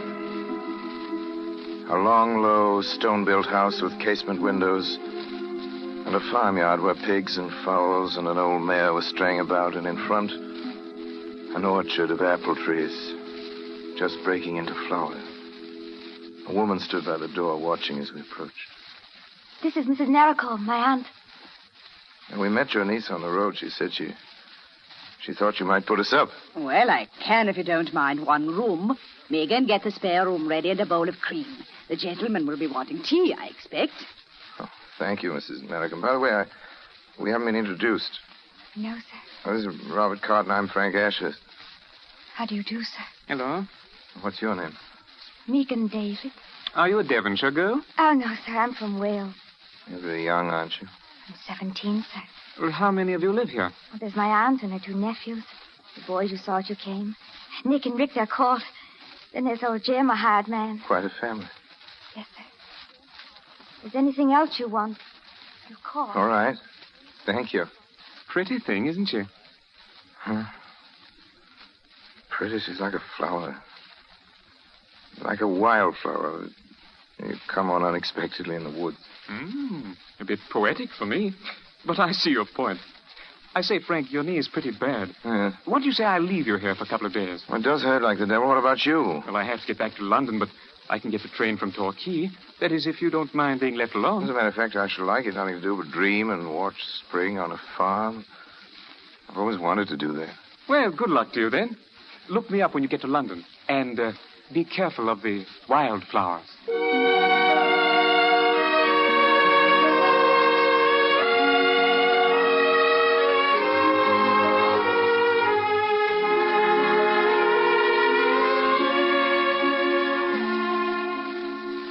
Good to be left alone. I think they were glad to have me. Megan and her aunt worried about my lameness as if I'd been one of the family. From the very first, I'd felt that Megan liked me. She performed little kindnesses for me that weren't part of her duties. As the days went by, I began to expect them. When I woke in the morning, the thought of her made me anxious to be up and downstairs. Even if I didn't talk with her, I liked to be near where I could hear her singing at her work. One day I was down by the big apple tree. And the 2 little boys, Nick and Rick, were playing there by the pool. Watch out, Rick. The gypsy bogle will get you. Gypsy bogle? What do you mean by the gypsy bogle, Rick? The gypsy bogle sits on the stone there by the apple tree sometimes. Oh, what does he look like? Dunno. Never seen him. Megan says he sits there. Megan's afeard of him. Oh? But she's not afeard of you. She says a prayer for you. Well, how do you know that, you little rascal? When I was asleep, she said, God bless us all and Mr. Rashes. I heard her whispering. You're a little ruffian to tell what you hear when you're not meant to hear it. You see, Rick, I told you not to tell him. Nick, come here, both. Here they are, Megan. And I've been looking all over for the rascals.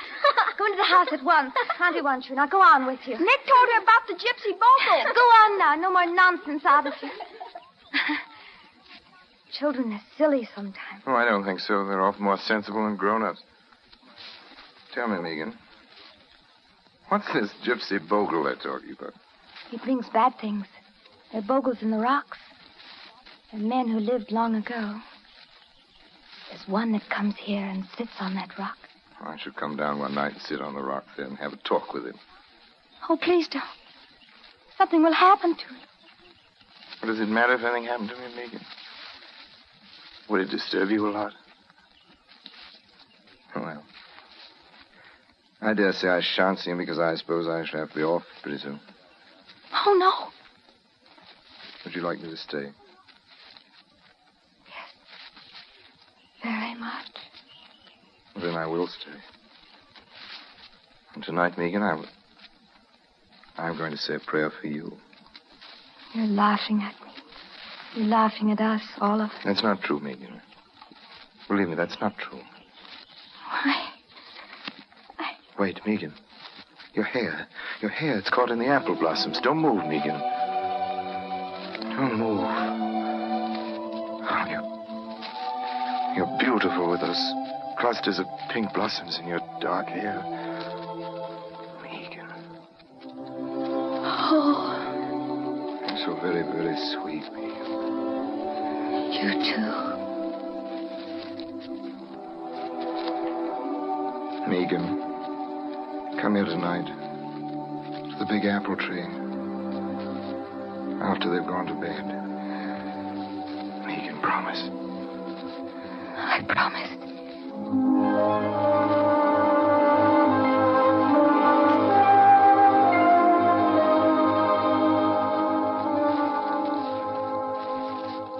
For a long time after Megan had fled away through the orchard, I stood there under the apple tree.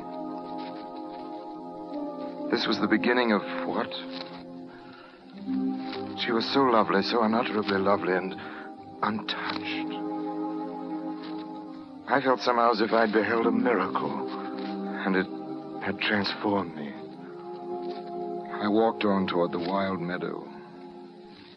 Jim, the hired man, was out there. Good evening to you, Mr. Good evening, Asher. Jim. It is brave weather for the grass. Jim, they tell me you've seen the gypsy bogle. Have you seen it, too? Is that right? Well, 'twere in my mind as 'twas there this evening a little afore. Ask Megan. If she was there, she's seen him. Yeah. Yeah, she's sensitive. She feels everything. She's very loving-hearted. Loving-hearted.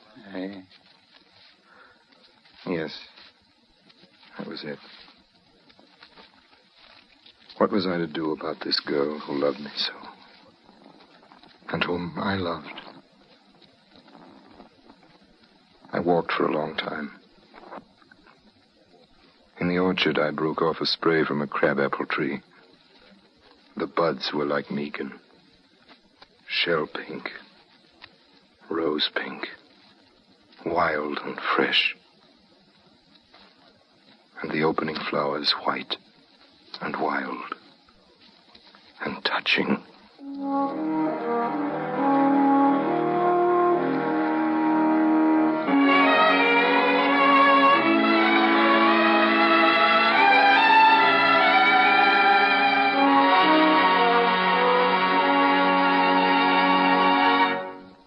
Ladies and gentlemen, you're listening to our Mercury production of John Galsworthy's great love story, The Apple Tree.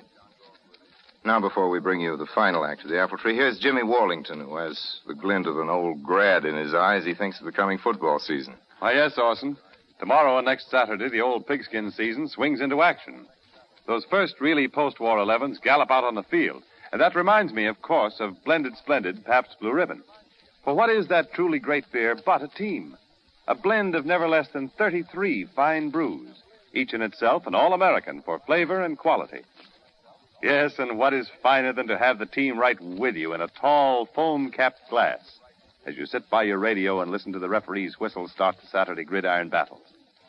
Yes, friends, you'll find me tomorrow right by my radio, listening to a football game, and right beside me where I can enjoy that perfect flavor, not too heavy, not too light, but clean, fresh, sparkling, will be a good supply of Blended Splendid Pabst Blue Ribbon. And say, incidentally, friends, if you occasionally can't get all the Pabst Blue Ribbon you wish, please keep on asking your dealer for it. We're doing our best to get you your share of Blended Splendid Pabst Blue Ribbon. And now part 2 of Orson Welles' Mercury production of the famous love story by John Galsworthy, The Apple Tree.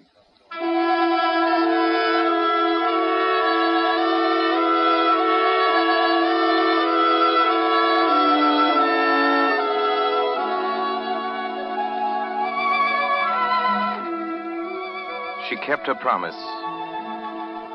Megan met me under the apple tree that night. She came straight toward me and into my arms. And our lips sought each other. And we stood there together for a long time in the moonlight.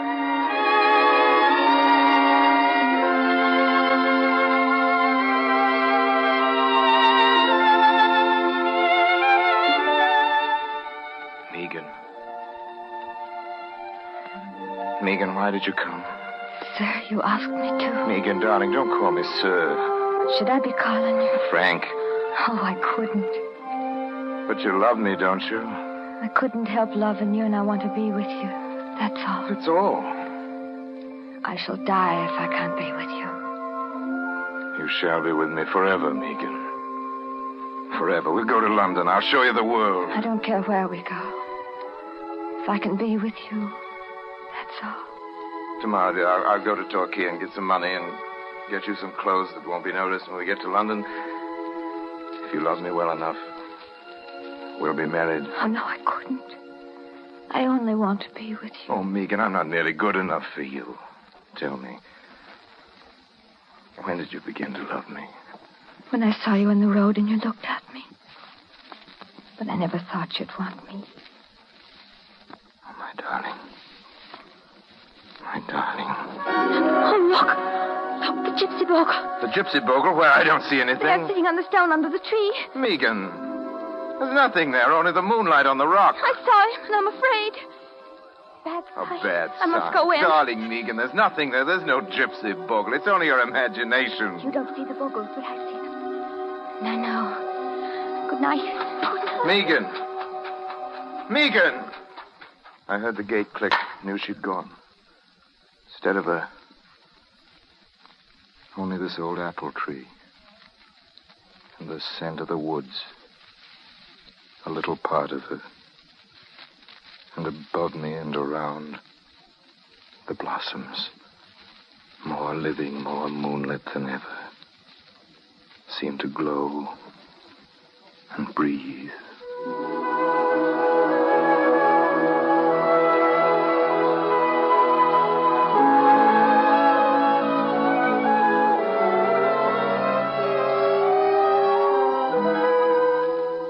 The next morning, I left early and went to Torquay. I wanted to get some money, and I had to cash a check, but I found that without credentials, I'd have to wait till they wired the London bank for verification. While I waited for the answer, I shopped for a dress for Megan.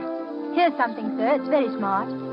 The more I looked at those modish gowns, the less they seemed suited to Megan. It was incredible that Megan, my Megan, could ever be dressed in anything except the rough tweed skirt and battered tam o' shanter I'd always seen her wear.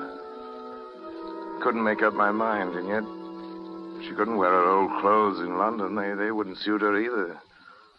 Couldn't make up my mind.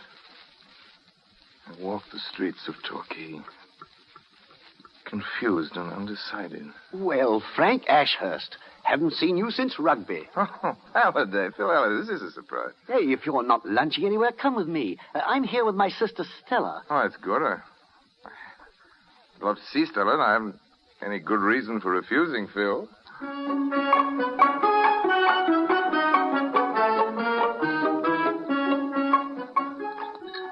Oh, great Scott, I'd completely forgotten the time. It's after 3 and the bank's closed. Splendid. That means you'll have to stay over in No, Torquay. I can't do that. Oh, we should love to have you.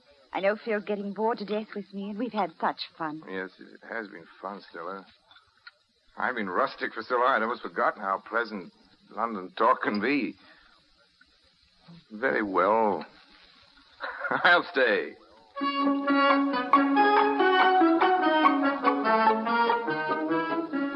I sent a wire to Mrs. Narracombe. I hoped that Megan would understand. Just this one day away from her wouldn't matter. It was the life that I'd always known. Gay, cheerful, normal people. Just a few more hours of their life before I left it altogether didn't seem wrong. Stella was a pretty thing. Curious the calm way she looked at me.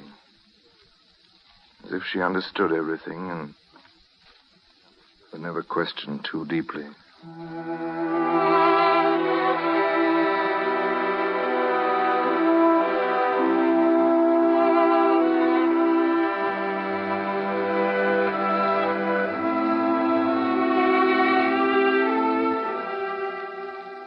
But that night I couldn't sleep. I thought of Megan. I was with her again. Under the living, breathing whiteness of the blossoms. The moonlight on her upturned face. Face of innocence and humble passion. Megan. Poor little trusting Megan. How much did I really love her? How much was madness? And the spring and the wild beauty of her. I thought of Stella. Stella, cool, poised, and friendly. Stella belonged to the world I knew and understood, a world that understood me. Megan didn't understand, and she never could belong. She loved me, but was that enough for either of us? I didn't know what to do.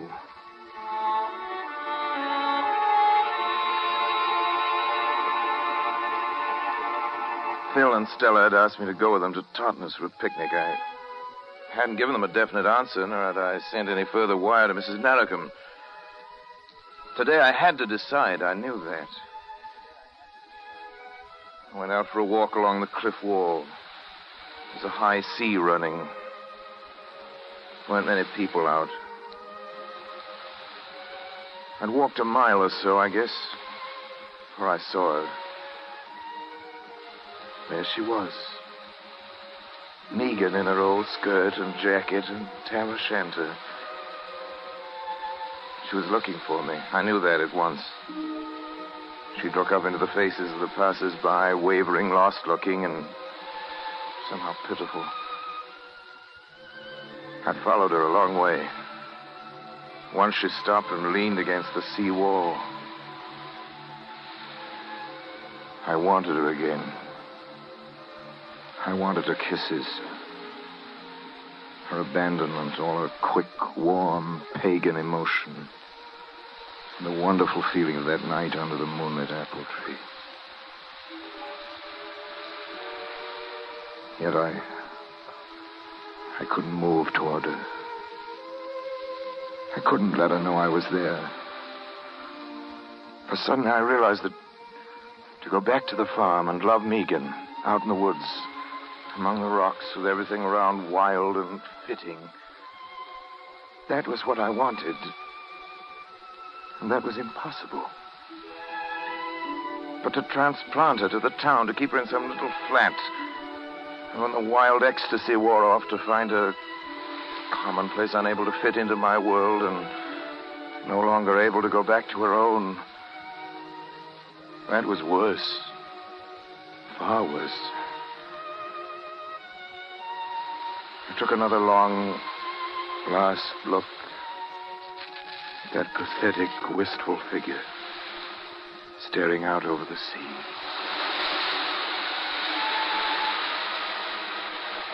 Goodbye, Megan.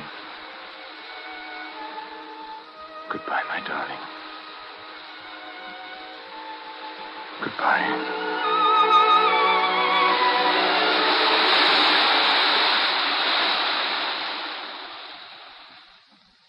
3 days later, I went back to London, traveling with the Hallidays. On the last day of April in the following year, Stella and I were married. All this I remembered as I sat there on the hill in the warm sun. And as I remembered an ache for a lost youth, a hankering and a sense of wasted love and sweetness gripped me. And the sun no longer warm, I got up and walked a ways down the road. There's a man standing by what I saw was a grave, an old man he was. And the grave was by the crossroads. There was a moorstone to the west. And on it, someone had thrown a blackthorn spray and a handful of bluebells. Good afternoon to you, sir. Nice day for a walk. Can you tell me whose grave this is? Well, now, it's quite a story. 'Twas a poor soul that killed herself. 'Twas a long time ago. She was a pretty girl, but too loving-hearted. Too loving-hearted? In them days, I was working for Mrs. Narracombe, and she was, too. There was a college gentleman staying with us. She took a fancy to him. He was a nice fella, too. Then, one day, he went away sudden-like and never come back. After that, she was crying a lot, and then one day I found her. She was lying in a pool by the old apple tree, by the stone where the gypsy bogle sat. It was June then, but she'd found a little bit of apple blossom and stuck it in her hair. I walked away. I'd heard enough. On the top of the hill, I lay down and buried my face in my hands. Megan's face brushed close. Megan, with a sprig of apple blossoms and her dark, wet hair. If I could be with you, that's all. If I could be with you. Oh, there you are, Frank. Look at my sketch. It's pretty, don't you think? Oh, yes, it's very pretty. Still, there's something wanting, isn't there? Yes. Yes. There was something wanting. The apple tree was singing. And the gold.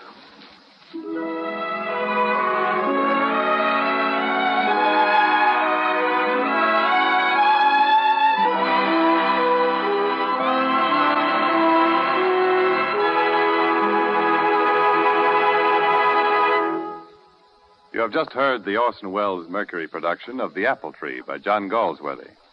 Mr. Welles will return in just a moment. But first, let me again remind you to be patient with your dealer when, occasionally these days, he is unable to supply you with all the Pabst Blue Ribbon you'd like. He's doing his best, you can be sure of that. Yes, and here's something else you can be sure of. Every single bottle of Pabst Blue Ribbon you do get will, as always, be the happy blending of never less than 33 fine brews. Yes, every foaming, frosty glass you enjoy will, as always, have that famous Pabst Blue Ribbon flavor. Not too heavy, not too light, but fresh, clean, sparkling, with a real beer taste coming through the way you like it. So keep asking for blended, splendid Pabst Blue Ribbon. And now, Mr. Welles. Ladies and gentlemen, because we have a couple of minutes before it's time to say goodnight, I'd like to read you a poem. Like our story tonight, deals with love and lost love. It's by Ernest Dawson. It's a great favorite. It's called Cinera. Last night, yesternight, betwixt her lips and mine, there fell thy shadow, Cinera. Thy breath was shed upon my soul between the kisses and the wine. And I was desolate and sick of an old passion. Yea, I was desolate and bowed my head. I have been faithful to thee, Cinera, in my fashion. All night upon mine heart I felt her warm heart beat. Night long within mine arms in love and sleep she lay. Surely the kisses of her bought red mouth were sweet. But I was desolate and sick of an old passion when I awoke and found the dawn was gray. I have been faithful to thee, Cinera, in my fashion. I have forgot much, Cinera. Gone with the wind, flung roses riotously with the throng, dancing to put thy pale, lost lilies out of mind. But I was desolate and sick of an old passion. Yea, all the time, because the dance was long. I have been faithful to thee, Cinera, in my fashion. I cried for madder music and for stronger wine. And when the feast is finished, and the lamps expire, then falls thy shadow, Cinera. The night is thine. And I am desolate and sick of an old passion, yea, hungry for the lips of my desire. I have been faithful to thee, Cinera, in my fashion. And now it's time to say goodnight. Next week's show is Shakespeare's King Lear. Till then, we remain, as always, obediently yours.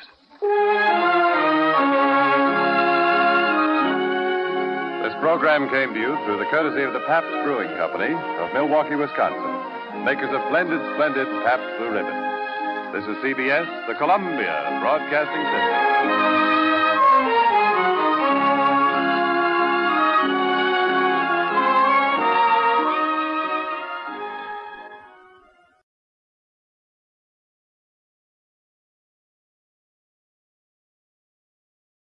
System. Lindo, Beryl Calder, Simon Lack, and Norman Claridge in Trees Die on Their Feet by Alejandro Casona, translated and adapted by George Leeson. Alejandro Casona died last year, and as he was considered a leading playwright of the Spanish-speaking world, we're repeating this production in commemoration of him.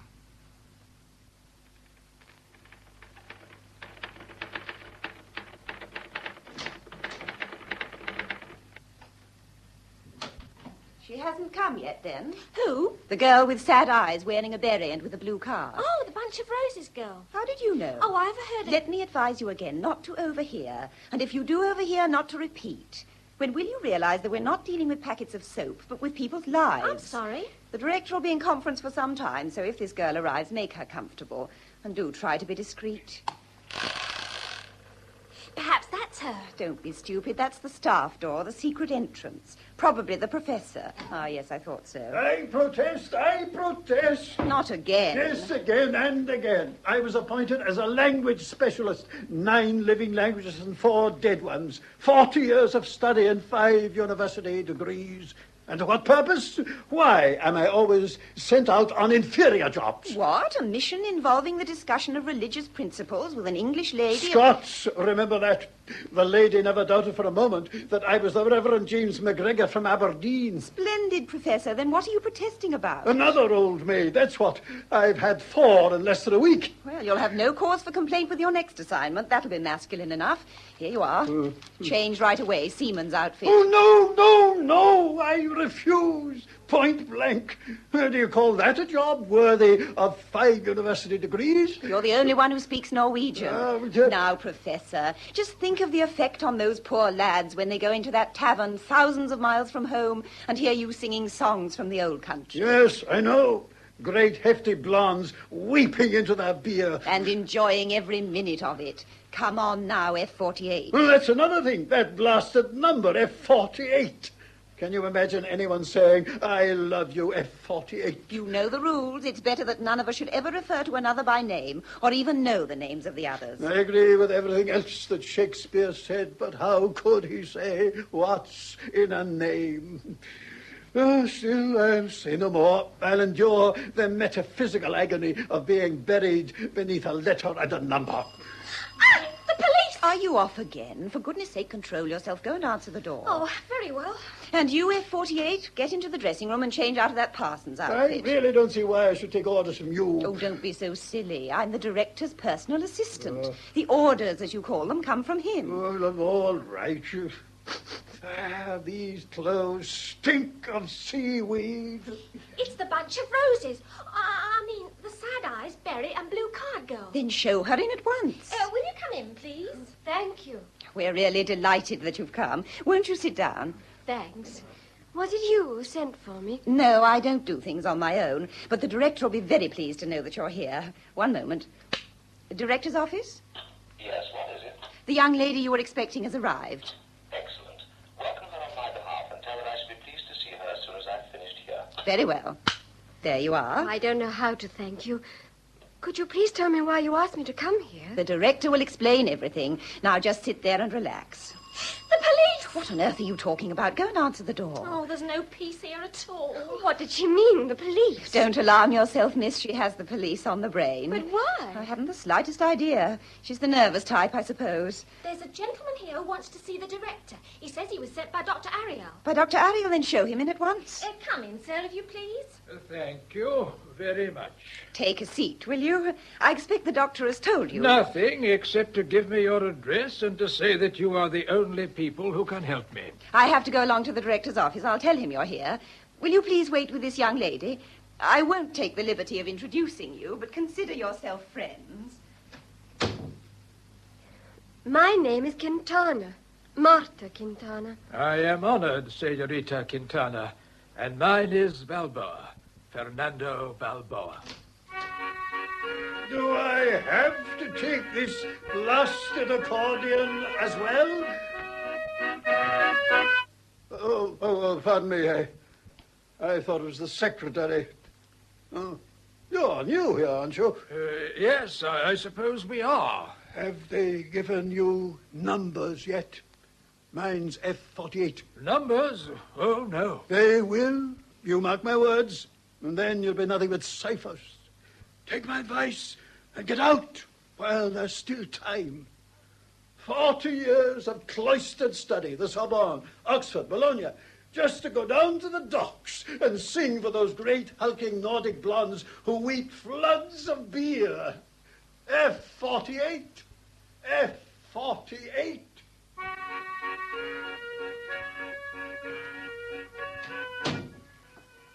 F48.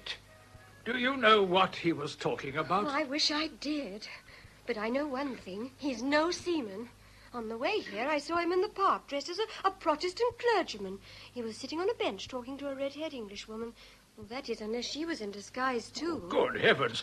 Tell me, have you any idea where we are? No, I haven't.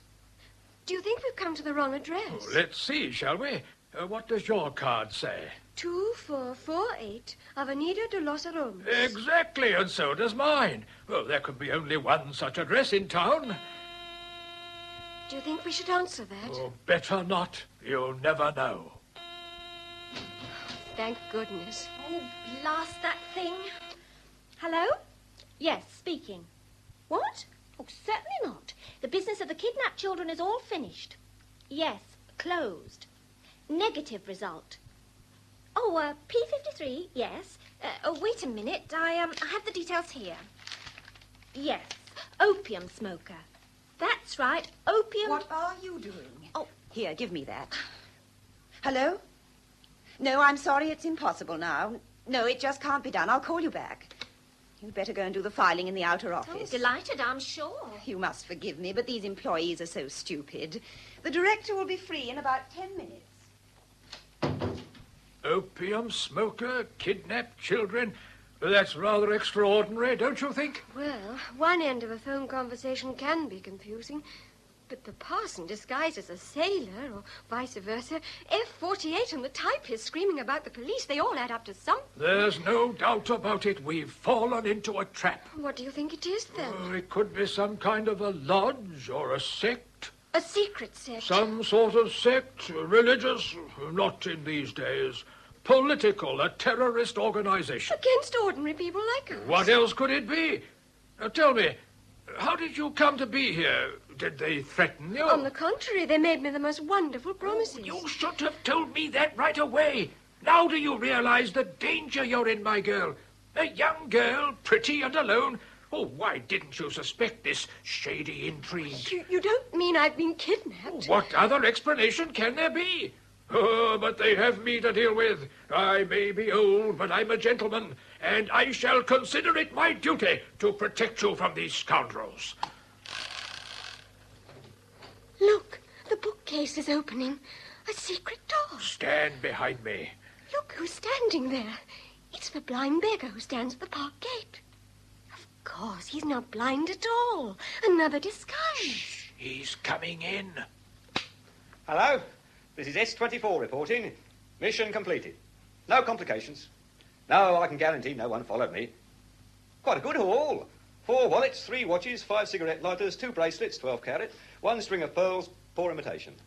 Right, I'll hand it into dispatch. OK. Hello, hello, hello. I didn't notice you.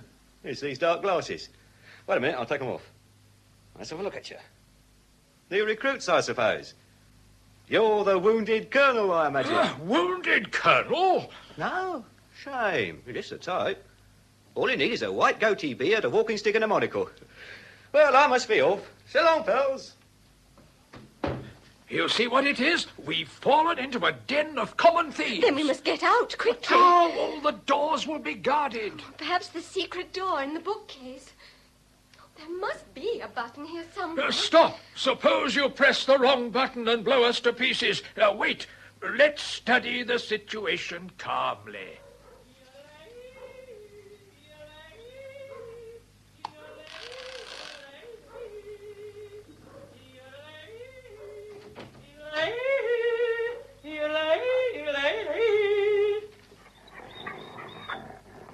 tell you, 100% success and all my own initiative. You might hold me dogs for a minute, sir. Oh, don't be afraid of them. Just a little playful, that's all. Down, Romeo. Down, Juliet.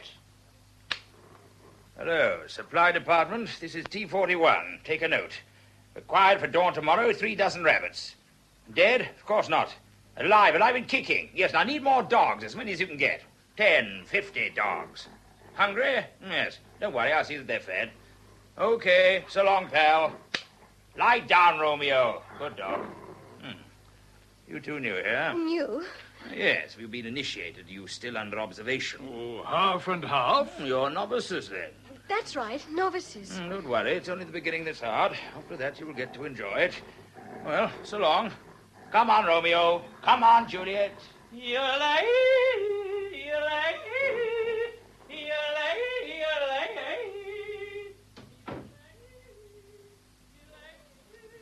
Now, what do you make of that? It can't be real. We must both be dreaming. I could believe anything now. It wouldn't surprise me if that door opened and Napoleon came in. Napoleon? That's it. What? Why didn't I think of it before? Didn't you read in the papers about that mental home where the lunatics mutated and locked up the attendants? Oh, vaguely. Well... The same thing has happened again. We're at the mercy of a gang of escaped lunatics. The dogs! The 50 hungry dogs! Oh, help! Help! Open up for pity's sake! The dogs! The dogs! Whatever is the matter? You dare to ask that? You, the prime organizer? Stand aside from that door, madam. But I don't understand. You know well enough. We're going out through that door, madam, and I defy you to stand in our way. Didn't you hear, Elena? Stand aside and let them leave if they wish. And who are you, pray? This is the director. There must be some unfortunate mistake, and the gentleman has the right to an explanation. Let me assure you, sir, that you are not among kidnappers, thieves, or lunatics. If you wish to leave, you may. And so may this young lady, if she wishes to continue living as she did till yesterday. I think we have heard and seen enough. Shall we go, Senorita Quintana? No, I think I shall stay. Tell me, sir, why did you say if she wishes to continue living as she did till yesterday? What do you know about me? Very little, but it is too intimate to be spoken about in the presence of others. Senor Balboa, you've been very kind to me, and I shall never forget it, but somehow I trust this gentleman, and I should like to have a private talk with him. Alone? Yes, I'm sure there's nothing to be afraid of. I understand, sir, that you have been sent here by our founder, Dr. Ariel. Perhaps you would like to go into the other room with my secretary. She will explain our whole organization. I cannot imagine any explanation of what I have seen and heard here. Please, I'm sure it will be all right. After all, I believe you need our help as well. Oh, very well. I'll go with your secretary then. This way, please. Are you quite sure you're not afraid anymore? No. It's something deeper now. I feel that my whole life hangs on what you're going to say to me. Before I can help you, you must tell me something. What happened to you last night, Senorita Quintana? What right have you to ask me? I have no right, but I must ask you. Leave me alone. Don't make me think about it. Oh, come. It'll be all right. Look at me. I'm not a policeman or a judge. Now, don't be afraid. Just tell me what happened. I couldn't go on anymore. I've never had a home, nor any brothers or sisters, and not even a friend.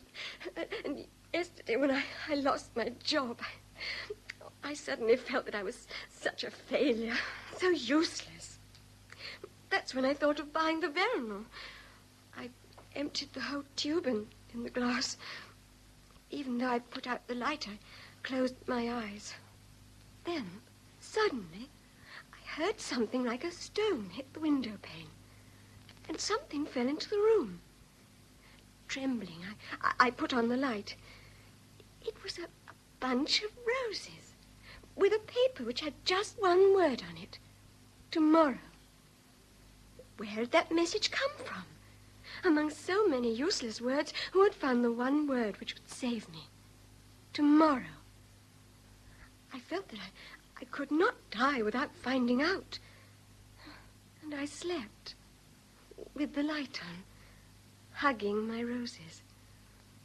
Mine, first I'd ever received. This morning, when I awoke... There was a blue card under your door which said, "Don't lose faith in life. We are expecting you," and giving this address. Was it you? Yes. But why? How did you know? We have our sources of information. When I heard that you had lost your job and I saw you walking along without feeling the rain, I had to follow you. How did you guess what was going to happen? I hadn't even thought of it then. The tube of Veronal was suspicious enough. Then I saw you go into your room without closing the door. When a woman does that, it means she has nothing more to fear. Please don't make fun of me. Who are you? And what kind of place is this? Well, for centuries, there have been public charities in many countries, but no one but Dr. Ariel has ever thought that it could be an art. So that's it, a charity institution. Well, this is not a matter of shelter and free meals. We are attempting to provide charity for the soul. So? Who has ever thought of those who go through life without a single happy memory? Those who have never seen a dream come true or experienced the thrill of the gleam of mystery and faith. Are you beginning to understand? I don't know. It's like something from a book. Exactly. Why keep poetry locked up in a book instead of letting it out into the air, into the gardens and streets? What a lovely idea. You should do that again. Do what? Smile as you did then. You do it very well. I think we could do with you in our organization. Oh, I wouldn't be much good. That smile alone would be an asset. Tell me, that man who came in yodeling with a couple of dogs... Oh, he goes out in the country letting loose rabbits and losing dogs. He's a protector of poor hunters. Well, I never. And the beggar who came in with a lot of stolen watches and wallets. Ah, the robber of thieves. He specializes in young lads who are starting off on the wrong track. He watches them through his dark glasses, and when he sees them lift something, he just lifts it back off them. The stolen things are returned to their owners, and the boys find a card in their pocket saying, "Please don't do it again, lad. You're making it difficult for us." It works sometimes. Amazing. But really and truly, aren't you all just a little bit, you know? Oh, certainly. If there are any people left in the world who aren't complete idiots, then it would be a good thing if they were a little mad. Well, there must be some very moving stories, and quite complicated. Yeah, the most moving are usually the least complicated. Take the case of Judge Mendithabal. A human life saved by a birdsong. One night, Judge Mendithabal was sitting at his desk about to sign a death sentence. He had signed so many that we knew his hand wouldn't tremble and that no tears and no appeals would deflect him. But we also knew that this man, who was insensible to human sorrow, had a soft spot for birds. Just as he was about to sign his name, a nightingale began to sing in the garden. It was like the very heart of the evening, pulsing there in the darkness. That icy hand trembled for the first time and laid down the pen. Judge Mendithabal realized for the first time that even in the meanest life, there is something so lofty and sacred that no one has the right to take it away. Don't tell me that you made the nightingale sing at your orders. Not quite, but we have a wonderful imitator of bird songs. As a sign of gratitude, he sometimes goes back again to sing in the judge's garden. Now, would you like to join us? But what could I do? I have no talent. You have seen how a human life can be saved by a bird song or a bunch of roses. But to begin with, there is your smile. Thank you. You're very kind. Not at all. I assure you that I meant that as a mere statement of fact without any attempt at gallantry. As the director, it is my job to put that smile to a practical use. Oh, is that possible? It may be. Have you ever walked past the back of the jail? No. Oh, you will. It's a dreary waste littered with rubbish. Overlooking it is a barred window through which a man gazes across at the waste of rusty cans and broken bottles. You will walk past there at noon tomorrow, look up at that window, and smile. And the next day you will do the same. And the next day and the next. And will that do any good? The greatest anguish of prison is the emptiness which makes time unbearable. When that man sees the miracle repeat itself, even his nights will seem shorter as he thinks, tomorrow at noon. I'll do it. Thanks. I knew it. Hello, Elena. You can bring that gentleman in now. Here's the gentleman. Is everything settled? Oh, sit down, sir, please. I won't keep you a moment. Yes, the young lady is staying. Give her the room over the garden. Very good. Will you come with me then, Senorita? Oh, yes, indeed. It was a wonderful kidnapping. Thank you for everything. Now, sir, your name is... Balboa. Fernando Balboa. And you feel more reassured now? I do, yes. I must say I was scared out of my wits at first, but the young lady, your secretary, explained everything. I wasn't very hopeful when Dr. Ario recommended me to come here, but I really believe now that if anyone can help me, it is you. We'll do what we can.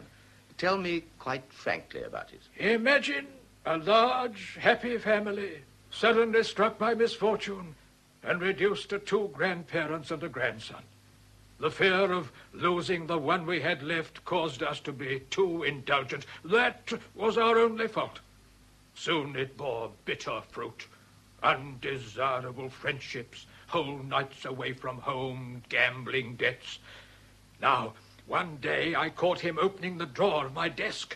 There was a scene which I don't wish to remember. Though it hurt me to the quick, I slapped his face and threw him out of the house. Didn't he come back? Never. His only virtue was his pride.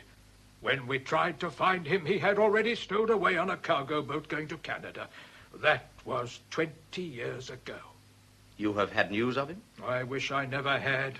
Card sharpers, smugglers, street fighting, false papers, gunmen, professional rogue. Oh, of course, I kept all that from my wife.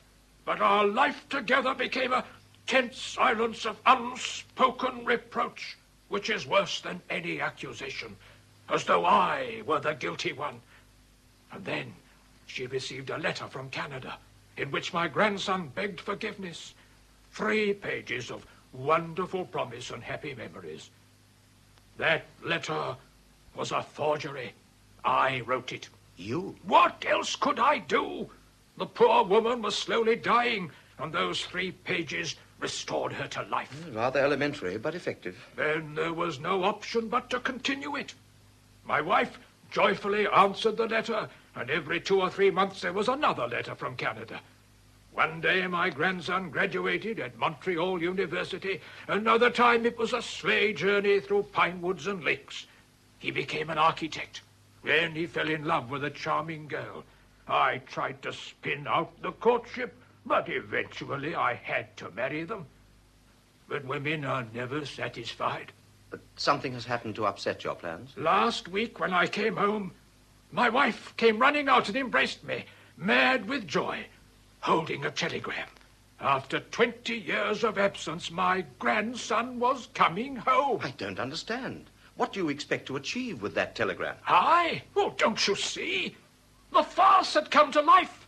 It was a real telegram. From your grandson? He sailed a week ago on the Saturnia. Good heavens. You can imagine the sleepless nights I've had since then, thinking of that ship steaming towards me with its load of truth. A miserable, shameful truth. Now, don't worry. We'll arrange something. An ambush at the docks, a kidnapping party boarding the ship. There will be no need of that. Didn't you see last night's paper? The Saturnia went down with all hands. How terrible. And does she know? She mustn't know. I've kept all the newspapers away from her, cut off the phone, and put the radio out of action. She mustn't know. After 20 years of waiting for just one day. But what can I do to help? We have no remedy against death. You don't understand. There is still the other grandson who must be saved. The one who wrote those wonderful letters. The only one she knows. He must come home. One moment. Do you expect me to supply a grandson for you? Not to supply. To be. Me? Why not? You've done more difficult things, apparently. The judge, and then the nightingale. Anyone can invent a bird, but a man has a real face, eyes, and a voice. Well, luckily, he never sent any photos. And 20 years is a long time. What about the shipwreck? I told you she doesn't know. Anyway, he could have missed the boat or come by air. Even then, suppose I get through the first meeting. What then? You need only stay a week, a few days, even just one night. Oh, please. Unless your theories are all lies, you can't refuse this old woman 1 hour of happiness, which may be her last. May I offer you a glass of sherry? No, thank you. I'll have one if you don't mind. Well, the worst of it is, I'm attracted by it. Will you do it? Don't rush me. I'll have to think. Good. Now, wait a bit. We've got to work this out. It's more than a little tricky. The university was all right, and we can manage the sleigh ride with a bit of geography, but these additional complications, well, making him an architect and then to get him married, couldn't we invent a sudden divorce? No. My wife has very decided ideas on that. He could be coming alone. Oh, why should he? Family complications on her side. His wife has no family. She only had a father, and I killed him off last year in a hunting accident. Well, she could be ill. And he would leave her when they are so much in love. Oh, this wife is going to ruin everything. Dark? Blonde. Blonde. Deeply in love. An orphan. I must have another drink. Wait a minute. I've got it. Hello, Elena. Bring the young lady back here, will you? Now, what do you think? She's blonde, and she actually is an orphan. And very charming into the bargain. Will she do? She's ideal. Oh, thank you, sir. Thank you. You wanted us, sir? Yes, come in, both of you. Now, I want you to buy this young lady a complete outfit of clothes for all occasions. Have some photos taken of her with a snow and pine tree background. Label her suitcases Hotel Ontario, Halifax, Canada. What? Is Senorita Quintana going to Canada? No, she has just come from there. And drop the senorita. Young lady, allow me to introduce you to your husband's grandfather. Well, that's all the cleaning done. Felisa? Yes, Genoveva? Have you finished everything upstairs? Have you hung the new curtains? Oh, I've just taken them down. Didn't Madam want the old ones put up again? Yes, she did. That's why I ask. Did you put the flowers in the room? 7 times. First, they weren't fresh enough. Then they were too fresh. She wanted roses. He said a pine branch. Then she said it was the scent that mattered. And he said flowers are unhealthy at night. Oh, for the past week, it's been impossible to get any sense in this house. Which flowers did you leave after all? All of them. They can choose. Oh, I've had enough with going up and down stairs, putting up and taking down curtains, hanging and taking down pictures. Won't they ever decide? It's no small thing, Felisa. Don't you get nervous when your boyfriend keeps you waiting half an hour? Yes, well, imagine what it's like to wait 20 years for a man. Did you put the linen sheets on the bed? No, the cotton ones. He said the linen ones are too heavy. When he says something and she says something else, you should agree with him and do what she tells you. Well, then, shall I leave the cotton sheets or take up the linen ones? The linen, girl, the linen. I made them myself, and it's as though I were covering them with something from my own hands. You understand? Oh, it's you, Mum. Yes, I understand, Mum. Well, up you go then and put them on. And close the door properly and pull the curtains double. The noise of the church clock might wake them up. Yes, Mum. And leave the window wide open. Oh, what if the insects come in from the trees? No, it doesn't matter if the whole garden comes in. Up you go, girl. Yes, Mum. You know, Weaver, when he was a boy, he was mad on sleeping out of doors. Sometimes on a summer's night when he thought we couldn't hear him, he used to climb out on the bough of that jacaranda tree right outside the window. You remember that my husband wanted to cut the branch away some years ago? He was right, in a way. It blocks the window and keeps out all the light. Ah, what does the light matter? I was sure that he'd come back. And who knows but he might like to climb out there again as he used to. It won't be the same now. That branch could hold a little boy, but not a grown man. Well, why not? The jacaranda is also 20 years older.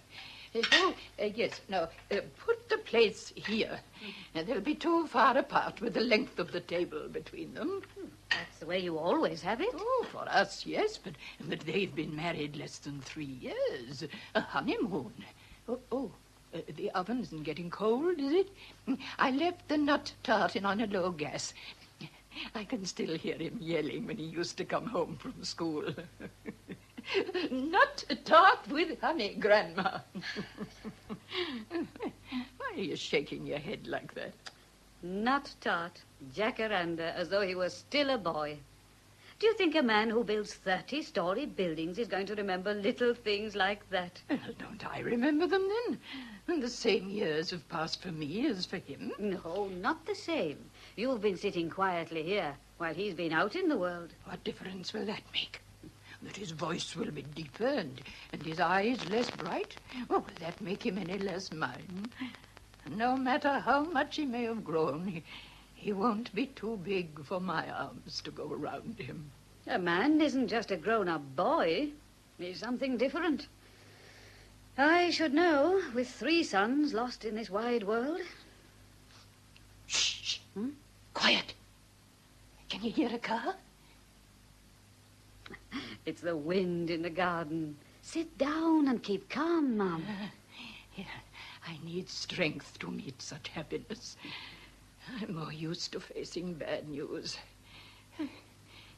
Get me a drop of water, please. Would you like another tablet? Oh, I've had enough medicine. And the only medicine that'll do me any good is what's coming.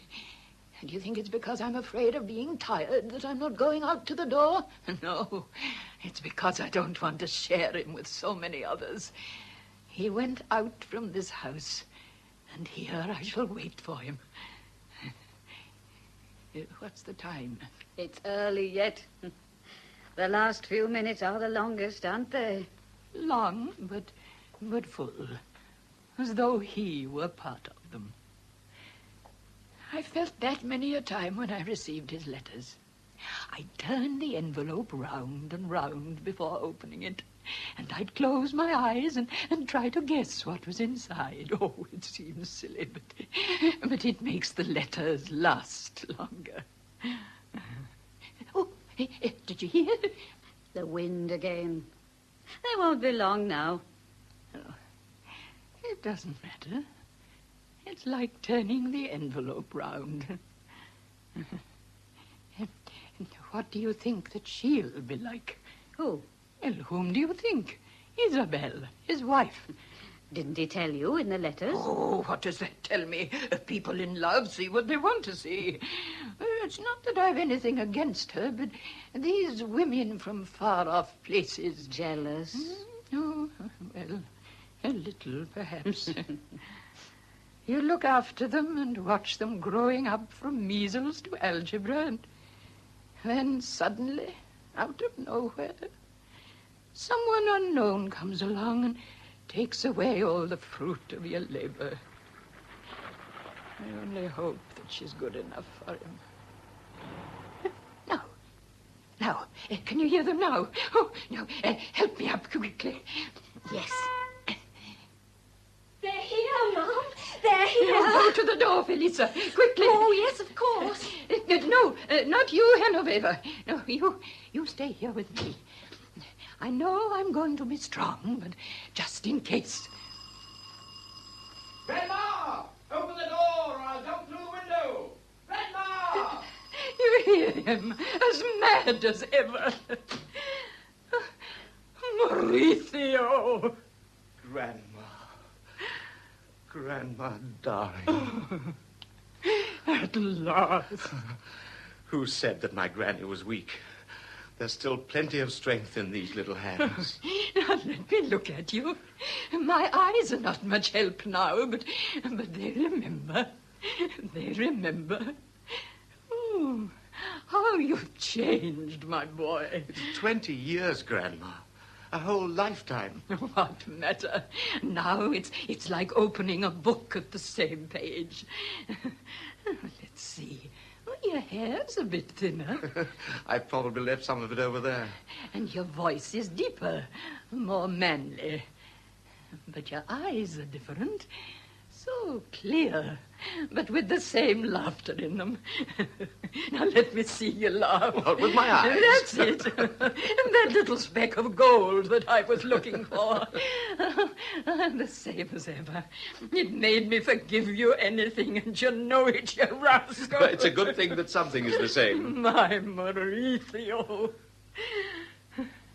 Mine. Mine. No tears. Haven't you shed enough? Oh, don't worry. These are different. And the last. Now, turn to the light so that I can see you better. One moment, Eugenia. Mauricio isn't alone, and he's in very good company. Oh, I'm sorry. Come in, young lady. Don't be shy. Look, Grandma, here is your beautiful enemy. Enemy? Now, why do you say that? Do you think it didn't show through in your letters? Who is this intruder who has come to rob me? Well, here is the intruder, the fair Isabel, the man-eater. Can't you see it in her face? Now, please don't take any notice of him, my girl. And that's just his way of talking. I should know. Madam. Oh, none of you, madam. There's going to be nothing stiff and starchy with us. And you don't kiss my hand. Now, come on. Oh, I'm glad. What are you looking for, Grandma? Something hidden in her eyes? No. They're clear and peaceful. And they can't lie. You look at her once, and you'll know everything.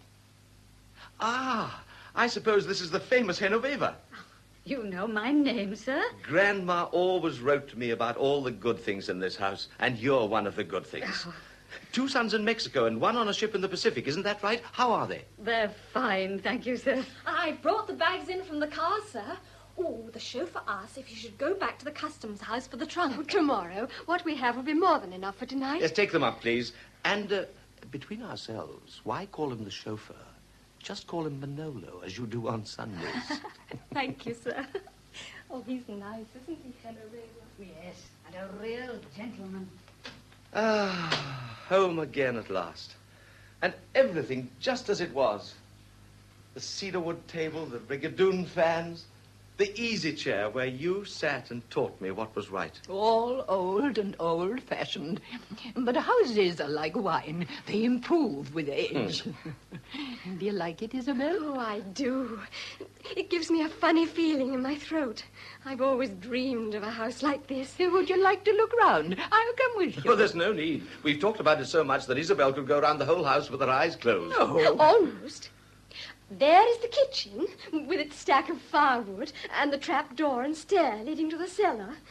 And over the garden is Mauricio's room, with the branch of the jacaranda tree right against the window. Oh, you know that, too. Oh, I don't know how many times Mauricio has told me, if I go back someday, I want to climb out on that branch again. Oh, you see, Fernando, you see why you couldn't cut it down.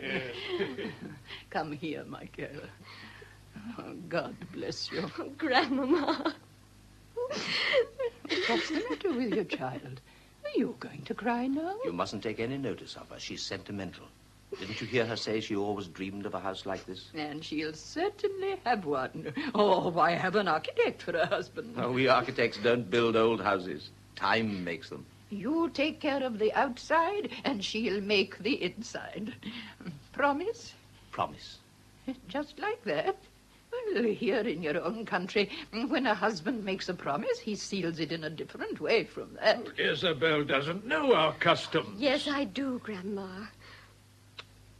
Thank you, Mauricio. Like that. On the cheek? Oh, well, if that's your way. If I remember rightly, you've been married less than 3 years. About that? No, not about that. Exactly 3 years, on October 6th. That's right, the 6th of October. Well, is that the way you kiss after 3 years of marriage? It looks as though things are different where you live. You see, darling, you're always so shy. What will Grandma think of us and of Canada? Now, show a little patriotism. Oh, now, that's what I call a real kiss. Eugenia, oh, very good. Sealed with a kiss. And now, let's think of more practical things. Perhaps they're tired or hungry. Genoveva. Oh, don't talk of food. We did nothing else on the boat but eat at all hours of the day. What I'd like is to change my clothes. Did you call, sir? Yes, Genoveva, about dinner. Only they don't seem to want any. Well, won't you really have anything? Genoveva's taken so much trouble preparing it. Well, after all, it's better that way. With so many things happening, I've forgotten the kitchen. The hot punch will be cold and the cold soup hot. Well, there's one thing at least you can't refuse me. I made it myself. You remember how you used to come home from school yelling... No. Not tart with honey? You hear that, Genoveva? No, go and take them out of the oven and put a spot of the very best honey on them before they cool off. Right away. Will you be needing me any more tonight, Mom? No, that'll be all, Felisa. Good night. Good night, Felisa. Oh, good night, all. Good night, sir. Good night. Good night. Now, come and let me show you your room, Isabel. And we'll see whether you think I'm right. In what, Grandma? An argument with Granddad. Just fancy, he was insisting on putting in twin beds, saying the times have changed and this and that. But we believe in the old way, don't we, my girl? As God wills. The old way? Don't worry. There's a communicating door to another room. You didn't answer, Isabel. Oh, yes, Grandma. As God wills. Let's go. Not too fast, Eugenia, now. Careful with those stairs. Don't talk nonsense. A heart that has put up with what mine has is capable of anything. Take my arm. And that I will. With a young arm beside me, I can face old age and stairs. And without a stick. There. With the strength of my own 2 feet and of my 2 grandchildren. There. Well, how do you think it's going? Oh, marvelous. How lively she is and how happy. She's changed completely. Thank you with all my heart. I'll never be able to repay you for what you're doing in this house. I'm enjoying it. I'm an artist at heart, and nothing thrills me so much as overcoming difficulties. And the one thing I regret is that from now on, everything is going to be too easy. You think we've got over the worst? Oh, I'm sure of it. The big danger was the first meeting. If I had allowed myself to be overcome by emotion in that embrace and let her look calmly at me, we should have been lost. That's why I squeezed her so hard that it brought tears to her eyes. A little mist over the eyes and 20 years' absence help a lot. I'm not surprised the way you carried it off. Oh, you've had experience, and you have the coolness of an artist. But the girl did marvelously for a beginner. No, the girl's not bad. She has possibilities, but that sobbing in Grandma's arms. Oh, what do you mean? Didn't the sobbing sound natural to you? No, too natural. That's what was wrong. You never know with women. You prepare a scene most carefully for them, and when the time comes, they allow their feelings to interfere with the job in hand and spoil everything. And we must keep an eye on her. Yes, I see. She's so new and spontaneous, she might give us away without thinking. And with that amazing memory of the old lady, the less we leave them alone together, the better. And what do you think of doing now? Oh, the usual in such cases. Family chat before bed, memories of the past, travels. Do you remember all the details? Oh, don't worry. Where my geography fails, I'll use my imagination. You see to it that the family chat doesn't last too long, just in case. If we get through the first evening, there'll be no danger. Quiet. Here's my wife coming downstairs. Are you alone, Eugenia? Yes. She didn't make a single mistake. She knows the house better than I do. What do you think of the little enemy? Really wonderful. And there are 2 things especially that delight me about her. Only 2? What's the first? Well, the first is the perfectly natural way she speaks Spanish. Wasn't her family English? Well, I'll tell you. Her parents were English, but her grandfather, one of her grandfathers, was Spanish. Of course, that explains it. It's the language of her childhood, of the bedtime stories. Nothing to do with it. For a woman in love, the only language is her husband's. That's what I like. Quite right. What's the other thing you like about her? Something that you yourself haven't noticed. It's something very few women have. And there's a look in her eyes that is more beautiful than the eyes themselves. Now, have you noticed that? I knew there was something I noticed, but I didn't know what. Well, now you do. So learn to know what you've got. Have you spoken to him yet, Fernando? What about? I guessed you'd be afraid. But it has to be done, and better now that we're alone. A secret? The only one I didn't dare to mention in my letters. That last night, when you went away, you know, your granddad didn't know what he was doing. He was beside himself. Oh, none of these sad memories, please. Fortunately, you knew how to look after yourself. But a young lad alone in the world... if your life had taken a different turn, I mean, whose fault would it have been? And that's what your granddad hasn't dared to admit aloud. But I know that in his own conscience, not a day has passed that he hasn't regretted it. On the contrary, he did what was right. And if there's one thing to which I owe a debt of gratitude and respect, it's to this hand that made me a man. Thank you, Granddad. Here are the tarts, Mum. They're a little overdone, but they smell good. Quick, Isabel, come downstairs. The tarts with honey have arrived. The first one for you. Here, I'll take two. Hurry up, darling. Maurizio has talked about them so much, I'm dying to taste them. I'll have two as well. You like them? They're good. Careful, darling, you'll choke. A glass of good wine helps them down. We've a light Rioja and a good old Burgundy. You haven't any of that homemade wine that you used to make with raisins and orange peel. Mine, Genoveva, mine. Now get it out of the cupboard. Yes, madam. Well, it's not really a wine. It's a liquor for women, but it has a kick in it. You'll see. You'll see. Are you going to drink? Tonight? Yes. No matter what happens. And don't you get angry, for it'll make no difference.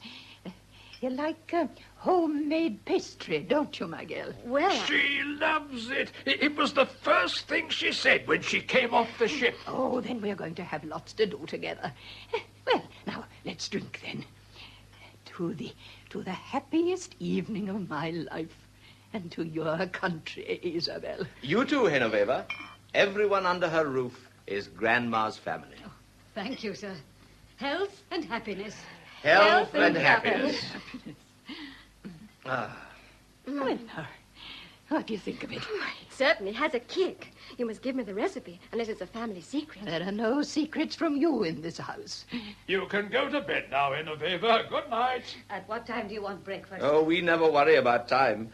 We either sleep like logs halfway through the morning, or we go down to the river at sunrise. Good night, all. Good night, Genoveva. I remember once when you wrote to me about your trip along the St. Lawrence. Now, wasn't that the time that you carved my name on an oak tree? That's right. Well, I'd like you to tell me about that. What, the excursion to the Great Lakes? That's some story. Just imagine a sledge pulled by 14 dogs with bells. Herds of deer on this side and over there in the pine woods, like an endless Christmas. And in the distance, the calm waters of the Great Lakes, with the snowy peaks of the huge mountains piercing the sky. What? Are there mountains in the Lakes country? Well, Maurizio exaggerates, so he calls anything a mountain. Once we saw a wild cat climbing a tree, and a week later he was talking about the tiger in the jungle. I meant hills. As Nova Scotia is so flat, any little hill seems like a mountain. But Nova Scotia is in the east. What's that to do with the Great Lakes? Is it to the east? Well, are you trying to tell me when I followed all your travels on Granddad's big atlas? It's a big country, Canada. A very big country. Another glass of wine? Yes, please. And me, too. Oh, the last one. Now, this really is the last, Fernando. Fernandito. No. Oh, Fernandito. No. Oh, just one little finger. Oh, well. Yes, like that. Oh, stingy. And how's your business going? Which business? Which business? The houses, the big hotels. Have you built any churches? No, I'm a civil architect. Oh, what a pity. I'd like to have seen you solve that problem of the Gothic cathedrals. 1/3 stone and 2/3 glass. Oh, the trouble I had with it. Have you studied architecture as well? If you were to study medicine someday, I'd take on the microbes. And if you studied astronomy, I'd be there with a peaked cap and a telescope like this. But yours is the best profession. Men make houses and women fill them. Here's to civil architecture. Come on, Grandma. You've had too much excitement. You must have some rest. Tonight? Sleep tonight after waiting 20 years for this? Oh, the Canadian Mounties couldn't drag me to bed tonight. Hey, Eugenia, for your own good. No, we'll have some music, Isabel. I've been dying to hear you play that Irish song. My heart is waiting for you. What? And my heart is waiting for you. Isn't that what it's called? Oh, yes. Yes. Yeah, it's the song I like best, and the one you were playing the day you met Mauricio. Don't you remember? Oh, yes. Yes. Well, come along, darling, over to the piano. But music at this time of night? Oh, you're mad. Can you play the piano? Ravel's Bolero with one finger. This is terrible. Not tonight, Grandma. Isabel is worn out from the journey. There's nothing so restful as music. Come on. Tomorrow, some other day. Oh, why not now? Well, I may be superstitious, but something has gone wrong every time Isabel has played that song. Oh! Oh, didn't I tell you? What has happened? Nothing. The wine glass broke in my hand. Have you cut your hand? Oh, it's nothing, just a scratch. Quick, some alcohol and a bandage. No, never mind. Some wine on a handkerchief. There. Oh, does it hurt you? Oh, it's nothing, I assure you. The only thing that upsets me is that Granny won't have her music. Oh, well, never mind. Another little drop, Fernando. The last one. The last. Oh. Granny, are you all right? I just caught you in time. That's enough, Eugenia. Now you must go to bed. Oh, it was nothing. This little rascal of a heart, which is everything good and everything bad to me. But don't think I'm dizzy. I just came over a little faint, that's all. Oh, do I have to go to bed so soon? It would be better. We'll talk again tomorrow. Tomorrow? Oh. And the nights are so long. Sleep well, Mauricio. Good night, my girl. If you're in the habit of reading before you go to bed, Mauricio, you know where the library is. Would you like a book? Something on architecture and a map of Canada. Are you coming, Fernando? Yes, my dear. We'll have the Irish song tomorrow, eh? Well, now, you two will not dream of anything better than yourself. Oh, the Irish song, eh? Well, that's over at last. I wish it were all over. I've never been through anything like it in all my life. It's like walking barefoot on knives. The old lady is really dangerous. Her memory is faultless. She's thought of nothing else for years and years. Oh, what would happen to that poor woman if she found out the truth? That's up to us. We've got ourselves into this, and it's too late to turn back. And it starts again tomorrow. For how long? Only a few days. Then we'll receive a cable calling us home, and the memory will remain here forever. Why did you give me this to do? I can't manage it, Mauricio. Are you so afraid? For her. What we're doing is probably good, but seeing her taken in like a happy young girl, it was as much as I could do to avoid blurting out the truth and asking her to forgive us. Just as I feared. Letting your heart take charge, that won't get us anywhere. I've done all I could. Didn't I carry it off well? At first, yes. That shyness when you came in and that memory scene were very good, but that sob when you threw yourself into her arms. I couldn't help it. I too know what it is to live all alone and to hope. You must correct that right away. Art doesn't come from the heart. It comes from the head. Didn't you feel anything ever? Real emotion is never artistic. For example, did you notice the way I ate the nut tarts with honey? Well, if there are two things I can't stand, they are honey and nuts. That's what I call an artistic conscience. Did you like them? Delicious. Well, that's a matter of opinion. What about that tremor in your voice when you first met her? An elementary trick. Even the worst actors know that one. That long, silent embrace, even making her cry. All worked out beforehand. It's harder to see clearly with tears in one's eyes. You see now? I do now.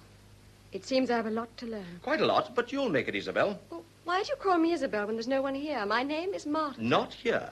We're leading another life, and we must forget our own lives completely. No confusion. Very well. Tell me where I went wrong this evening, and I'll correct it. The kiss, for a start. Or rather, the two kisses. The first one was too... Fraternal? Fraternal. 3 years of marriage is too short for such coolness. But the second one, that wasn't a 3 years kiss either. Too much? Too much. In art, you have to find the right level. I'm sorry. It won't happen again. Something has happened to you in the last few minutes. You look at me differently. You've changed. Couldn't it be that you've changed? Listen, Mauricio. The other day, when you said that your bird imitator was better than a real nightingale, you were serious, weren't you? Absolutely. A mere bird, no matter how marvelous it might be, can never compare with an artist. Then you really think that art is greater than life? Always. Look at that jacaranda tree in the garden. Today it is something because it gives flowers and shade. But tomorrow, when it dies, as all trees die, silently and on its feet, no one will ever remember it. But if a great artist had painted it, it would live forever. Anything else? No. That's all I wanted to know. I'm going to bed. Oh, just a moment. I've only corrected your mistakes so far, but it would be unfair if I didn't also praise your successes. Oh, have I done something well? That's not so bad. One thing in particular. The trick to get out of playing the piano. Oh, the business of cutting my hand. Was it good? I couldn't have done it better myself. What did you use for blood? Your lipstick? That's it, my lipstick. Oh, I thought so right away. Congratulations. What's the matter? Nothing. My nerves. Here, wait. Let me look at your hand. Did you really cut yourself on the glass? I couldn't think of anything else. You have to invent a lie, but the truth is so easy. Good night. You won't be offended if I tell you something. No, You're too soft-hearted. You'll never be a real artist. thank you. That's the best thing you said to me this evening. And you won't be offended if I tell you something. No. If one day all the trees in the world except one had to disappear, I'd like it to be that jacaranda. Forgiven? Forgiven. Good night, Maurizio. See you tomorrow, Martha Isabel. No, Fibber, it can't be true. I just can't believe it. No matter how much I think of it. Are you sure? I didn't want to believe it either, but I tell you, I saw it with my own eyes. Why didn't you tell me before? To tell you the truth, I didn't dare. It's such a delicate matter. If you hadn't cornered me with all your questions, I would never have said a word. That's bad. We must get this cleared up at once, and the sooner the better. But suppose I was wrong. Well, you won't be the only one.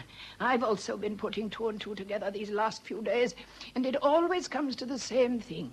I knew in my heart that there was something strange going on here. You were suspicious, too? Since the first evening. A look here, a word there, but that's the last thing I would have thought of. Where's Isabel? Are you going to talk to her? Right away. Do you think I'm the sort of woman who spies through keyholes for the truth? Where's Isabel? She's picking some hydrangeas. Well, call her. Oh, please, Mom. Think about it. Call her, I tell you. Isabel? Isabel? Oh, she's coming. Leave us alone. Certainly. Did you call me? Come here.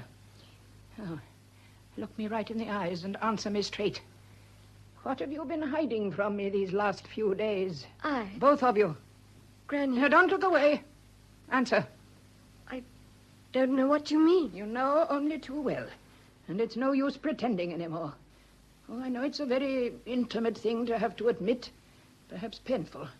But I'm talking to you as a grandmother to a granddaughter. As woman to woman. Isabel, what is happening between you and Maurizio? Please, tell me what you suspect. It's not what I suspect, my girl. It's a fact. This morning, when Genoveva took breakfast up, you were sleeping alone in your room, and Maurizio was sleeping in the next room. Now, can you explain what that means? 2 rooms. Is that all? Well, I don't see anything funny in it. Quite the opposite. Doesn't that nervous laugh mean something? Nothing. Oh, it's just that you spoke so seriously. I thought you discovered something terrible. Well, don't you think it's serious? First of all, a married couple sleeping apart is immoral. But it can mean something worse. That you've stopped loving each other. Of course not, Granny. How could you even think that? Well, haven't I a reason? None at all. It's just that mosquitoes come in through the garden window, and Maurizio can't stand them. And what about you? What sort of marriage is this which can be broken by a mosquito? It wasn't one, or 2 or 3. It was a whole plague. Well, what of it? When I was your age, the 10 plagues of Egypt wouldn't have separated me from my husband. You must promise me that it won't happen again. Do you think that Maurizio and I don't love each other? Too much in front of me, but very different when I'm not here. Yesterday I was at the window when you were having tea in the garden. Not a word or a glance between the two of you. Oh, silence doesn't mean anything. There are so many ways in which a man and woman can be together. Can you swear with your hand on your heart that you're perfectly happy? Why do you ask? Oh, I don't know. Something strange between the two of you. I've noticed how subdued you are with him, as though he were the boss. Well, in real love, nobody gives the orders. Both obey. Oh, Maurizio's so superior to me in everything. He doesn't need to give orders for me to obey. It's bad enough that you should think that, but for heaven's sake, don't let him know it or you're lost. They always say that love is rather like those Chinese carriages, where one person's sitting very comfortably inside while the other one pulls. Well, it seems that this time it's your turn to pull. What does it matter if the one sitting inside is mine? I only wish the load was heavier and the road harder, so that I'd deserve more what comes at the end. Whatever are you saying? You speak of your husband as though he weren't already yours, as though you still had to win him. Well, that's because you can't understand all that Maurizio means to me. It's more than love. It's my whole life. The day that I first knew him, I was so desperate that I could have died in a corner like a stray dog. He passed by with a bunch of roses and a word. And that word restored to me all that I thought was lost. Oh, there, my girl. Now, to tell you the truth, I don't know how to take you. A moment ago, I was worried that you didn't love him enough, and now I'm almost afraid to see that you love him so much. But not a word of this to him, do you hear?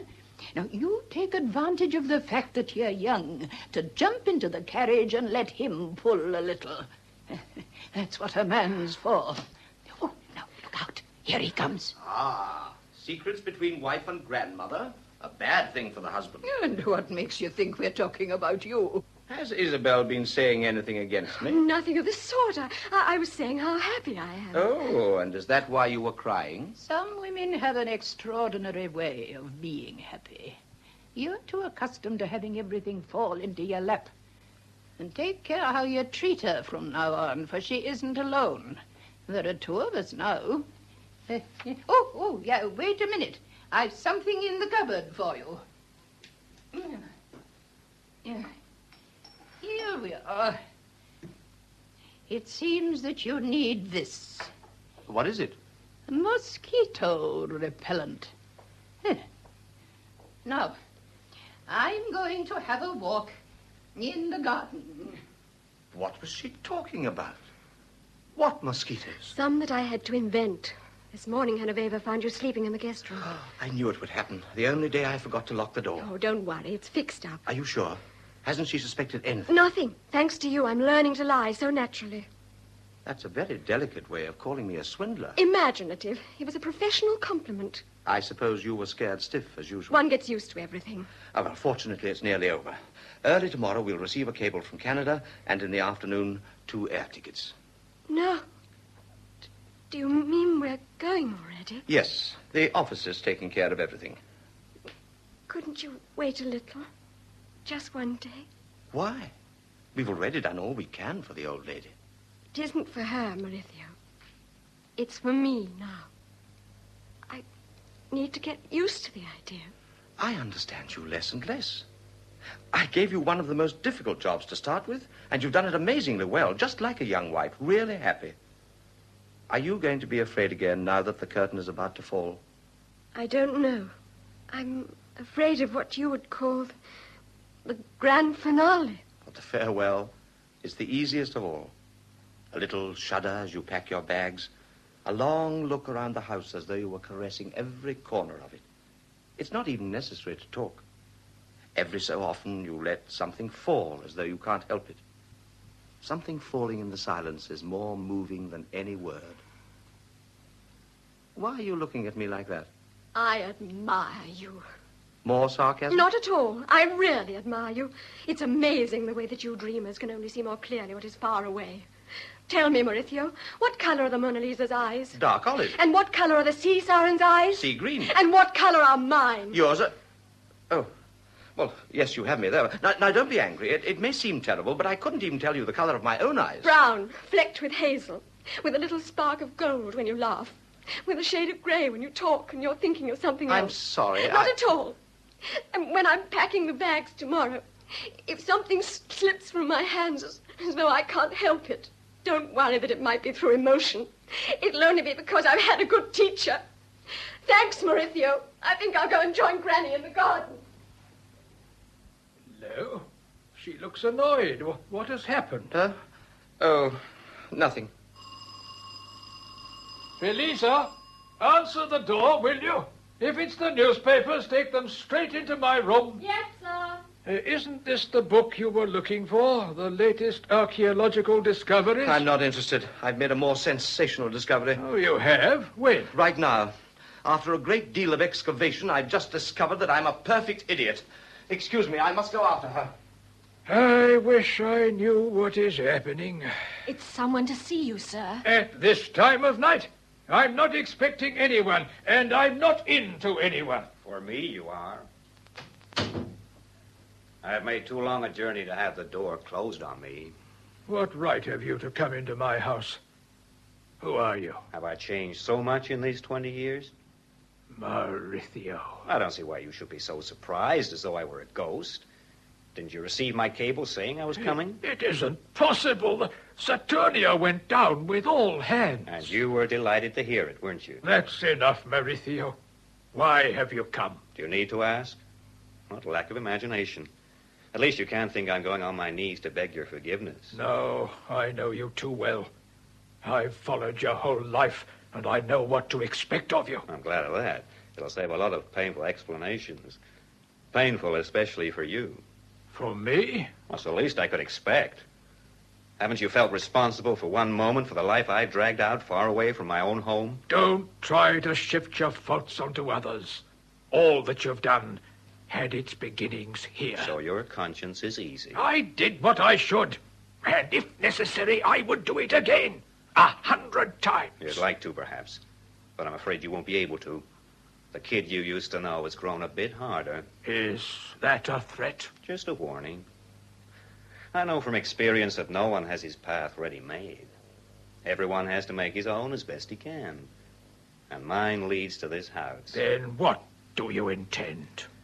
I've already told you what I could choose. But I'm reasonable, and I'll agree to take only part of it.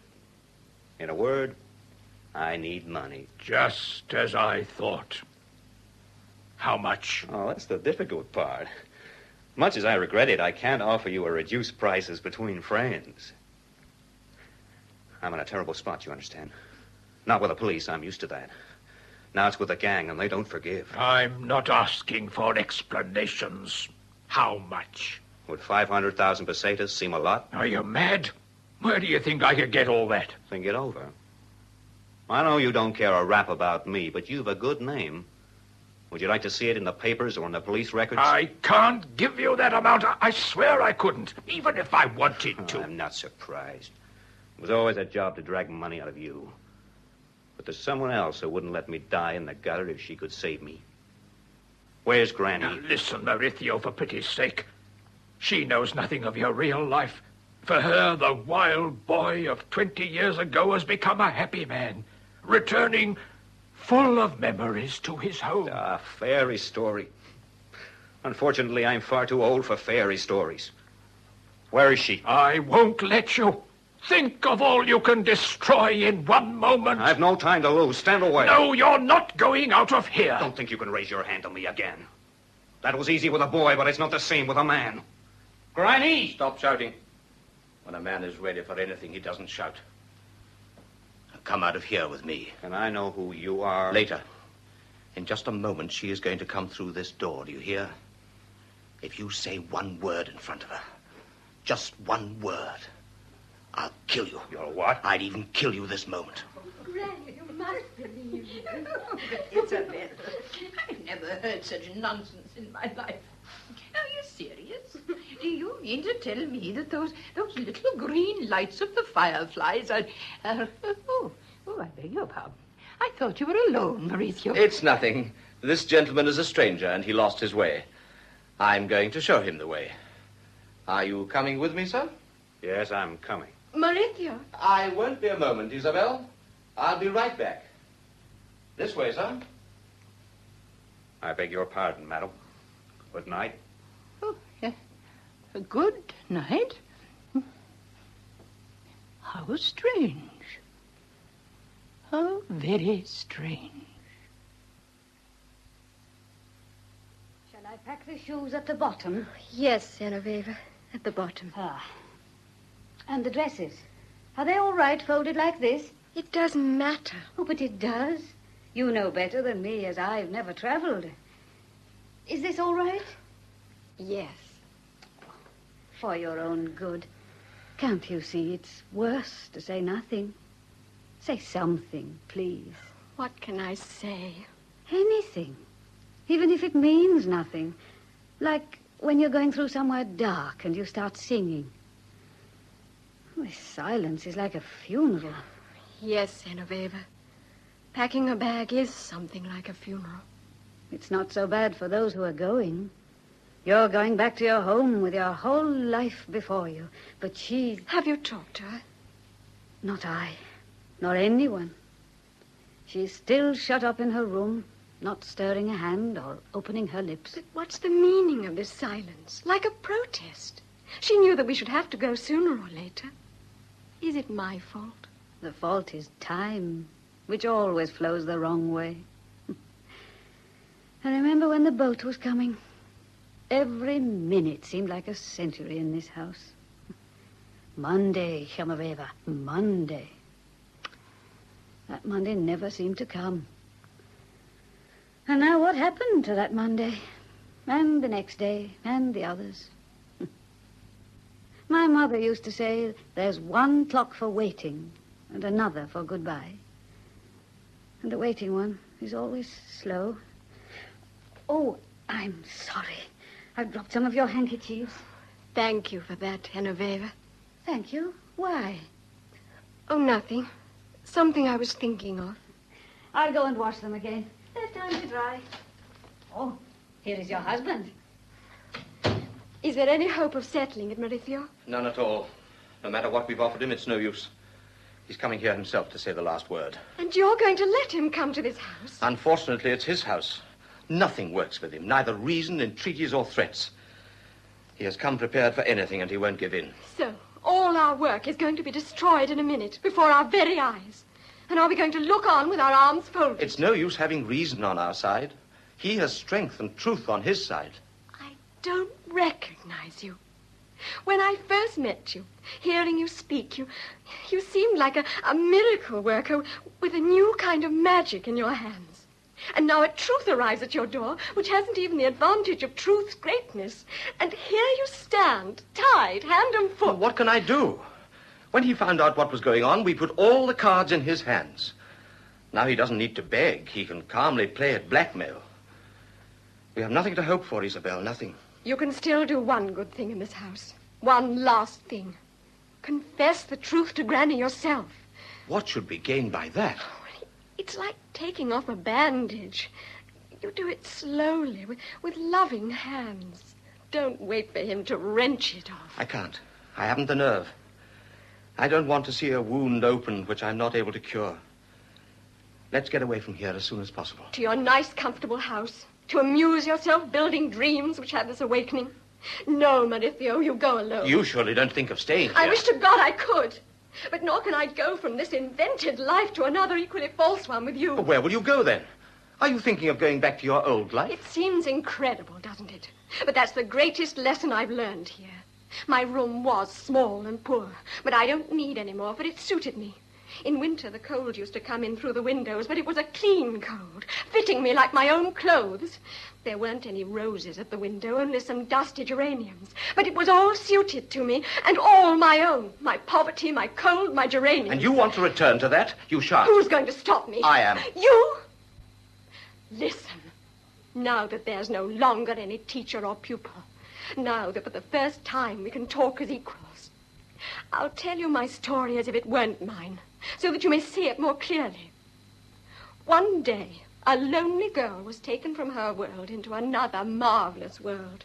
She suddenly had everything which she lacked before. A family, a house with trees, a young wife, love. Naturally, it was only acting out a farce, but she couldn't judge, and she became too involved. What should have been a stage became her real house. When she said Granny, it wasn't just a line from a play, but a cry that welled up from inside her. It made her blood throb with happiness. The dream lasted 7 days, and this is the result. Now I know that my loneliness is going to be more difficult. My geraniums poorer, my cold colder, but they are my only truth, and I never want to dream again, so that I never have another awakening. Forgive me if I seem unjust. Only in one thing. Why do you imagine that this is only your story? Couldn't it be mine as well? What do you mean? That it also needed this house to discover my truth. Yesterday, I didn't even know the color of your eyes. Do you want me to tell you now what color they are at every hour of the day? And how their light changes when you open the window, when you look at the fire, when I come and when I go? Mauricio. For 7 nights, I have felt you sleeping on the other side of my door. You weren't mine, but I loved to hear you breathing beneath the same roof. Your breathing began to be part of me, and now the only thing I know is that I can't live without it. I need it near me forever, on my own pillow. What does it matter whether it is in my house or yours? Either of them can be ours. You decide. Mauricio. Marta Isabel. My truth. There he is. I'll speak to him. Not you. Leave me alone with him. Are you mad? I'll go and answer the door, sir. Very well, Felisa. Perhaps a woman might succeed where you would fail. I'll be close by, just outside the door there. Don't be afraid. Now I'm strong for both of us. It's the man who came last night. He asked for Madam. Tell him to come in here, Felisa. Oh, I don't need to. It seems he makes a habit of coming in without being asked. All right, you've let me in. Now you can go. It's all right, Felisa. You may go. My false wife, eh? That's right. Pleased to meet you. At least I made a good choice. Thank you. I know the whole game here. The letters, the happy marriage, Granny's emotion. A fine story with a moral as well. Too bad it's ending so badly. It hasn't ended yet. For my part, if you want to carry on with it, you know my price. Too high. To sell off this house, the only thing left for these 2 old people, so that they may die in peace. I could die in the gutter if I went without the money. My friends don't understand fairy tales, and they're good shots. Is that your last word? Again? Last night, your boyfriend asked for time to pay. I gave him till now, and I've had enough delay. Have you got the money or not? You know as well as I do that it's impossible. We'll soon find out. I suppose you've got the old lady locked up in her room, haven't you? Don't worry, I know the way. Don't move, not a step. I warn you that no woman has ever stopped me. Even the giving kind, let alone those who threaten. Get away. I beg you, think before it's too late. Do you know that one word from you can kill that woman? It can't be as bad as all that. Unfortunately, it is. It's only this make-believe that's keeping her alive. And a blow like this could be fatal. Are you so interested in her life? More than in my own. Then why waste time? We can discuss it the way I want. A plain deal. The old lady's life is worth 500,000 pesetas, isn't it? You swine. What's happening here, Isabel? Granny. Oh, if I'm not mistaken, this is the same gentleman who was here last night. Do you want anyone in this house? No one. He only came to say goodbye. It's true you were going, weren't you? I haven't come all this way to go back with empty hands. Don't listen to him, Granny. Don't listen to him. Oh, are you mad? Well, what way is this to treat a visitor? Forgive her. She's a little excited. Now, leave us alone, Isabel. This gentleman has something important to say to me. Not he. I'll tell you afterwards. Just the 2 of us. That's enough, Isabel. Now, go out to the garden and don't come in for any reason until I call you. Do you hear? Not for any reason. Now, leave us.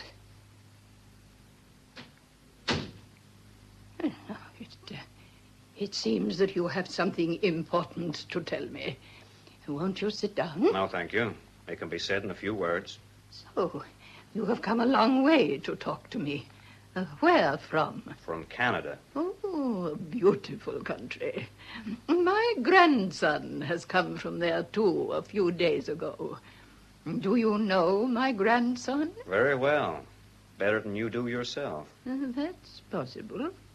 He's been away from me for such a long time. When he left this house... When he was thrown out for no reason. Exactly. When his grandfather threw him out for no reason, I was afraid for him. He was a hothead. But I was sure he was good at heart. I knew that he would only need to think of me to keep him to the right path. And that's the way it was. Afterwards, his letters came, telling me of his new life. And at last... he came himself. I know the story. What I can't understand is how you swallowed it at your age. Did it never occur to you to suspect that those letters might have been false? False? Everything. The letters and this ridiculous story and even the grandson in person. Have you become blind, or are you pretending to close your eyes? What are you trying to insinuate? That cheerful and happy boy who is living under my roof is not my grandson? That my real grandson, the last drop of my blood, is this poor scoundrel in front of me? Was that what you came to tell me, Maurizio? Granny. And you came all the way across the sea to deliver this blow to an old woman. You can be proud of yourself. That's really manly. So that's it. Do you mean to say you were in on it as well? No, I didn't know till last night. And that second when I saw you suddenly opened my eyes. And after that, it didn't take me long to make your grandfather confess. It was so dreadful that I couldn't bring myself to believe it. I had only one hope left. At least he won't dare in front of me. And I've waited until this moment for one decent word, one gesture of pity, for some slight hesitation, something that might help me to forgive you.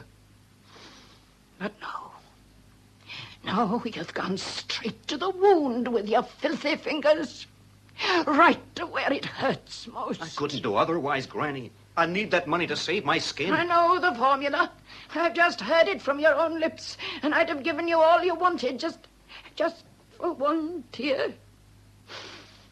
But it's too late for tears.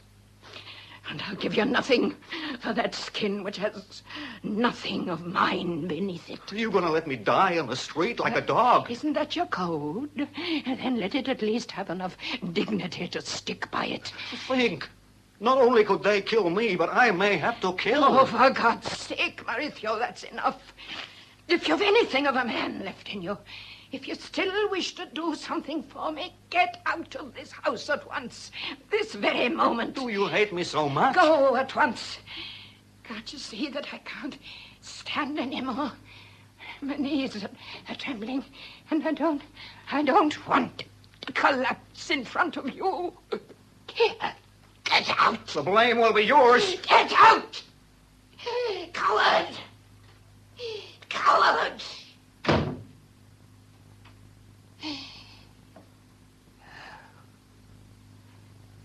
Coward.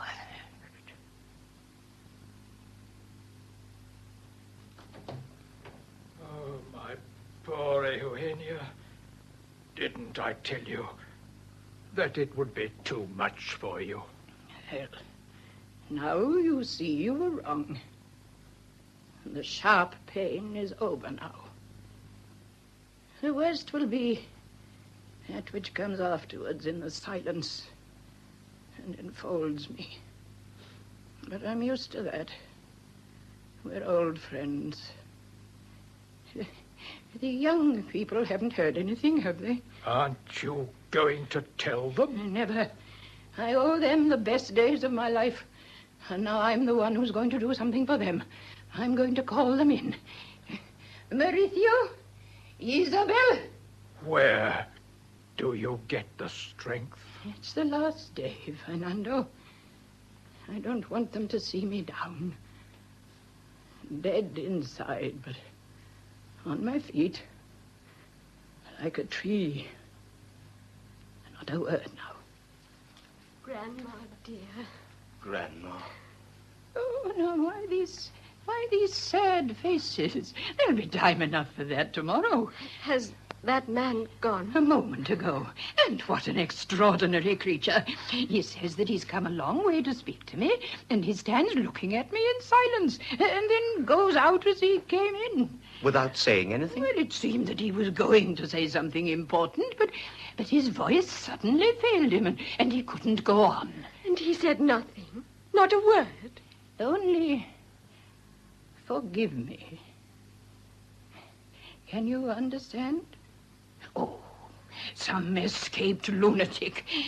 Well, have you packed your bags? Oh, there's still time. Fernando, go and cut them a spray from the jacaranda. They'd like to have it as a souvenir. Yes, my dear. Oh, and the recipe for the liqueur. Now, we mustn't forget it at the last moment. Have you a pencil and paper? Yes, Granny. Here you are, Isabel. You write it down. Yes. Now, write it down, my dear, and we'll see how it turns out. All the women from this house have made it well. Now, write down equal quantities of distilled water and alcohol.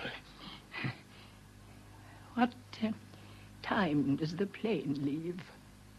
Early tomorrow morning. Tomorrow.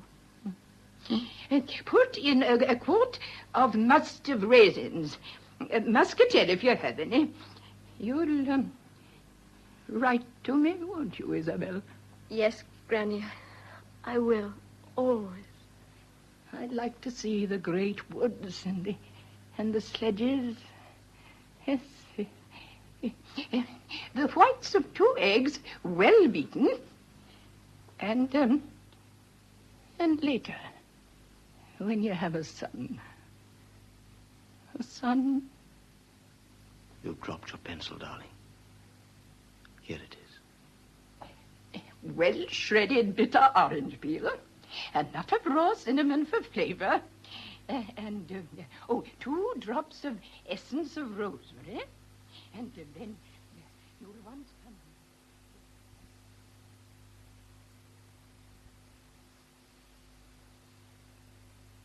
In Trees Die on Their Feet, by Alejandro Casona, translated and adapted by George Leeson, the part of Isabel was played by Beryl Calder, that of the director by Simon Lack, Grandmother by Olga Lindo, and Balboa by Norman Claridge.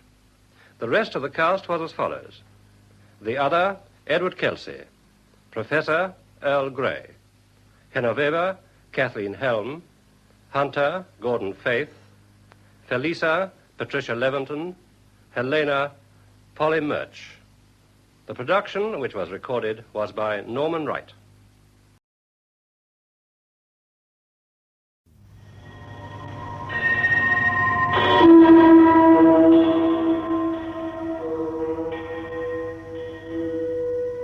Michael Spice, Kate Pinchy, and David Spencer in The Temple Tree, adapted by Betty Davis from the novel by David Beatty. The story takes place in Ceylon, before it became the Republic of Sri Lanka. Pardon me, stewardess. Can I help you? I can't fix this seat. I guess it's stuck. You want it further back? Oh, it is a bit stiff. There we are. Oh, thanks. Now, isn't that pretty? Just look at that moon out there. Yes, it's beautiful, isn't it? The weather's been real nice ever since we took off from Hong Kong. Will it be that way in Ceylon? In Ceylon? Well, it might be a bit drizzly. Oh, excuse me, I'm wanted on the flight deck.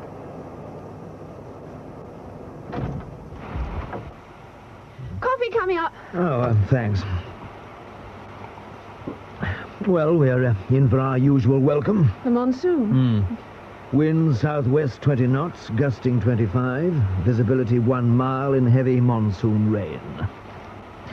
Miss Tamplin, I don't like India rubber sandwiches.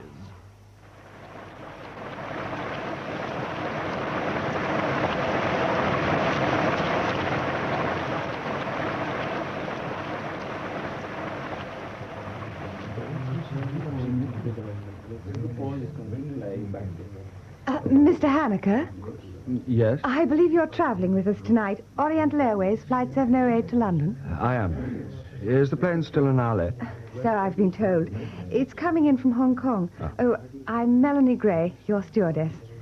I've got a taxi waiting outside, and I wondered if you'd like to share it. The Colombo taxi service is a bit erratic. Oh, thank you. I've been trying to get one, but I haven't had any luck.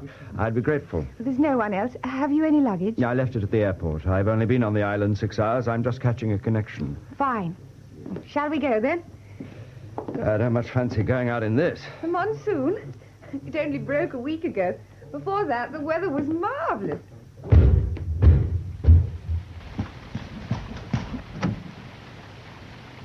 A London taxi? Superannuated. We have London buses, too. It's odd seeing them here.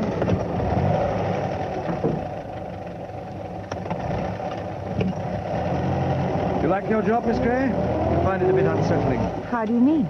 Well, don't you get tired of dashing about? No. Actually, we're based in Ceylon for 6 months. It's rather a pleasant arrangement.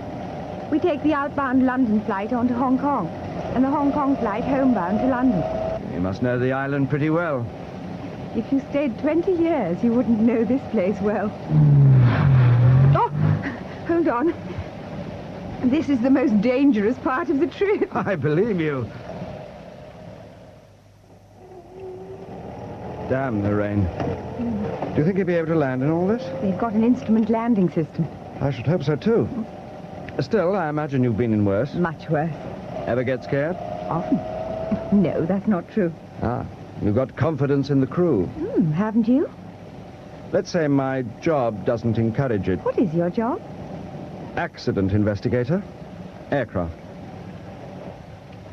Isn't it rather depressing? Perhaps I'm not the sensitive type. I wouldn't have said that. Thank you. What on earth is... You said this was the most hazardous part of the journey. I better have a look.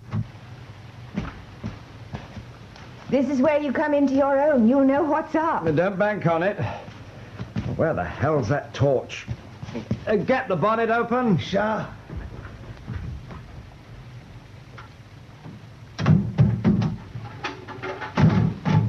Oh, it's rusted to hell. Well, damn, it might be anything. How far from the airport are we? Long way, sir. Many miles.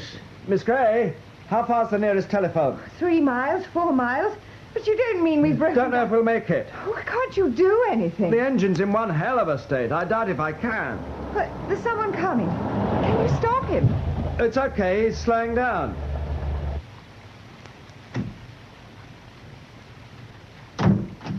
You seem to be in trouble. We certainly are. Perhaps I can help. Oh, please, we've got to catch a plane. Do you know anything about the inside of a car? We simply stopped dead. Mr. Haneke's just had a look. Mr. Haneke? My name's Lawton, Roy Lawton. Oh, I'm Melanie Gray. Delighted to meet you, Miss Gray, even under these circumstances. Now, let's have a look at that engine. If there's nothing I can do, I'll turn around and give you a lift. Oh. Let's see what the trouble is. Would you like to hold the torch for me, Mr... Haneke? Ah, over there, Mr. Haneke.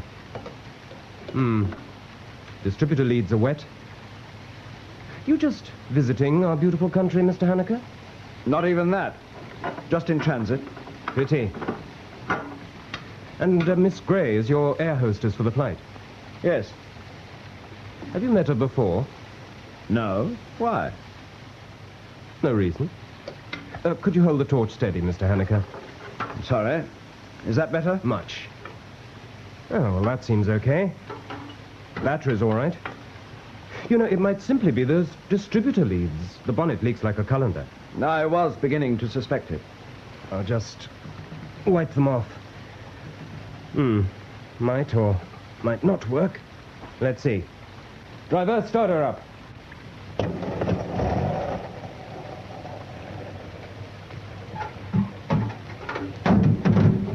If he lets it run a bit, that should do the trick. You're a wizard.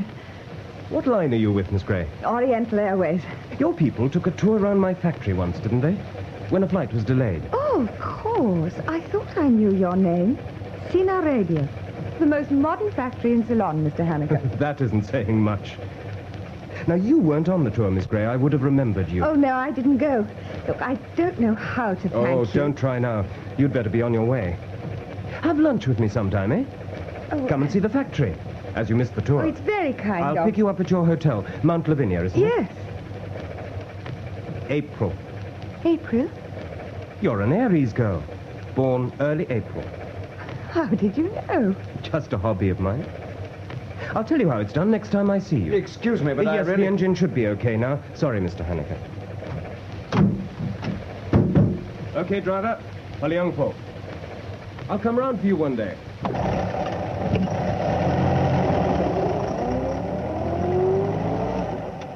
He'll find the bird flown. What was that? I said he'll find the bird flown if he calls for you tomorrow. Oh, was that what he said? He's obviously not familiar with airline schedules. He's also obviously taken with you. I thought he was a bit odd. Because he seemed taken with me? I didn't mean that. I know you didn't. Maybe because he made it obvious. Well... But then you can't really judge him by English standards. He is English, isn't he? Yes and no. Cosmopolitan. More Sinhalese than the Sinhalese. That kind usually are, like converts. Oh, he's done a great deal of good here. He's very influential. Oh, well, we're not too late, thank goodness. We'll make the plane in time. Good evening, sir. Travelling with us to London? Yes, Mr... Reeves, station manager. Been in Ceylon long? 6 hours. Oh, I see, in transit. Bit of a bore hanging around, isn't it? But not long now. Your plane's coming in. Oh, you don't reckon the rain might make him divert? Oh, no, sir. We'll get you back to London on time. Now, you've been cleared at the traffic counter, haven't you? Would you mind going on to passports? This way, madam. The plane is late? He'll be down in just a few minutes. He's coming in now. Whiskey Echo reporting over the beacon at 10,000. Request clearance to make an instrument landing approach. Tower to Whiskey Echo. Cleared for an instrument landing approach to runway 28. Wind 20 knots. Gusting 30. You're number 1 to land. Hey, this thing's deteriorating, isn't it? Coming down in buckets up here. What's the latest visibility? Latest visibility...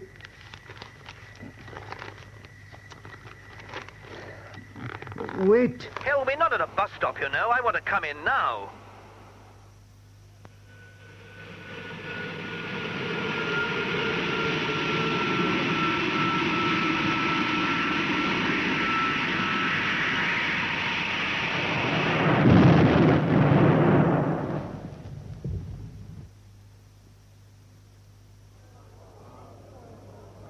He's very late.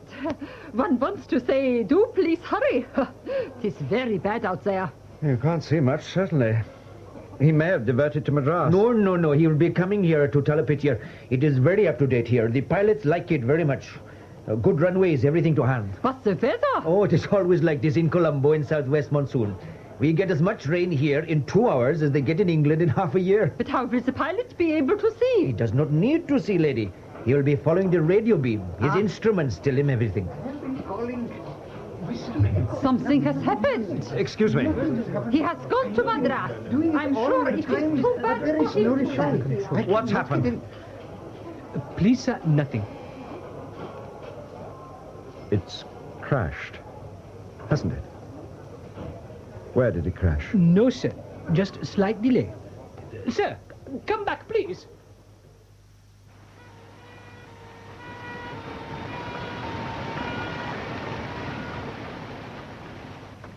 See that ambulance? Follow it. Mount Lavinia Hotel, sir? No, follow those tail lights. No lights, no, sir. That way. Hurry!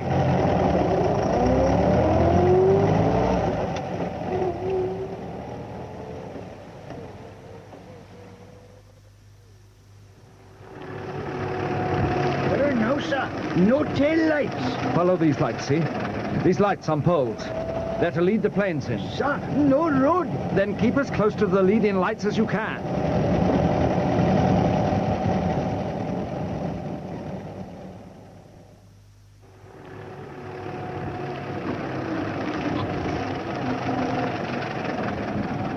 Mount Lavinia Hotel now, sir. I said follow those lights. No lights, sir. There are two over there. Bad road, sir. Go on. Holy place, sir. Sacred to Skanda, sir. Up there and quickly.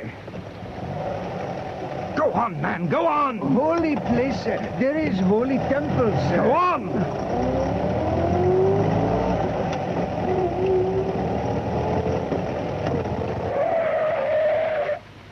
Sir, look. Aeroplane. Oh, God. Oh, my God. Oh, wait here.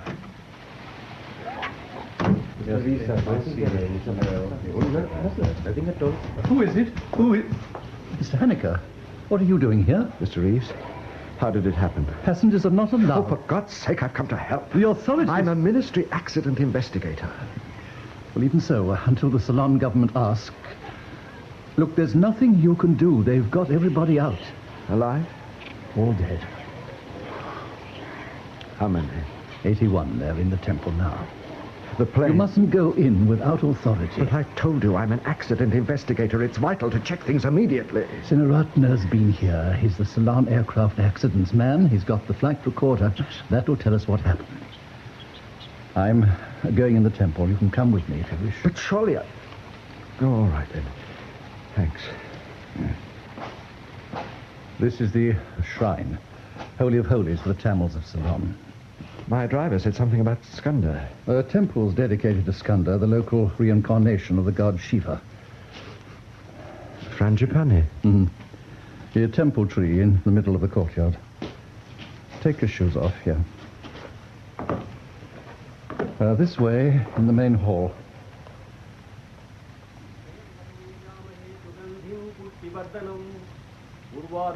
Who's that? The Brahmin, high priest of the temple. It's a prayer for the dead.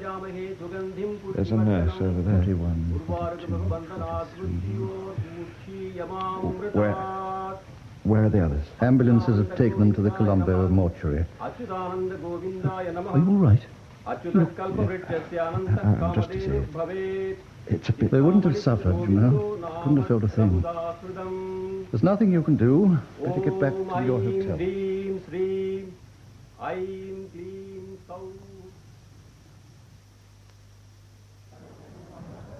Good morning, Mr. Haneker. Good morning. Well, there's certainly changed. Yes. The weather changes very quickly here in monsoon time. Sir, we have confirmation of your flight to London. Departure 20:30. Pick up here at 18:30. 18:30, good.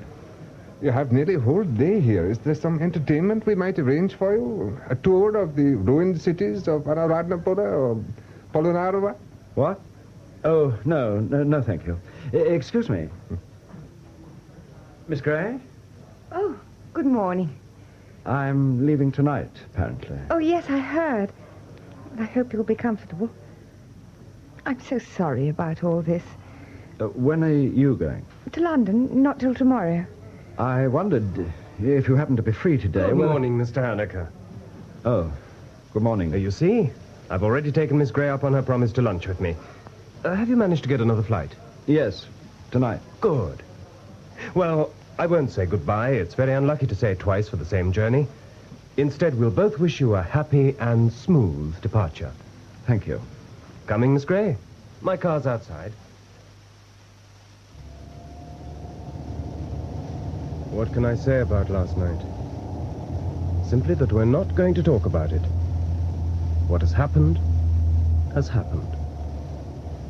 One thing the East has taught me, to accept. Am I preaching at you? Yes. Nevertheless, will you do that? Just for today? Accept what I planned for you. I can think of nothing better. I'm not sure that acceptance is always right, though. If we never questioned anything, things would never be discovered. We wouldn't be able to prevent them happening again. You're still thinking about the crash? Partly, yes. Well, think about it if you must. Oh, I don't really want to, Mr. Lawton. Oh, Roy, please. It puzzles you? It's not that. You mean they know what caused it? Well, I think they have some idea. Marvelous how they find these things out so quickly. Was it some mechanical trouble? I don't think so. They reckon the pilot, undershot, came in too low on his approach. Frightful business. Does it happen often? No. Sometimes. More than it should? I'm not an expert. You should have asked Mr. Haneker that. Oh, the chap we've just left? Yes, he's an aircraft accident investigator. Is he now? But he's on his way back to England, isn't he? That's right. Tonight. Forgive me asking so many questions. I know very little about flying. It isn't likely to happen again, is it? No. How can you be sure? I can't, but it's something I must accept. As you said, what will happen will happen. That isn't quite what I said. And you could do something about it. You could give up flying. You're joking. I mean it. I thought we were going to forget about the crash. Well, let's talk about something else. Where are we going? Am I allowed to ask?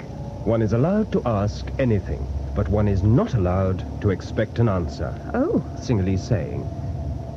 But you'll get an answer this time. I'm taking you to my bungalow for a swim and lunch. Not to the factory? Oh, that can wait. You said you'd heard about me. What had you heard? Only that you're a model employer. Grossly exaggerated. I run the place like the army. I'm terribly strict, but they lap it up. No, I meant, had you heard anything about me, my private life? That you're more Singerlese than the Singerlese, that's all. And that simply means that I love Ceylon. Nothing more exotic. Disappointed? No, reassured. I thought I might find half a dozen females in residence. You're thinking of Mohammedans. I haven't half a dozen. Only one. Oh? Your wife? No. The mistress of my household. My guardian angel. My evil genius. My conscience. My private magician. Ceylon itself, maybe. She was my ayah, my nurse. More to me than any mother could be. She insisted that I bring you to meet her. You told her we'd met? No. She told me. Before we met. Everyone in Ceylon is a magician. Is that how you guessed my birthday? Perhaps. Yesterday it was foretold I should meet my golden girl. Today, Aya too wishes to meet her. Don't take me too seriously. Out here everyone lives by horoscopes. So why not my little Aya? But you'll meet her soon. We're nearly there. Aya, look. I've done what you commanded me to, you old dragon. Isn't he a silly boy, miss? Welcome to Singala, my dear. Thank you. We're going to swim. We shall want towels in the changing rooms. They're already there, Master Roy. Sir. Go with Master Roy to the changing rooms and collect his shoes and suit. I myself will go with you, my dear. Come.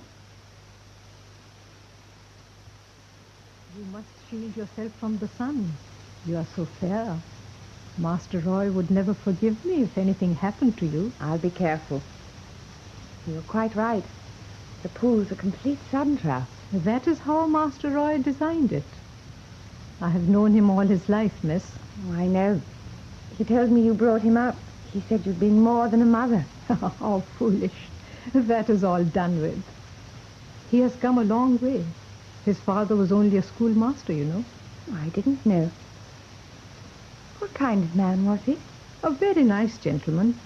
Handsome, like Roy. But timid, not like Roy. Very religious. He came here from England with the Baptist mission. I got on well with him. But her... Roy's mother? Oh, don't think, please, miss, that I did not like her. She was a fascinating woman. When did she die? Die? Is she dead? No one knows. She simply disappeared. But why? No one knows. Roy had just had his first birthday. There was a scene, one of so many. She hated Ceylon. She said the servants laughed at her. She was even afraid of handling my Roy. I did everything for him, even before she left. Let me take your dress, my dear. I will hang it. Thank you. When did she leave? The day after the scene. No one ever saw her again. How terrible. There was a boat in the harbor, bound for England. They were easygoing men, those sailors. Maybe they took pity on a beautiful woman, for she was beautiful. Though not as beautiful as you, my dear. After that, Mr. Lawton was quieter than ever. A year later, he was dead. May I help you, my dear? Oh, if you could fasten the back. Thank you. What did he die of? Meningitis, the doctor said. I thought it was a broken heart. Who knows? After that, it was Roy and me. The school closed, of course. What did you do? Oh, we went home to my village. We lived in a palm-thatched hut. Roy speaks Sinhalese and Tamil as well as he speaks English. Ask him to tell you our glorious legends. You saw the lions on the gate? He has taken them as his symbol. Very suitable. The lion is the British symbol, too. Yes, he worked very hard, Mr. Roy. We moved to Colombo. He was apprenticed to... You've been very good to him. Thank you. I can manage now. Bathing pumps. You must have bathing pumps. Oh, really? Mr. Roy insists because of the tiny scorpions. There are several pairs here. I take size 4, but anything will do. Now he has achieved much, yet not so much as his horoscope foretells. These perhaps will fit. Oh, thank you. I feel like Cinderella. Who, please? She was a poor girl who tried on a glass slipper and married a prince. A prince. That is what Mr. Roy will be one day. A ruler. A most powerful man. That, too, was in his horoscope.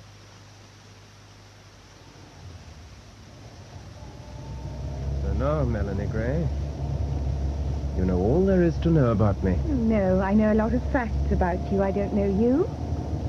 I'm not easy to know. I have few real friends. I walk alone. Now I feel I do know you. Thank you. But you've told me nothing. There's nothing to tell. It's all rather dull. Age 22, single, only child, as I am.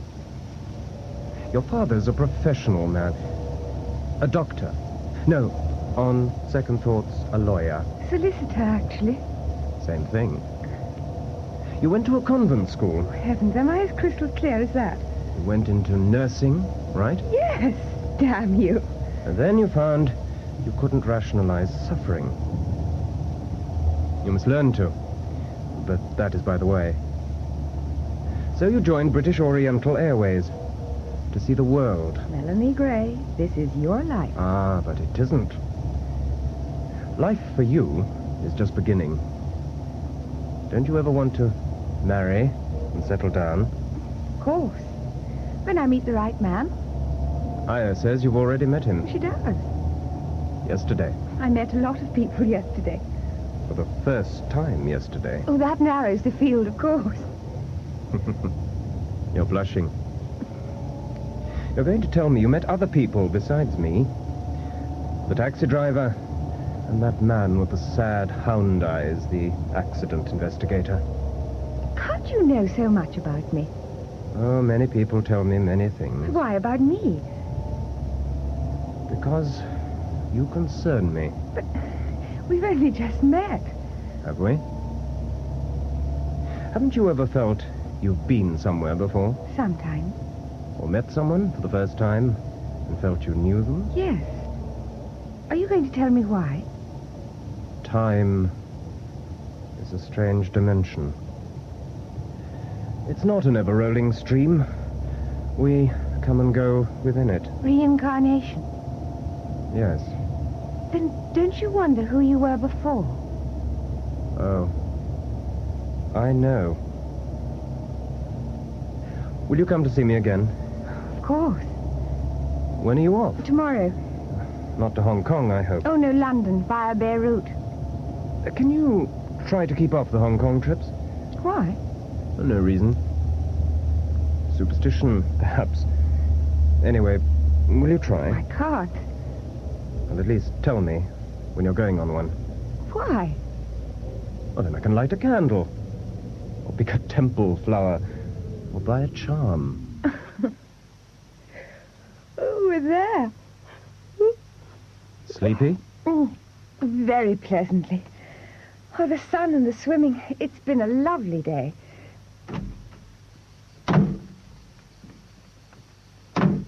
It won't happen again, you know, the crash, I mean. By the law of averages, it can't. What? Mr. Haneker? I thought you'd gone. I've just had a cable. I'm to stay here and investigate the crash. You are? Then they think there's something wrong? That's what I have to find out. You're not going to get rid of me all that easily, I'm afraid. Hello, Mr. Haneker. Come and join us. Thank you. What are you drinking? Well, it's orange juice, but no more for me, thank you. Nor me. There's a limit to the citrus my stomach can take. Have something stronger. Sorry, no can do. Flying later. This is Captain Dewhurst, the flight captain here. Ah, just the man I wanted to see. Gin and tonic, please. Any luck today? No, I've seen a lot of people and found out damn all. Except that everything was normal. Ah, thanks. No evidence of any malfunction, no repairs. Cheers. They won't let anyone near the crash plane itself. The whole area's swarming with police. Well, you'll have to get a chit from Senaratna. He's the Ceylon Air Accidents man. So I've been told. I've got an appointment with him tomorrow. Mr. Haneker is inquiring. I know. Yes, we've been put in the picture about him. In that case, I'll leave you both to it. You're leaving tonight? 20:30 for the UK. Have a good trip. Be seeing you. Give my regards to London. Will do. Oh, can I phone anyone for you? Mrs. Haneker? No, thank you. I'm not married. Well, goodbye. Goodbye. A good thing not to be married in your line. How about in your line, Captain Dewhurst? I'm married. 3 kiddies. Wife back in England with them. Roll on retirement, she says. How about Captain Coates? Coates, the crashed pilot. He was married. And looking forward to retirement? He wasn't far off it. He was 54. But a young 54, otherwise we wouldn't have let him fly. The night before last, you landed here an hour before the crash, didn't you? Uh-huh. Eastbound from London. Visibility poor? Yes. Rain sheeting down. I came in on the instrument landing system. Like Coates. The ILS was working well? It was spot on. You don't think the rain might have affected the beam?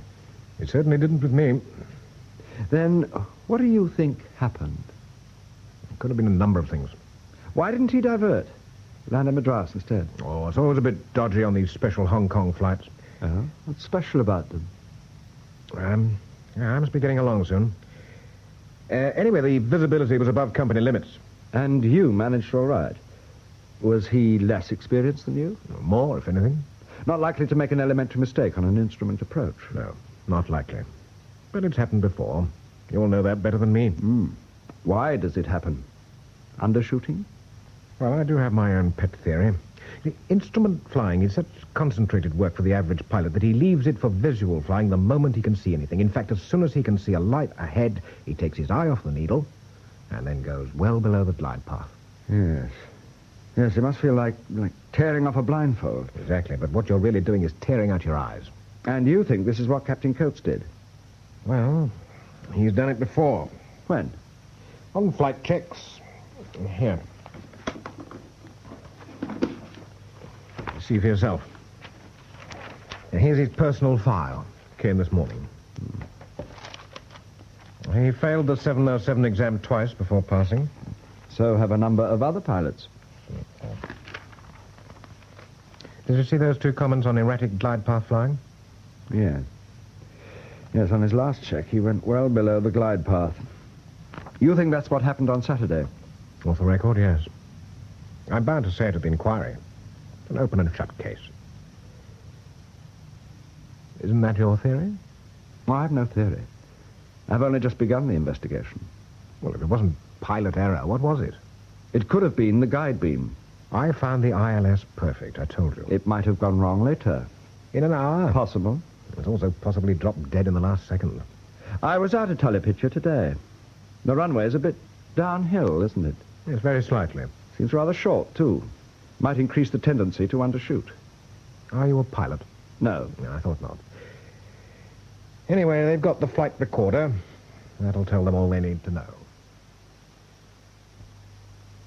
Mr. Annika? Yes, good morning.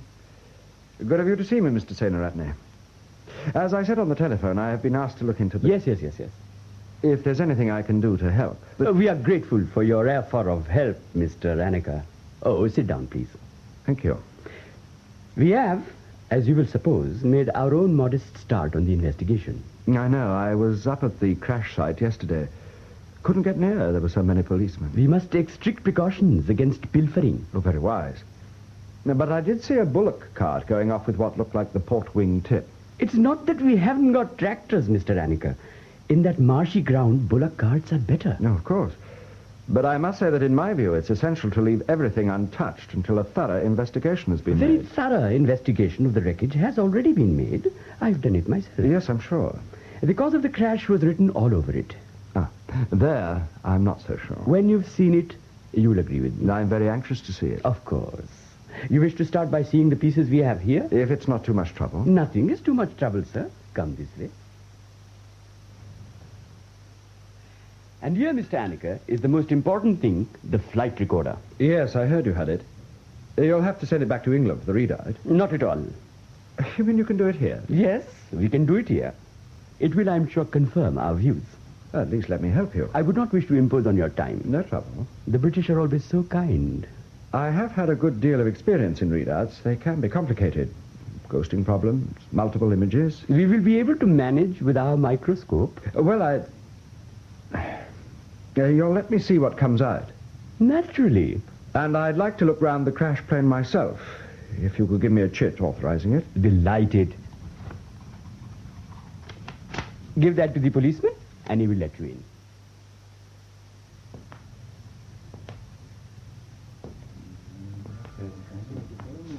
Hello? Who's that? What? Mr. Annika, what are you doing in here?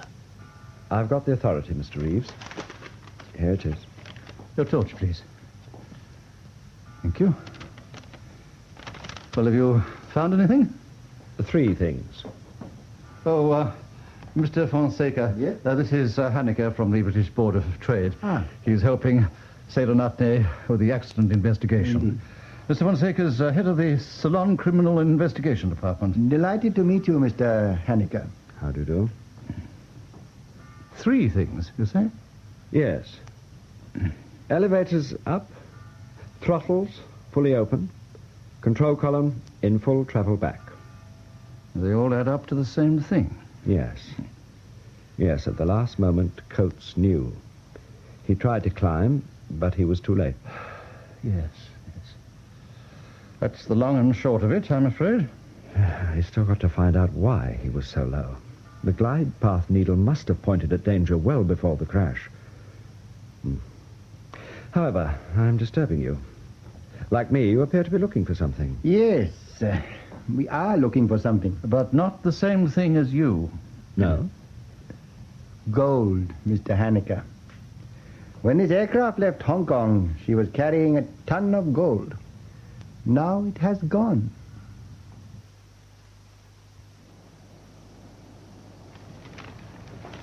Good morning. Ah. Are you reading about the crash? Yes. That's a pretty good aerial photograph of it. Oh. Must have been taken at treetop level. In London, the headline's cricket. You do surprise me. I didn't know you were back. Last night, actually. Sit down. Have a coffee. No, thanks. We're off for a swim. We? The prosperous gentleman with the radio factory, Lawton. No, not this time. The rest of the crew. Enjoy your day with him? Yes, very much. Well, can I tempt you to come swimming with us? Oh, you certainly could, but you mustn't. I've got work to do. How's it coming along? Slowly. You did one of those gold bullion flights from Hong Kong, didn't you? Yes. 3 weeks ago. Tell me about it. What was the procedure? Well, just before we left the ramp in Hong Kong, an armored car drew up with 3 guards. 2 brought the gold in and stored it in the precious cargo compartment. The other one supervised. How long did it take? 3/4 of an hour. We were nearly an hour late leaving. Did the passengers know the cause of the delay? No, but the crew did. Is that any help? Everything helps. Am I holding you up? No. The boys are trying to lay their hands on a gharry. We're going to a lovely little bay about 5 miles south. The water's marvellous. I envy them. Oh, success at last. There they are.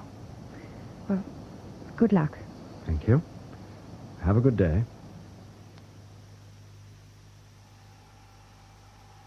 Hello, Haneker. How's the accident investigation going? Slowly, I'm afraid. Sorry to interrupt, Mr. Fonseca. I didn't know anyone else was here. Oh, that is all right. I came to collect those papers you promised I could have a look at. Ah, yes. Logbooks, crew training particulars, medical certificates. Here you are. Thanks. What about the cargo? Ah, yes, indeed, the cargo. We know where it is. You do? You've got the gold back? No, that will take time. In Ceylon, man, we do not have a big enough dredger. What do you want a dredger for? To drain the lake. The lake by the temple. You mean the gold's in there? Yes, it is. We have done very careful and difficult mathematical calculations. There was a big hole below the cargo locker. Holes all over the fuselage. Many pieces of baggage fell out. Many are still missing. We have worked it out. Height of aircraft, weight of boxes, speed, location. The gold is in the lake. Oh, that's convenient. Well, you'll want to read those reports. I can't let you have them too long. What do you mean by that, Mr. Haneker? Too neat. Falls into shape too prettily. But if it's not in the lake, where is it? Those boxes did not have wings to fly away. The forest. It's a big place. It is being searched. Every yard? Every inch, man. Then, of course, somebody might have gone off with it. Stolen it? Who would do such a thing, Someone who knew there was gold coming in. Only a few government and bank officials knew. Very important, very high up. And they did not know it was coming in that day. Someone may have found it after the crash. There were the fire and ambulance crews. And Seymour and his men. They took away pieces of the plane. Those men have been rigidly investigated. And your men? All my men are of the highest integrity. There might be one rotten apple. Beg pardon, man? One of them might have found some of the boxes and said nothing. They did not know what they were looking for. They would if the boxes were splintered. Anyway, there must be some people on the island that might be worth checking up on. In Ceylon, people are very honest. You're talking yourself out of a job. But you're close to India. You must have some types in the gold racket, smugglers. There's Gunn. Gunn? Who's he? Poor quality American, a pilot. He sells sightseeing trips. Yes? Takes aerial photographs for the papers, does survey work. He was with an American airline, but they sacked him. Why? I haven't asked him. He's not a man you chat up. Smuggling, probably. He's gone to pieces since. No, he was not there. He did not know of it. And he would not have the ability to plan such a thing. Where does he live? In the Pata. That will tell you the sort of gentleman he has become. Have you questioned him? I do not make a jester of myself. That is always the same with you Westerners. You bring wrong eyes to the Eastern scene. You may not think very much good to my story, Mr. Haneker, but yours is straight out of the storybook for the Marines. Now you've upset him. I don't see why. Because you're an accident investigator, not a policeman. The accident is yours, the gold search is his. And you don't think the two are connected? I'm perfectly certain they're not. So is every other reasonable person. This man Gunn, have you got his address? No. Never mind. I expect he's in the phone book. I'll find him.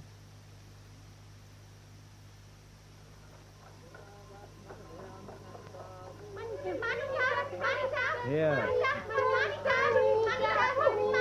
Does Mr. Gunn live here? Gunn? Oh, never mind.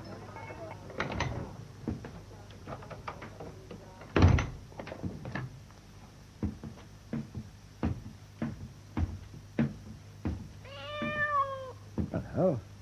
Hello, girl. Mr. Gunn? Mr. Gunn? Hello. Don't be bashful, mister. Oh, be my guest. Help yourself to a smoke if you want to. It's a cigarette box. Mr. Gunn? Yeah, that's me. My name's Haneker, James Haneker. Well, what do you know? Go on, have one. No, thanks. I don't smoke. No bad habits? None at all. So you didn't want to smoke, huh? I know who you are. I doubt it. You're a caller. I'm not. You got a die stamped on you, mister. F&B Bloody Eye, or the limey equivalent. You're just out from London, England. No Colombo tailor stitched that suit. Not hangdog face. You seen all the seamy side, ain't you, mister? Well, it hurts you all worse than it hurts us, I shouldn't wonder. I can see once you've made up your mind, that's it. And I know why you took such a fancy to that cute little old box my granny gave me. No gold here, mister. How did you know the gold was missing? Well, I get around. Okay. This box here once carried packaging and a 1-kilo gold bar. But that's ancient history. Just coffin nails. That's all it carries now. Did you deal in gold once? Sure. Why'd you give it up? Let's say I saw the light. Or I got my finger end singed, or mind your own bloody business. I'm not in the racket now, mister. That's all you need to know. So don't jump to any of your straight-out-of-the-snout's book conclusions. I am not a detective. I'm an aircraft accident investigator. And the best of British luck to you, mister. Now, me, mister, I'm allergic to investigators. You know what I mean? Yes. I'm allergic to accidents. Avoidable accidents. You reckon this one was avoidable? Most accidents are. Most. So the pilot's the fall guy again, is he? Pilot error? Is that what you're trying to pin on him? Not if it wasn't so. What about the rain? Visibility was very poor, but that supports the pilot error theory. And what about the airport? You're a pilot. What's your opinion of it? I noticed the main runway was downhill. And too short. Those hills, they crowd you. Why did they build it there? Well, you just come from England. What about your third airport row? Same here. Only eastern setting. I follow you. It's getting kind of hot in here. How about some of the wine of the country? Thank you. Coming up. So, in the end, it was telepicture. Yep. Yeah, there were a lot of Sinhalese Buddhists in the government, so the Hindu shrine wasn't so sacred to them. Did you talk to the Brahmin there? Oh, did he have the gift of tongues? Prophecy. What did he prophesy? Just what happened. That his gods would get real mean and smack 'em down. Superstitious lot, the Sinhalese. Here we are. Wine of the country. Tea? Yeah. I kicked the hard liquor along with the gold. Ah, yes. The gold.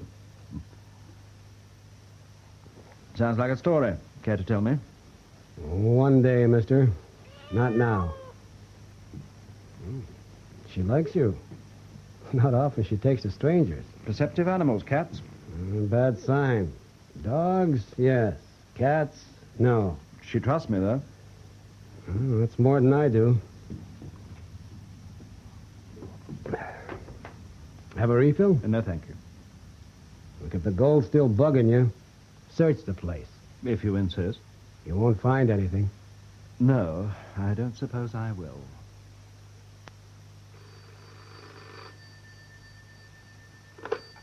Hello? Mr. Haneker? Speaking. Reeves here. Did you find Gunn? Yes. Any gold bars knocking about? No, I searched the place. I didn't think you'd have any luck. I've got a message for you. Senaratne wants to see you. Oh, does that mean that... Yes. They've got the flight recorder readings. He wants you to see them. So that's what the flight recorder says, Mr. Haneker. Now I shall create for you exactly what happened on the night of the crash. Play the tape from the tower, please. Hey, this thing's deteriorating, isn't it? Coming down in buckets up here. What's the latest visibility? Latest visibility? Wait. Hell, we're not at a bus stop here now. I want to come in now. He was a man of 54, in bad weather night conditions, about to land on instruments at the end of a tiring flight. So naturally... Haven't you got that visibility yet? Visibility 1 mile in heavy rain. You can say that again. Captain Dewhurst landed an hour ago. What was the visibility then? Same, sir. and above your company limits. I know.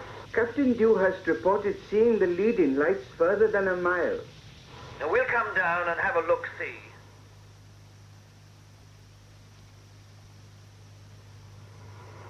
Over the outer marker at 1,500 feet. On the glide path. Yes, I see he was at 1,500 feet. He'd been descending correctly on the glide path. His speed at that point was 140 knots. Quite correct. He was on the ILS beam. 3 minutes before the accident, everything was perfectly normal. We have the proof here. Yes. And then, according to the flight recorder, he puts his nose down, comes down steeply, well below the correct glide path. Why? Do you know what I think? Over the outer marker, he caught a glimpse of a leading light. He was tired. He abandoned his instruments to fly visually, pushing the nose down to get under the cloud. 5 miles out, he was at 850 feet instead of 1,000. 2.5 miles out, when he should have been at 500 feet, he crashed into a 200-foot hill. In other words, he got hooked on a disappearing light. It's happened before. Many times. That's it, then. Well, I agree it's a possible theory. It's the only theory, man. Whiskey Echo. Whiskey Echo. Report, please. Whiskey Echo. Are you receiving me? Whiskey Echo. Are you diverting? I do not hear your engines. Whiskey Echo. Oh, God. What to do?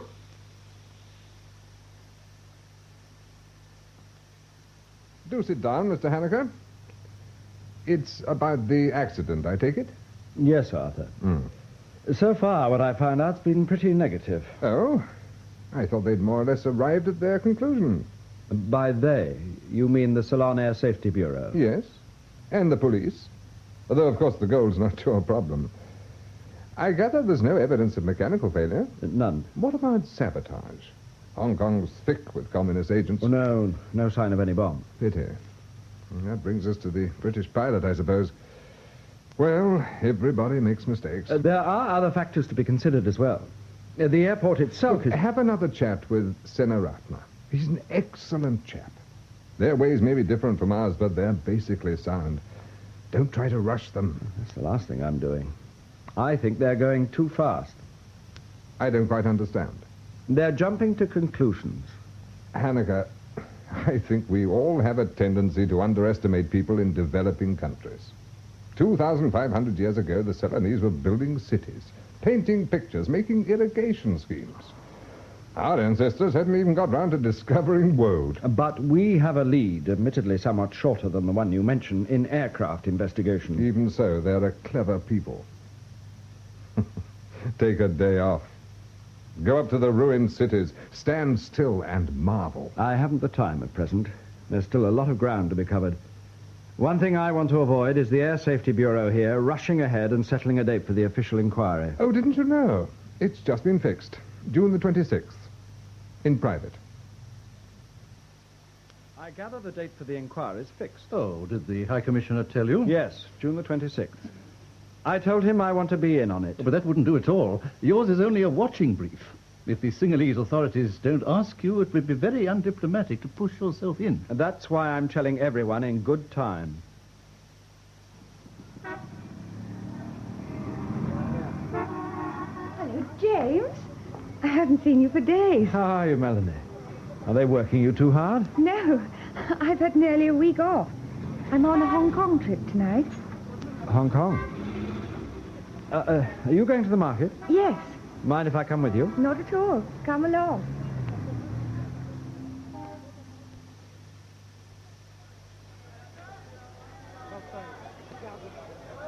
All these shops are called boutiques. I expect it's where the King's Road trendsetters got the name from. I used to live near the King's Road when we were first married. But I thought you... But Margaret, my wife, was killed in a car crash. I'm sorry. You're the first person I've ever been able to tell about it. It was a long time ago. Look, horoscopes. Yes, they're big business here. That other man's telling the future from different sized sticks. They probably do just as well. As you do, you mean? In my weaker moments, that's just what I mean. And the rest of the time? I know better. Good. You fly tonight, then? Yes. I'd like to say, don't go. Do you know something you haven't told me? There's lots I haven't told you. Of course, but I mean, is someone likely to put a bomb on board, for instance? No, You were acting as if you thought they would. just being super cautious. But why? I thought you might have guessed. Take care of yourself. That's all. I will. You do that, too. Please.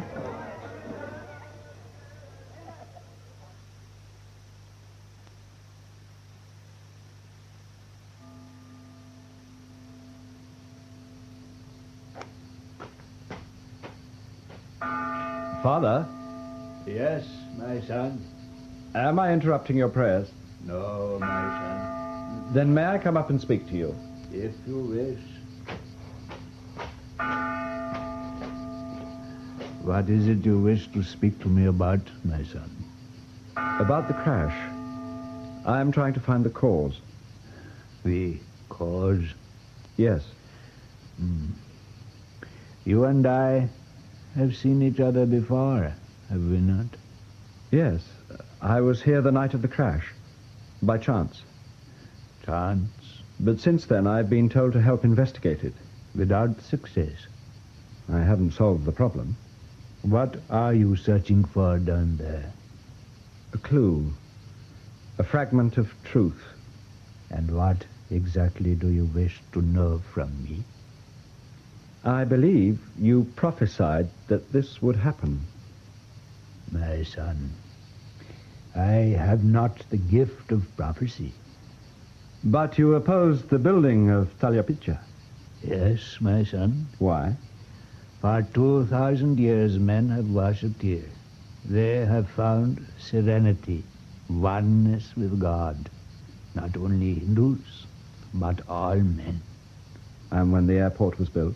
We endeavored to free ourselves from its distractions.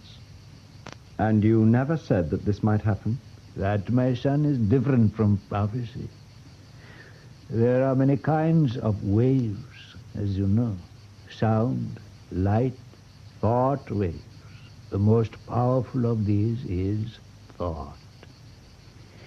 This sacred place was a beacon, a lighthouse for good. The coming of the airport brought harmful vibrations and evil. How? Exactly how, I do not know. Have you tried to get the airport closed? We do not pray for such tangible things as you do in the West. Then you just prayed? Just. There is nothing more powerful than meditation and prayer. Perhaps not. But my problem still remains. You have spent too long searching down there. You must raise yourself. You will not find truth there. You will find it in your mind. You have the answer, but you do not yet know it. I hope that I have helped you, my son. Yes. One thing I want to prevent is that happening again. Good night, Father. Good night, my son. Hello, Miss Gray. I thought you might like to watch the landing. Thank you, sir. And thank you for turning round so quickly in Hong Kong. Tired? A little. Be back in Mount Lavinia soon.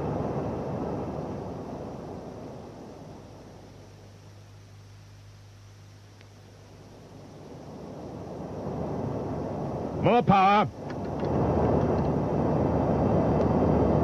More power. The rain's clearing.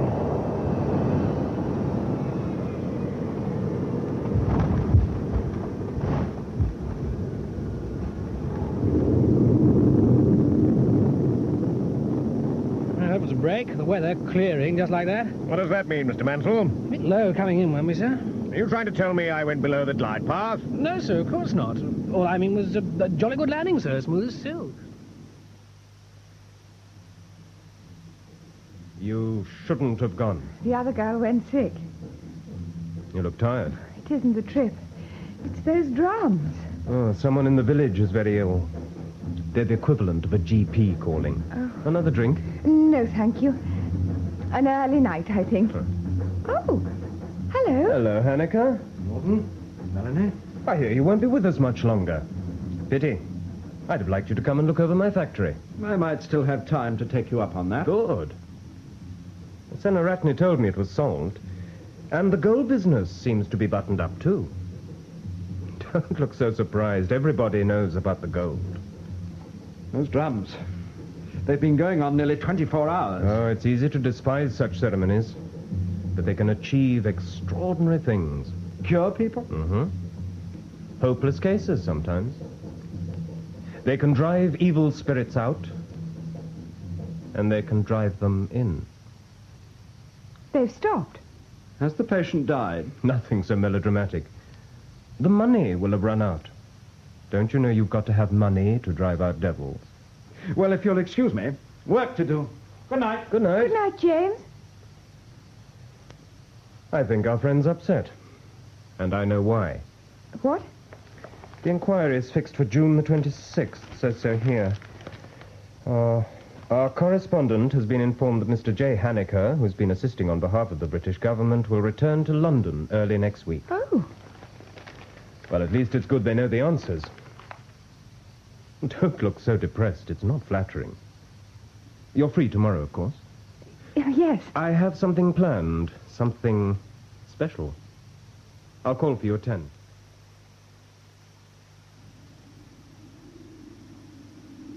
Careful now. Don't hurl yourself over. There's a strange atmosphere here. I heard this place was supposed to be evil. Sigiri? No. People are afraid of it because of its history, that's all. You know where we're standing? A lookout. The Lion King's execution platform. Oh. From here, disobedient subjects were given a push. Go on, look down. Oh, no. I don't like heights. I won't let you fall. Down there is the barrack square where the bodies fell. It gives me a horrible feeling. You sense it drawing you towards the drop. Then on we must go. More climbing. I still can't see how we get to the top. The path peters out after a bit. That's the clever part. There's only one way up. Once they were at the top, they were safe. Come on.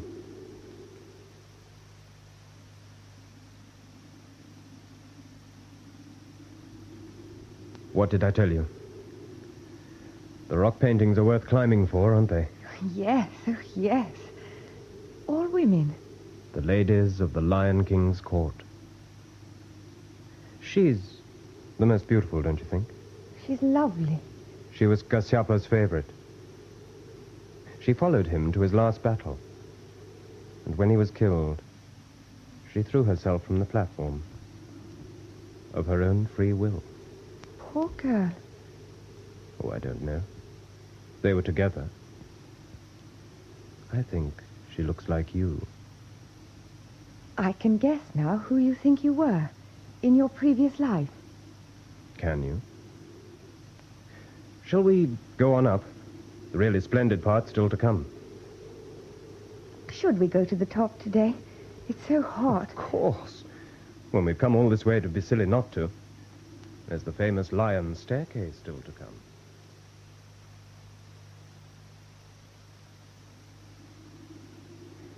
Here we are.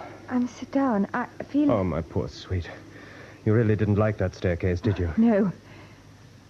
This is Galasanaya, the Lion King's throne. I think I'm going to faint. No, you won't faint. I feel so strange. Melanie. Melanie. Marry me. Oh. Are you all right? Yes. What happened? I thought... Nothing happened. You almost passed out for a moment, that's all.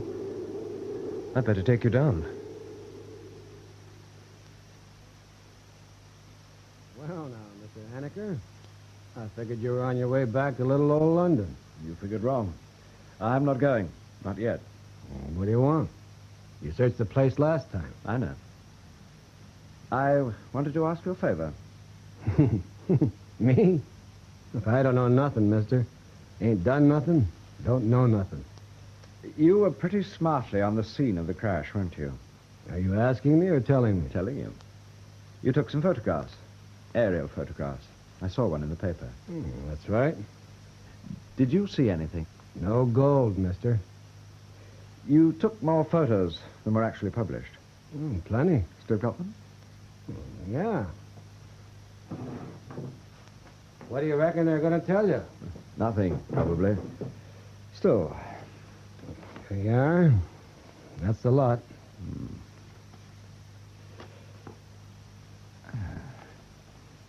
This one. That was the last one. It was daylight by then. Everyone had gone except the guards. Look at those tire tracks. Right in the foreground. Plenty of those, mister. Fire engines and ambulances. I don't mean that mass of tracks. They all curve left towards Colombo. I agree. Yes, those were made by fire engines and ambulances. But look here. Lower foreground. One set of tracks goes a different way. Yeah, you're right. You still got the film? Yeah, I developed my own stuff. I want an enlargement of that photograph. As big as you can, as soon as you can. Half an hour?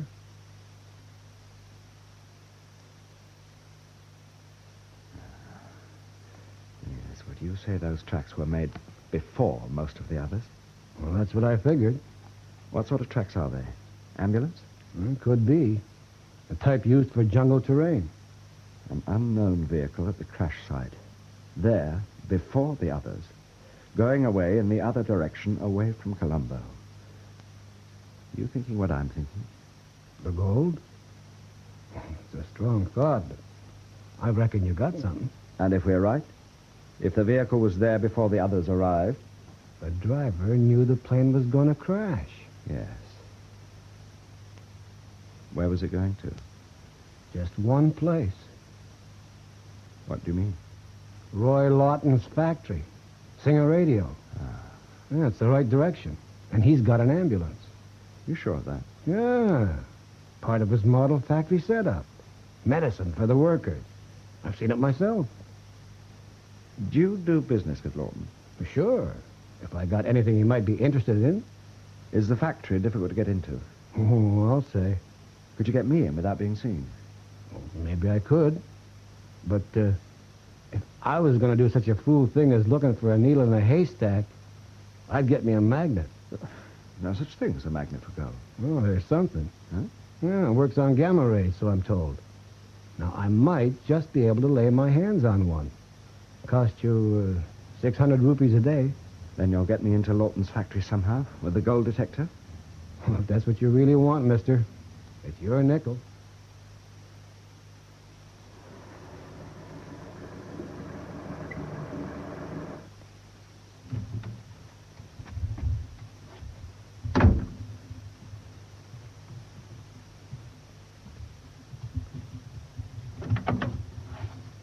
You still alive? Oh, just. Emily all right? Emily? The gold detector. Oh, she's a good deal more comfortable than I am. Keep it that way. That gal's real delicate. I gotta leave you now. Stay out of sight in the van till you hear the hooter. Be about another half hour.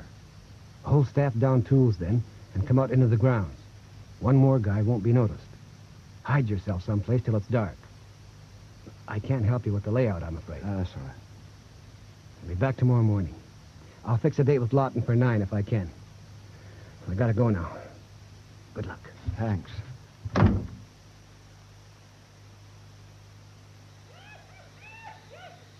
o'clock. Bit early, perhaps. No. Looks as black as pitch and as lonely as the grave. Where first? The office block. And hope to God I can get in.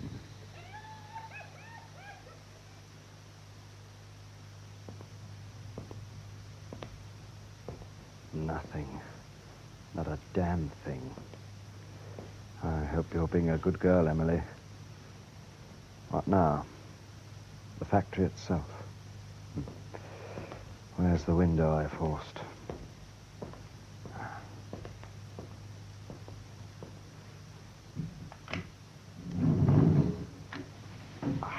Blast the rain. Make a dash for it. Oh, God, no. What the hell can I do? What is it, Prince? Who's that? Come here, Prince. Why, Mr. Haneker. Good evening. Or, strictly speaking, good morning. Down, Prince. Good boy. Don't be frightened of him. He doesn't mean any harm. Well, I'm glad you took up my invitation to visit here, even if it is at a rather unconventional hour. Oh, you appear to have dropped something. Interesting little gadget. Hope it's not broken. No, it's all right. I've seen one of these detectors before. I'm afraid it's wasted here. We do give good value in our radios, but we don't plate them with gold. And now let me see, what can I show you first? I'm not quite sure what you've seen already, but I'll take you over the whole place with pleasure. Oh, and don't forget that neat little piece of machinery. That presumably was the object of the exercise. More tea, Mr. Haneker. No, thank you. I must apologize. Don't worry. I'm glad you've seen for yourself there's nothing here. But whatever possessed you to think I'd do a thing like that? Well, It was gun, I suppose. All right, you needn't tell me if you don't want to. Did you know he'd been in the gold racket? Mm-hmm. He told me himself. Poor old Gun. I've got quite a soft spot for him. That's why I said I'd talk business tomorrow on this load of American cathode ray tubes he's supposed to have. And all the time it was to smuggle you in to see if I'd made off with the gold. I've got enough money, you know. What could I gain from having more? You were in the area at the time of the crash. That's about all. I was, of course. You think the missing gold's tied up with the crash? Yes. Any evidence? Only a hunch. Another one? Well, it wasn't me, and I don't really think it was Gun. What about Reeves? Well, the whole island knows about the gold now, but at the time very few people knew. He was one. I can't see Reeves. No. No, nor can I. But who else was there at the time of the crash? There were the priests from the temple. Of course. The Brahmin and his brothers. I'd forgotten them. Have you had a word with the Brahmin? Yes. Did you know that he thought building the airport was sacrilege and that he prophesied disaster? Yes. But you probably don't know much about the mystic power of a sannyasi. Huh? A holy man. You'd accept that a plane could be brought down by a lightning strike, but not by the power of thought. I wouldn't necessarily dismiss it. I've lived here all my life. I've seen unbelievable things. The priests took the bodies to the temple. Could they have taken the gold, too? The temple hasn't been searched. No. The Brahmin wouldn't allow it. If they've got the gold, how will they get it out? It's not much good to them stuck in the temple. I think I know the answer to that. Well? The temple is sacred to Skanda, a local god. There's a legend he came to Ceylon and had an affair with a beautiful milkmaid called Dahili. Once a year, before new moon, a gift is brought from the temple shrine on the back of an elephant to a clearing in the jungle. A smaller elephant waits there representing Dahili, and the gift is transferred to her back. What is this gift? No one knows. No one ever sees it. When is the ceremony? The day after tomorrow. And one thing's certain. If it is the priests, they'll try it again. You mean another crash? Yes. If the Tamil Hindus could amass a treasury of several million pounds, they'd at last be on equal terms with the Sinhalese Buddhists. They might even come to dominate the island. It's worked once, so they'll try it again. If they're allowed to.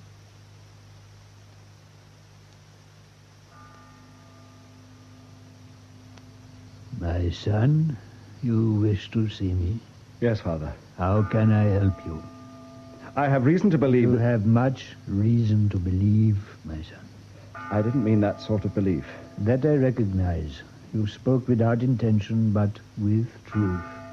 I mean, I have reason to believe that the missing... Do not say it, my son. How long will that bell go on?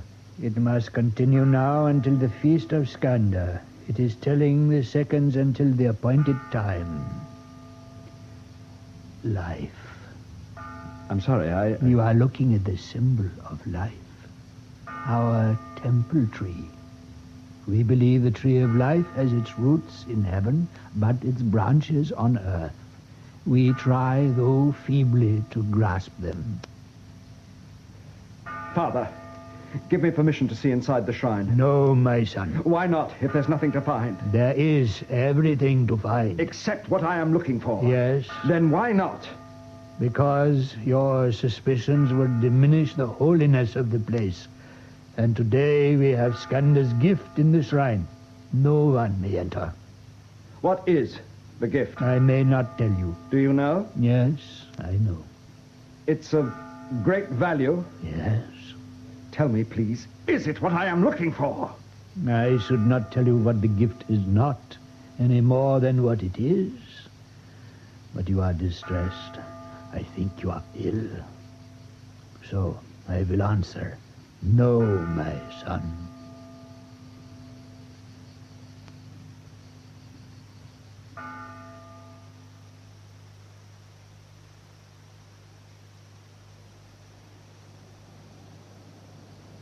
You look tired. I was up all night. Doing what? Searching your friend's factory for gold. Roy? Yes. What did you find? Nothing. Oh, I'm glad. You're on his side. No, I'm on yours. That's why I'm glad. He has an obsession about the lion race, you know. What do you mean? I think he believes that... Oh, it's too long to tell you now. I must go. Off to Hong Kong tonight. Don't go. Have you found out something? Yes and no. Can't you get out of going? You mean swap with one of the other girls? Put like that, no. What then? I wish I knew. Who's the captain? Dewhurst. He's very good. When you back? 2 days' time. Oh, this is where I leave you. Oh, don't look like that. Melanie?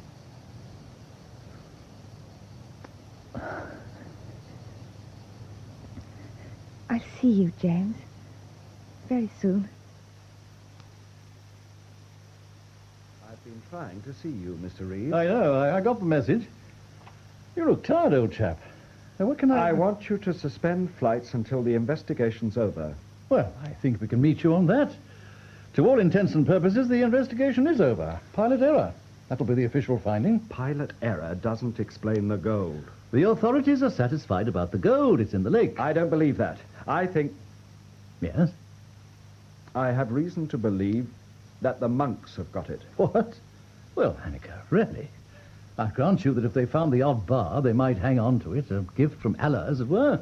Manna from heaven, but serious. I'm deadly serious. In any case, the gold is Fonseca's baby. And he's a devout Hindu. Is he? I didn't know he was religious.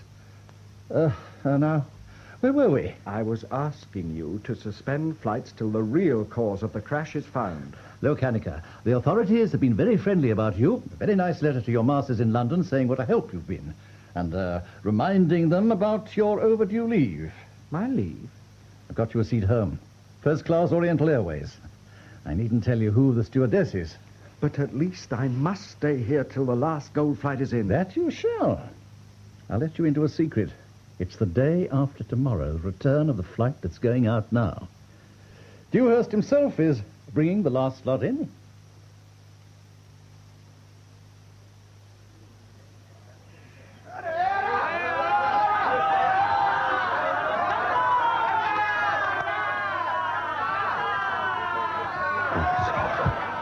Why did I come? Even if Orton's right and the gold is in the shrine, what the hell can I do?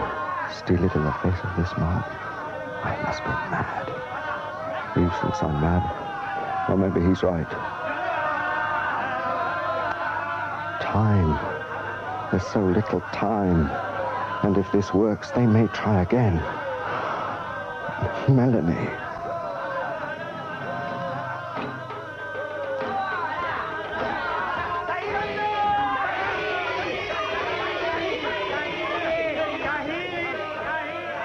Brahmin's procession. The holy elephant. And the gold.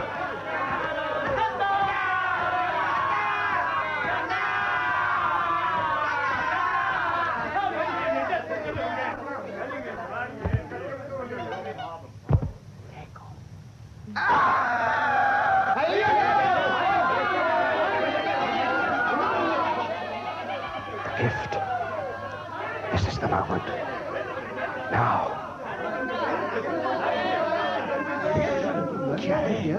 Stop. Stop, I say. No, the gift. Flowers.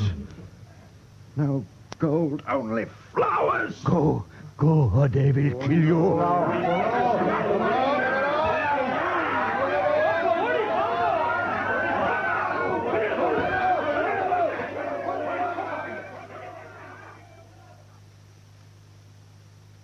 Here, drink this. I reckon you need a bit more than tea. How the hell did you get here? I dodged them and got to the road. And then I thumbed a lift. Mohammedan driver. He didn't seem to give a damn for the festival. Well, Skandar wasn't offended enough to get me caught. Yet. Well, you must have flipped your lid. They could have lynched you. I know. And it was all a fiasco. The gift wasn't gold, just a wreath of flowers. Flowers from the temple tree.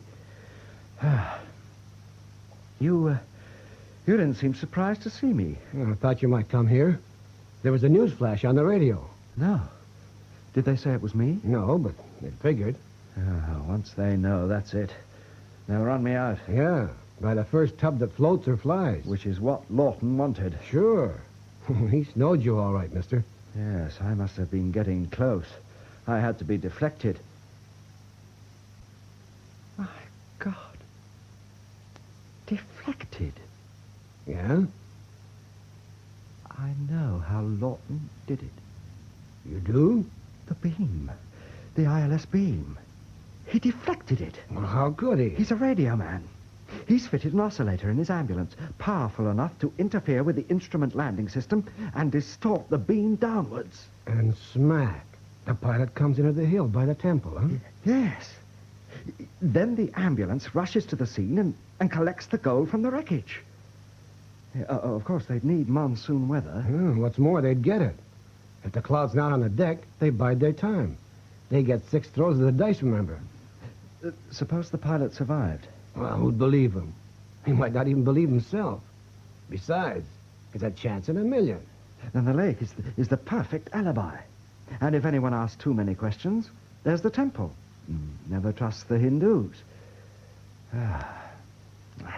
So far, everything's gone Lawton's way. Not quite. You're still alive. He didn't reckon on that. How did he get rid of the gold? Give me Granny's little old cigarette box. Yeah? You see this radio? Fits in that box like a glove.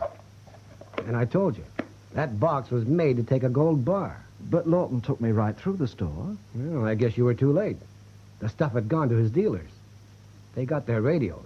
But this month, inside the boxes were gold bars. Yes. Why is he doing it? He's thinking rich already.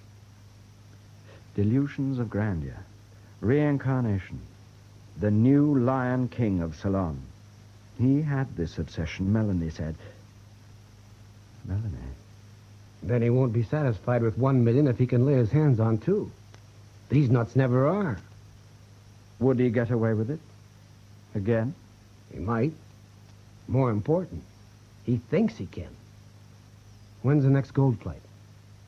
It arrives here tomorrow night. And we've got less than 24 hours. We better start to figure out a plan.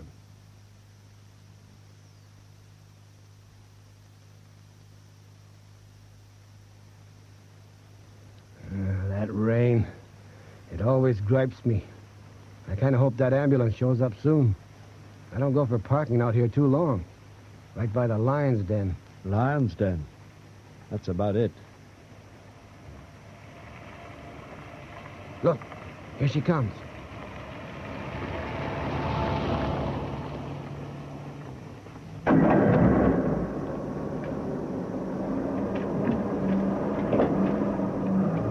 Did they see us? No, not in this. Is Lawton aboard?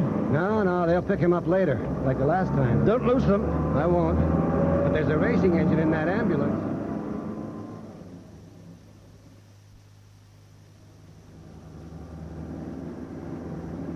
God, I can't see much. I know the road. And so does he. When they picked Lawton up, I got a scare. Thought they might see us. What the hell's happened? His tail light's gone. He's drawn off the road. I can't see him. He's turned all his lights off. But he's there all right. Look, the lead-in lights. He's dead on course for the airport runway. Yeah. He's lined himself up with the landing beam. This is it.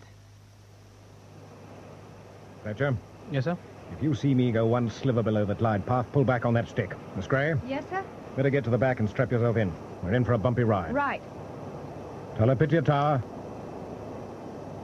Double Echo reporting over the outer marker at 1,500 feet. Double Echo reporting over the outer marker at 1,500 feet. On the glide path. Come on. We'll get him now. You got the safety catch off your gun? Yes. Right. Now. What's up? Handicap! Oh! Hey, the radio! Get the radio! Blast you! Get out! Hanniker, get out! I smashed it! Oh, God, I hope I was in time!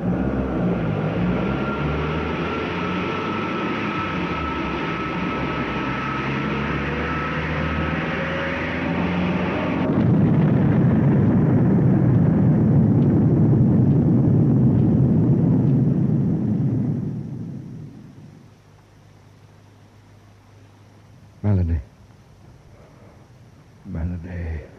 Okay. It wasn't the plane. Not the... Look, the plane's okay. But there's not much left of Lawton. The ambulance? The port wheels of the plane caught it. Dewhurst killed the lion.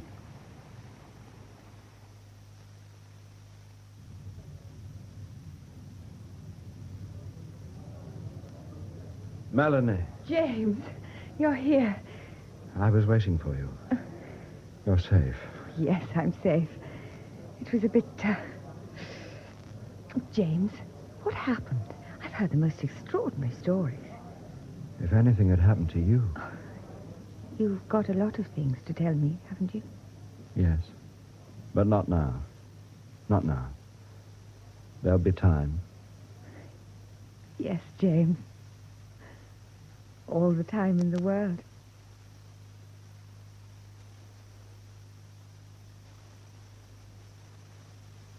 In The Temple Tree, adapted by Betty Davis from the novel by David Beatty, James Hanniker was played by Michael Spice, Melanie Gray by Kate Binchy, Roy Lawton by David Spencer. Gunn, Bill Nagy, Reeves, Rolf Lefevre, the Brahmin, Geoffrey Matthews, Captain Dewhurst, William Edel, Aya Zora Siegel, Senaratna Saeed Jaffrey, Fonseca Garrett Green, Sir Arthur Manning Wilson. Other parts were played by Ronald Herdman, Douglas Blackwell, David Valler, Jane Knowles, and Eva Stewart. The prayer in the temple was chanted by Sitaram Krishnamurti, and the play was produced by Betty Davies.